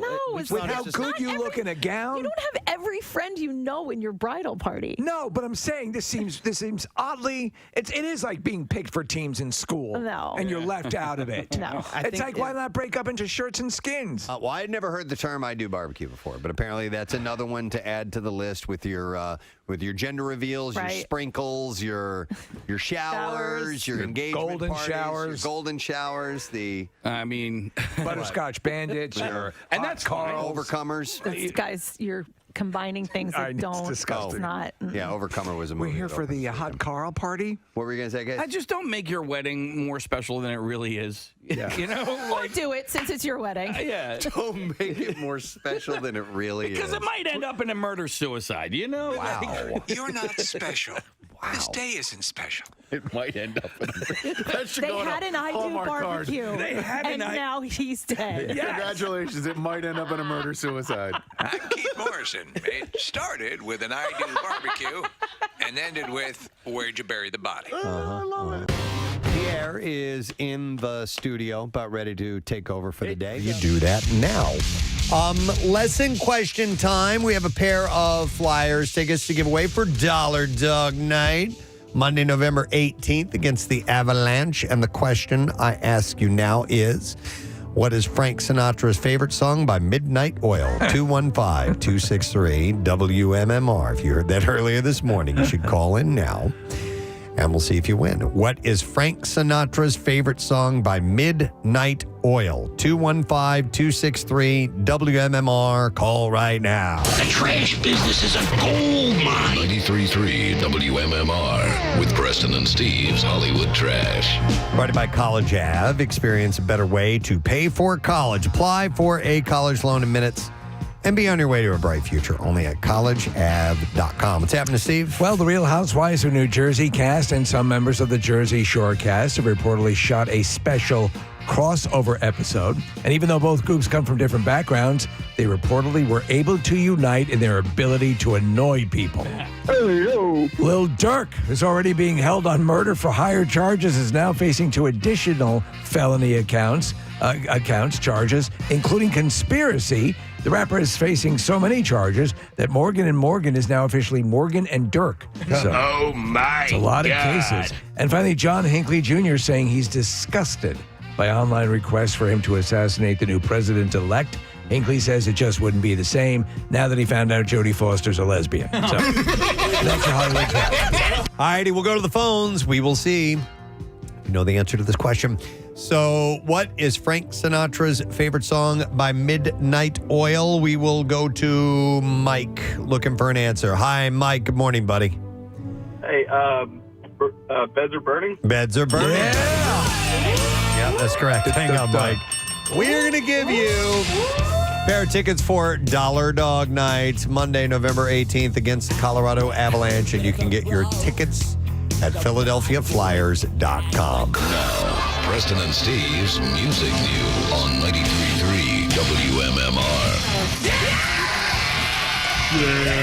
Brought to you by Worldwide Stereo. Rocking your holiday since 1979. You can shop now and take advantage of up to 36 months no interest financing. Grab Black Friday pricing on all Sony, Samsung, and LG 4K TVs. WorldwideStereo.com. All right, Marissa just sent me this story, hot off the presses. CKY has been booted from Alien Ant Farm's current tour after Chad Ginsburg reportedly punched Dryden Mitchell in the face. What? The two bands were in the midst of a lengthy run of dates throughout Europe and the United Kingdom. However, the shows in the UK will be going ahead without CKY due to their frontman allegedly assaulting the Alien Ant Farm vocalist. So on social media, Mitchell wrote that Chad from CKY hasn't figured out how to cohabitate with others after all these years. He said they will no longer be on the Alien Ant Farm tour through the rest of the UK shows after Chad punched me in the face earlier today. He said, I've watched him treat multiple crew members and opening band members like trash through the Europe shows and cause general drama around our camp. Before the last Europe shows, I went to Chad and asked if he had any issues with anyone specifically and if he wanted to have a meeting with the whole crew and bands to discuss what's going on. He upended the table in the dressing room and threw his phone and then canceled their show. He said, today, we still had business things to square away, and I told his manager what a problem Chad was being verbally, as well as effing up the bus with all of his messes every day for other people to clean up. Well, he punched me in the face and pretty much ran away like I imagine he'll do for all of his future problems. He said, I am grateful for my sobriety and grateful that I didn't retaliate physically in any way whatsoever. I would love these shows to continue and apologize to all the CKY fans for Chad's behavior. We have zero hard feelings for Jess and Elvis in CKY and are gutted to see them go, but I will never knowingly put myself in a volatile situation, so this had to end. That's effed up. Mitchell concluded his post by claiming that if Ginsburg seeks therapy, he said, maybe in 25 years we can shake hands. Ginsburg himself has since responded to the allegation, urging fans to get their money back, and he paired his post on social media with tags such as tour canceled, one-sided bull S, two sides to every story, and also if you only knew. He also wrote... Sounds like album tracks. He also wrote, I have no choice and good reason for what happened. I will always defend myself. You know me much better than that. More info to come. Apologies to the fans. Despite the alleged incident, the band's Australian tour, which is currently scheduled to take place in February, is reportedly still set to go ahead according to promoters. So it sounds like That is serious. weird. I mean, they to pull their resources together to make a tour out of it, and you can't even do that. Yeah. I mean, it's Alien and Farm. I mean, I like them, but I mean, and then CKY, but I mean, well, why throw that away? If they had something going. There are some people that just don't get it. Have an anger issue, or being a prima donna, or they have substance issues. I don't know, man. Could be a number of things taking place. Yeah. But apparently it was enough for him to punch him in the face. It's crazy. 1 minute was there, next it wasn't. That's what several AC/DC fan sites say about an event page on Facebook for the band's April 11th concert at US Bank Stadium in Minneapolis. Before it was deleted, the sites say that, quote, the page showed that tickets for the concert would go on sale this Friday. The band just finished up a run of shows in Europe and also played last year's Power Trip Festival in California. Will there be a ticket sale this weekend? Well, until the page comes back, it is a wait-and-see game, so we do not know. Is that a band you've ever seen? Have you seen them? Never had. And you're a seen fan. AC/DC. Oh, really? That should be one to see. I'm surprised. Yeah. I saw him at the Spectrum one year. It was probably 20 years ago at this point, and man, was it a lot of fun. Right? Yeah, there's just like one hit after another after another, and there was everybody had the devil horns that lit up. So it was a great time. That's the thing. You get a band with a rich catalog like that, you're gonna have a great time. Yeah. All right, then one last story. Arguably, Buck Cherry's biggest album is getting a re-release in January. 15, which is named for the number of days that it took to record, stayed on the Billboard charts for 98 weeks and included 3 big hits. Crazy Bitch. Yeah, I put this on when I'm working the poll. Which is what we're playing right here. Next to You and Sorry. The release set for January 17th will mark the vinyl debut for the 20th anniversary release and have a bonus disc of material highlighted with acoustic versions of Crazy Bitch and Sorry, and a fittingly pumped up version of Elvis Costello's Pump It Up. Rochelle's jam. I love that Rochelle loves this. Oh my God, she just goes crazy when she hears this jam. All right, and that's the last story of music news for you. You know what they could do, honestly? Maybe we can commission them. You dumb bitch. Hey, you dumb bitch. Can't make a left at the intersection. Be all about Kathy. You dumb bitch. You an idiot. You an idiot. Idiot. All right, and that's it in music news.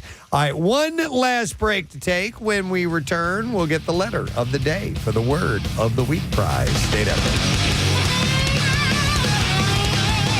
It is a miracle. It is a miracle. Every day's a miracle. Every day's a miracle. Rodney brought me coffee this morning. Oh, that's awesome. Rodney's the man. If Rodney isn't the greatest already, he, on his way in, found some wonderful coffee for me and brought it in. I have a Superman statue that I'm going to give Rodney. There's one statue that has not ported over to my office. I said, if anybody around here deserves the Superman statue, it's Rodney. I would agree. Yeah. You need more figures and statues, though. I have space now, and they will be coming. They're ordered and on their way. In fact, one should be arriving at the house today. Yeah. Claire, God bless her. She really is a saint. She is a saint. Yeah. But I'm sure she said, no more in this house. Send them to the office. Absolutely. Work it is. Are there pictures of the assortment? In the house, online? but there's still room in the house. No, I mean up online, though. Oh, yeah. So that people can see how many Batman, Superman, other figurines you have. Just go to our Instagram page. Yeah. We posted yesterday. There's more on the way. Yeah, so this is just beginning, but mostly featuring Batman and Iron Man. Right. Okay. Right now, I have to decorate properly. No, I understand. Yeah. I understand. It's a miracle. There you go. There's a picture of it in the studio right now. Oh, this is the new office. Yes, too, right? yeah. Yep. We just moved in the other day. So there's huge spaces where people would put books and tapes and various recording instruments, but Steve has used they're 5 feet high statues. Yeah. And they're not 5 feet high. All right. They're 4.5 feet high. 4.5 feet. Yeah. And the Iron Man gets a giant Iron Man head. That's a 1-to-1 scale Iron Man head. Wow. I'm so glad I listen, it looks good. You've organized it so nicely. I am proud of you. But I'm glad there's a buffer between me and you. That buffer is Nick. It's Nick. Yeah.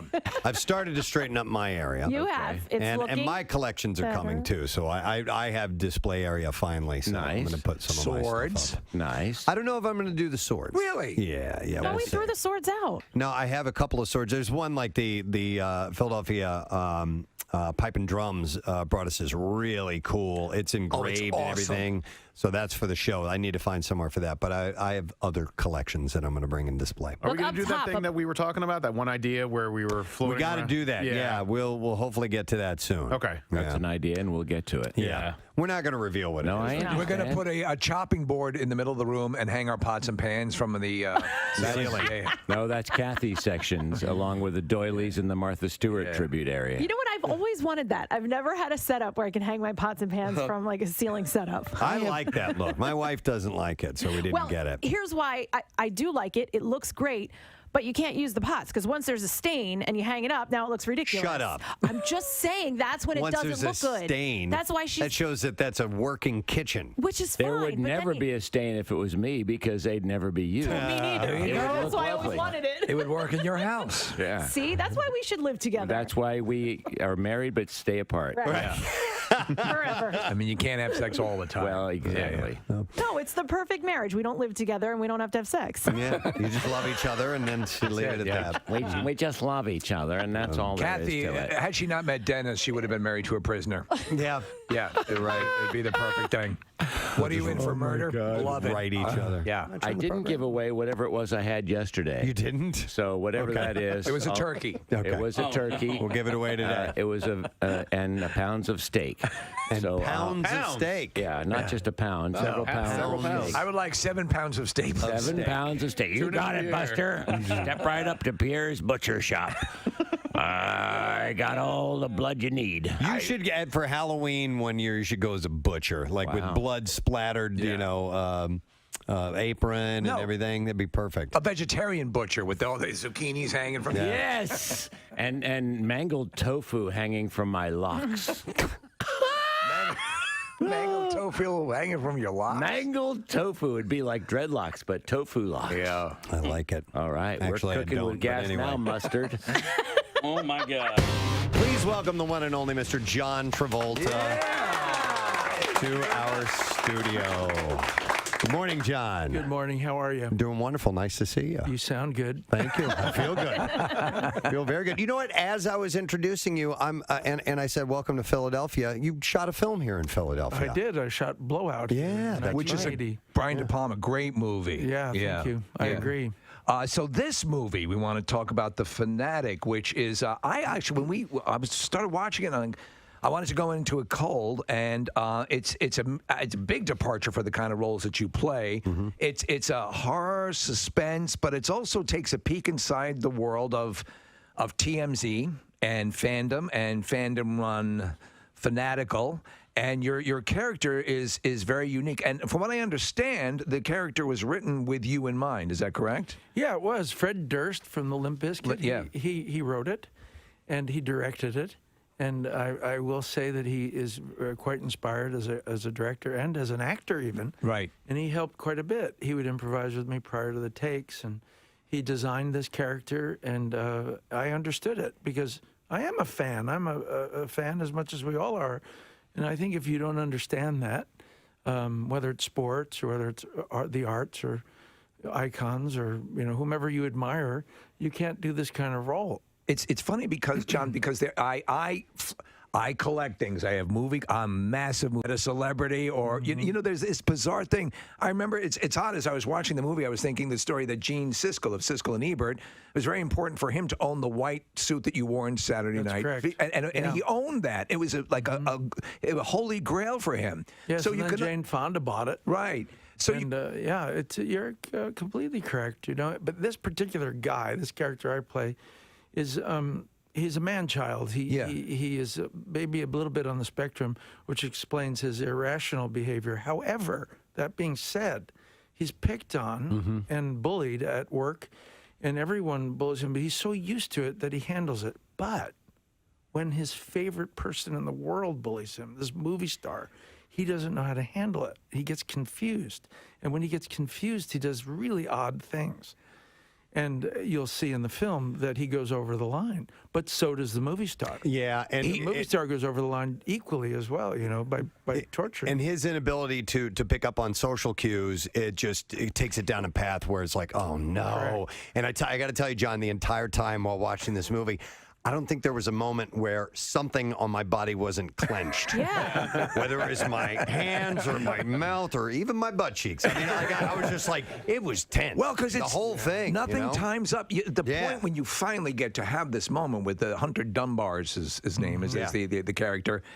He has a bad experience, and you just happen to come upon him at that time, and it never syncs up right. So that starts. That's correct. It's also a movie about bad timing. Yeah, and then some. Because if he had just been in the right mood and had his autograph, he would have been over. Yeah. But of course, then we wouldn't have had a movie. Yes. But what I thought was brilliant was that I loved that your character before all that started to happen. So I almost felt bad, and I was like, well, it's not that bad that he's doing some of these things, But then it progresses into the movie. But you really made me love that character before you found out the other stuff. Yeah, thanks. I wanted him to be loved because I feel like everyone is a little bit of the character Moose.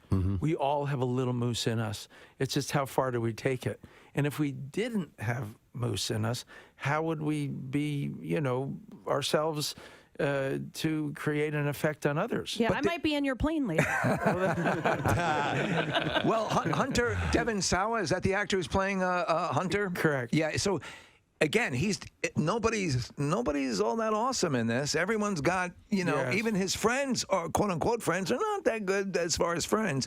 Correct. And I like that because that's sort of real. But I like also the peek into the side of the people who are out on the street who make money. You're dressing up as a Bobby, to pick up some money, and there are these things going on in that world that sort of, for some reason, Hollywood, when depicted in a seedier fashion, always appeals to me. It's like a Raymond Chandler sort of. Well, also maybe that's a bit of the truth. Yeah. But in a way.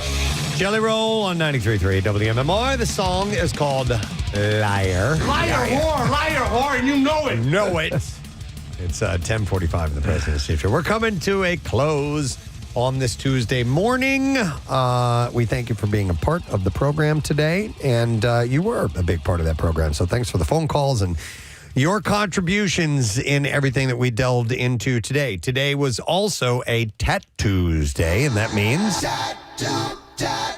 we got some ink to give away. We'd like to congratulate Shane Hampel of Glen Olden, Pennsylvania. Shane has been a listener for 10 years, man. 10! Wow! And he was very excited to win the $350 gift certificate for Floating World Tattoo and Piercing. And you will find this amazing establishment at 1729 South Street in Philadelphia.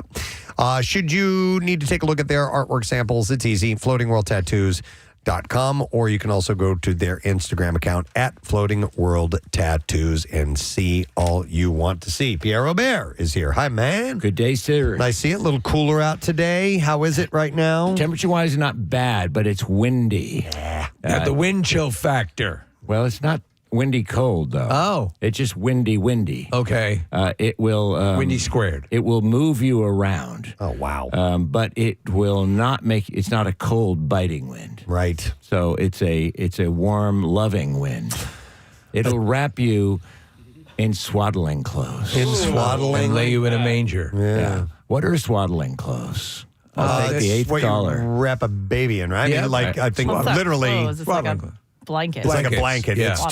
It's to kind of bind. To swaddle. They wrap the baby Jesus in swaddling clothes, and I've used that phrase from time to time when I find someone cute that I'd like to wrap them in swaddling clothes. But I really don't know what swaddling clothes are. So the baby comes out of a very tight atmosphere in the womb, and then comes out and is like, "Oh my God!" And so they wrap him back up. Yes, we have a picture of Nick when we did adult swaddling here in the studio on the monitor. Is that what you called it? Yes. Yeah. Oh, wow. He was swaddled. We were talking about what Preston was just describing, and will it feel as nice to be an adult and be swaddled? And it was comfortable, but a little constricting. Okay. You could easily be strangled. When Nick worked for me, we had prison duty one time. We had to go to the Ozfest and report on it. and it was ungodly awful. Just a miserable, hideous experience. No, it was a lovely day. And we went into the village of the damned, which Frank Lario renamed the village of the dentist because there was a great lack of teeth there. But as we were going into the village of the damned, there was a mistress. And I said, a mistress, with a live microphone, would you take my young producer and swaddle him? And she goes, absolutely, $10. And I gave her $10, and into the cage went Nick. And I still have the tape. Of you swaddled? You were swaddled in the cage? It was less swaddling and more beating. And she was like an S&M type of person. Yeah. They shoved me into a cage. She was mistress. Yeah, mistress something or other. And I think there's photos around somewhere. There's back when we had to take photos with like disposable cameras and print them up for the promotions department. There's no digital photos back in the day. I'm glad you still have the tape though. That's good. No, because she said, "What is your name, worthless swine?" And he goes, "My name is Nick." "It's Nick, mistress." Whack. Oh yeah. And she got a little whack. That's how they do it. That's how they roll. Yeah. Yep. That's great. Good times. Yeah. Okay. So we're all caught up in swaddling. Yeah, we got swaddled. We got mistresses. How about the letter? Do we have that? We got letters. All right. Preston and Steve on 93.3 WMMR. Now, the Daily Letter. Oh, you never know where it's going to go. All right. don't. Preston and Steve show is brought to you today by the letter. E is in Earth. All right. Bring it back down to earth. And we are going to give away a live casino and hotel Philadelphia prize pack, including an overnight stay at the hotel, $150 dining credit, and a pair of tickets to see Jay Farrow, who's going to be playing at the Live Event Center on Friday, March 14th. Pretty wild. Visit livecasinophilly.com and you can get the tickets, ticket information, and to get in on the $50,000 Live Pick'em Football Challenge. Gambling problem, call 1-800-GAMBLER. So what's happening on this fine day today? We got Cool Blocks breaking Benjamin Neil Young for his birthday. We got a theme block of rain songs for some farmers who want some rain. And we have a lot of rain songs we can cover in that area. Tomorrow, I wanted to mention that with Camp Out coming up again, the second prize of Most Food Deliver gets me, God help them. And once again, it's Comcast. Thank them. We will do a live broadcast at the Xfinity store in Dresher. That will be tomorrow. That's at 2027 Welsh Road in Dresher. So you're more than welcome to come by and visit with Ryan and myself as we broadcast from there tomorrow. And Thursday, Tom Petty's daughter, Adria, we will have a lovely conversation with in the 1 o'clock hour. It's excellent. So cool things coming up. Excellent. All right. Thanks, Pierre. I want to thank our sponsors. Preston and Steve Show is brought to you today by Dunkin'. And the Preston and Steve Show runs on Dunkin'. Also brought to you by Acme Markets, official supermarket of the Philadelphia Eagles. And brought to you by Company Wrench. Visit them at 2636 South Black Horse Pike in Williamstown or at companywrench.com. Tomorrow's going to be a fun day. Wednesday, so we'll do Fox Good Day and we'll have a secret text word, but also a couple of great guests. So Lou Diamond Phillips will be on the show tomorrow. Nice. Love him. Yes. And Tom Papa. We love Tom Papa. Him will be on the program too, so it's going to be a good time. That's it. We are done. Rage on and have yourself a great day, and we'll see you tomorrow, friend. Preston and Steve.